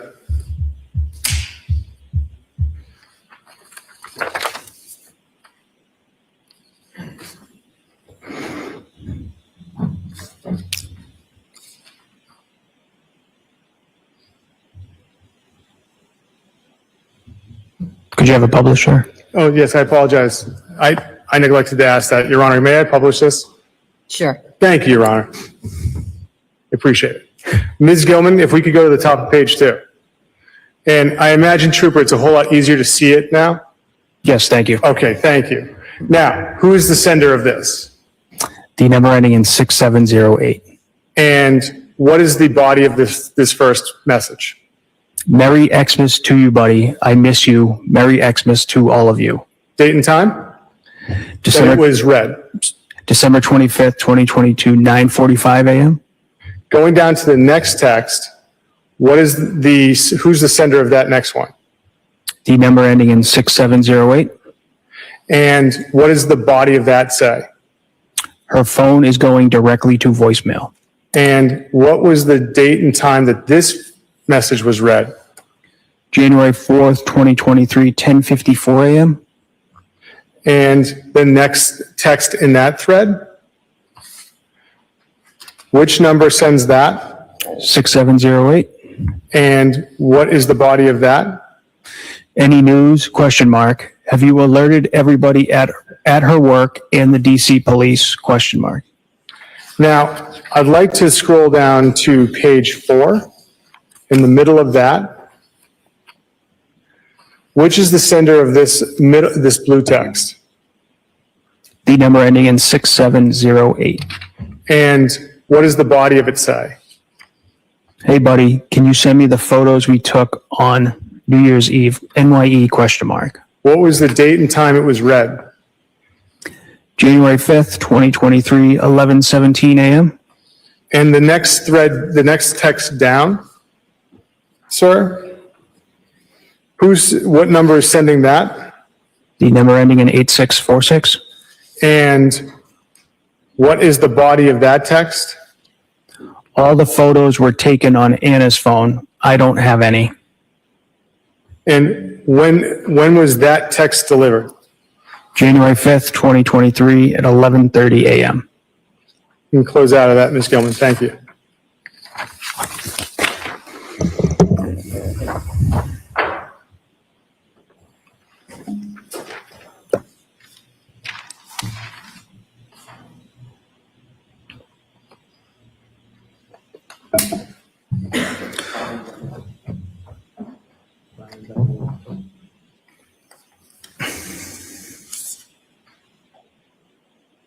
Yeah, of course.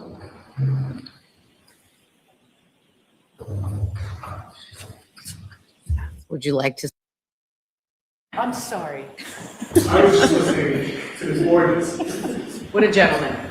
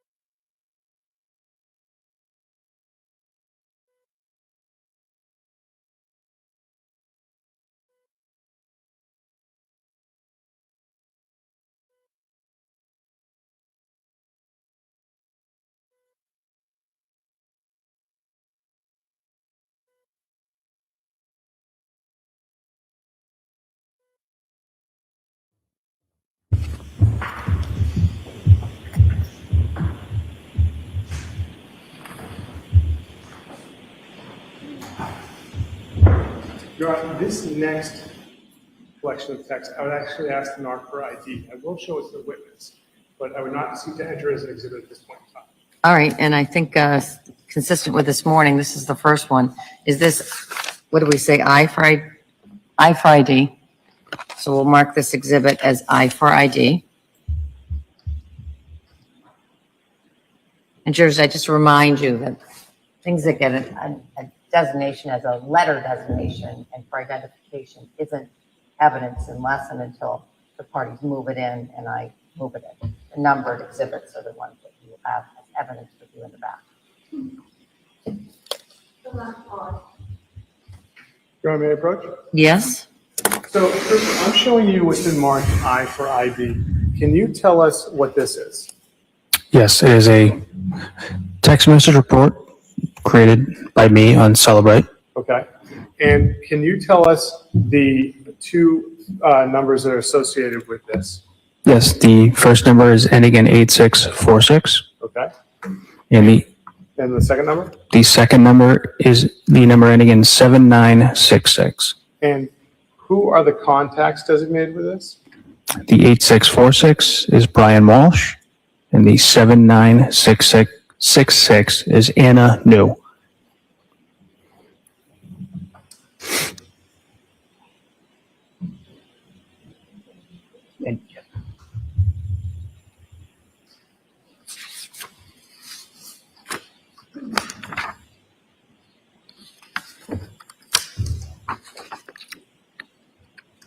Your Honor, if I may have a moment?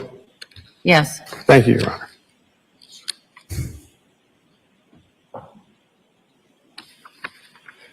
Understanding that this has been marked for ID, Your Honor, is it appropriate to publish it and ask questions about it? If not, I can move on. Well, I'll move on. It's not a problem. all I've right. got something else to do. I can keep busy. The final report I want to ask you about, sir. I'm going to show it to you, but I want to show it to counsel first. Can I approach your Honor? Yes. It's the last report I want to ask you about today, sir. Yes. What is this, sir? This is the call log report from Please, I interrupted you. Sorry. that I exported from Celebrate from the iPhone 13 mini. Okay. Now, the call log report, is that every call on the iPhone 13 mini? No, this was only a certain date range. Okay. And certain numbers as well? Yes. Okay. And so this call log report for the iPhone 13 mini, you created this? I did. Okay. And what was the date range you were looking to create this for? This was, December 25th, 2022 through January 3rd, 2023. Okay. And I would seek to move this to the next exhibit, Your Honor. Okay. Any objection? No objection. It's now in evidence as 168. That's the call log report between the dates of 12/25/22, 1/3/23 for the iPhone 13 mini. Thank you.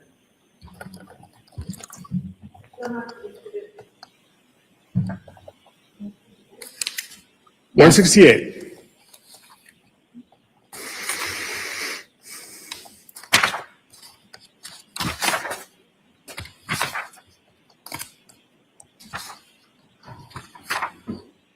Now, Your Honor, may I publish 168?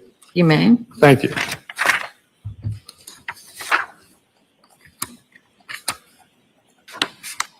On 168, sir, I'd like to direct your attention to the columns. Under parties, what does that designate? Who the call took place between the two calling parties. And timestamp, I take it, is the same as it's been in the last. What's duration? The length of the call. And when you see source info and it's biome and knowledge C, what is the significance of biome? Again, it was another in the iOS 16 when that came out. Biome was a newer database from Apple, so this data is going to be in two different places. So at this point in time, I'd like to direct your attention to the bottom of page 12, item 143.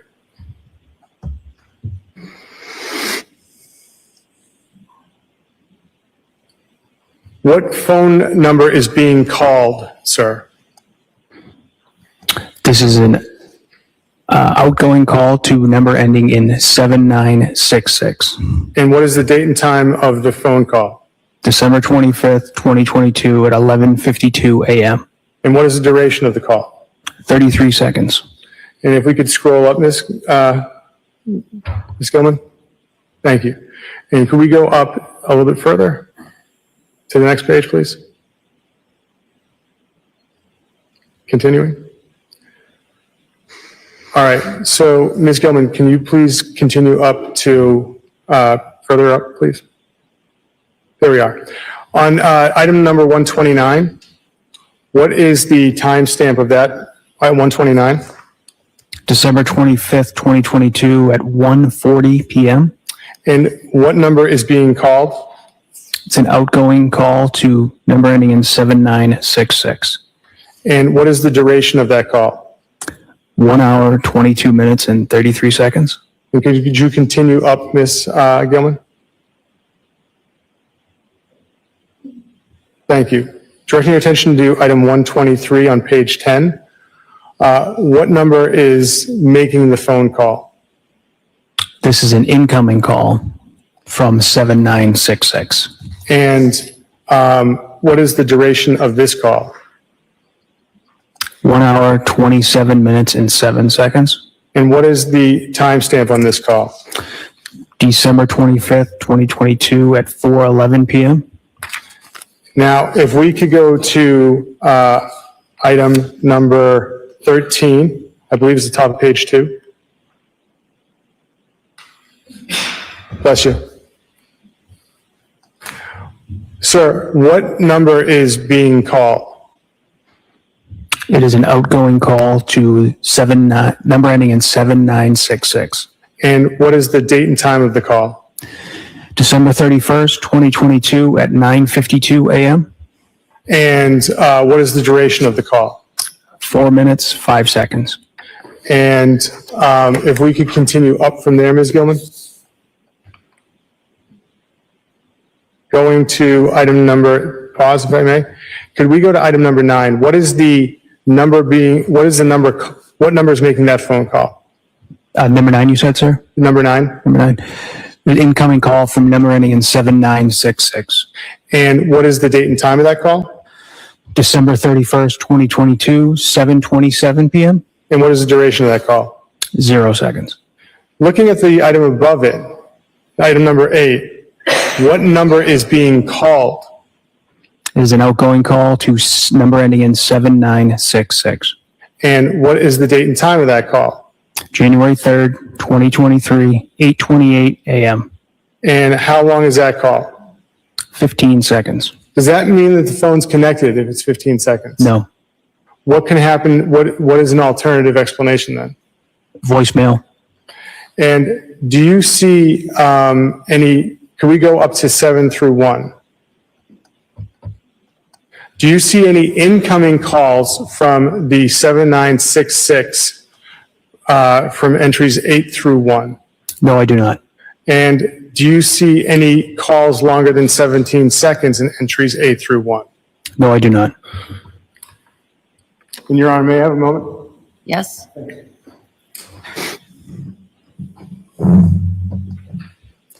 And Your Honor, may I approach in that sidebar? Yes. Thank you.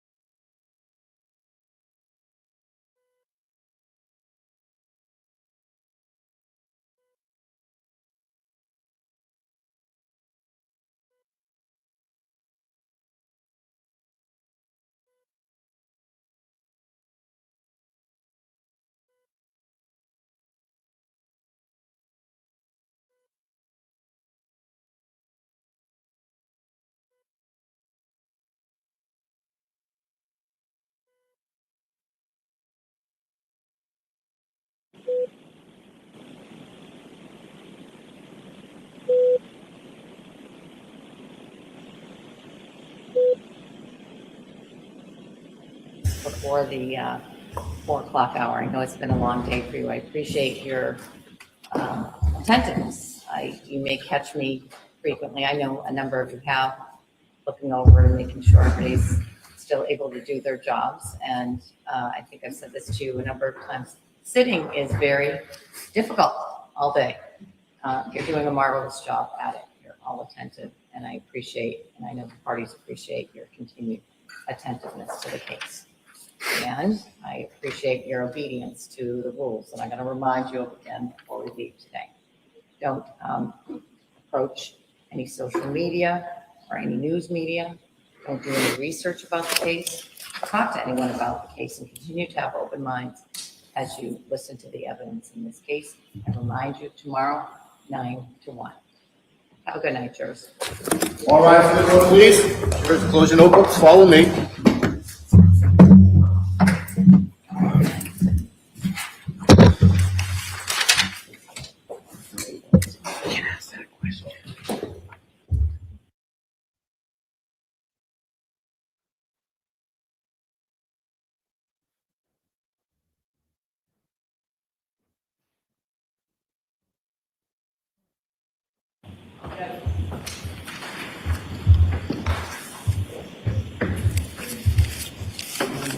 Thank you, Your Honor.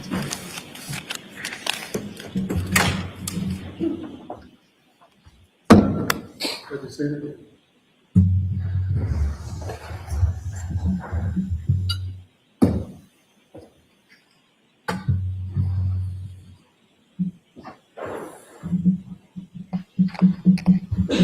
Just going through the click, click, click in my brain to see if there's anything that I need to raise with you right now. And I think I'm going to hold off on the few things that are in my mind because I think they're a little bit premature. So, I will start working on my main task in the next 24 hours.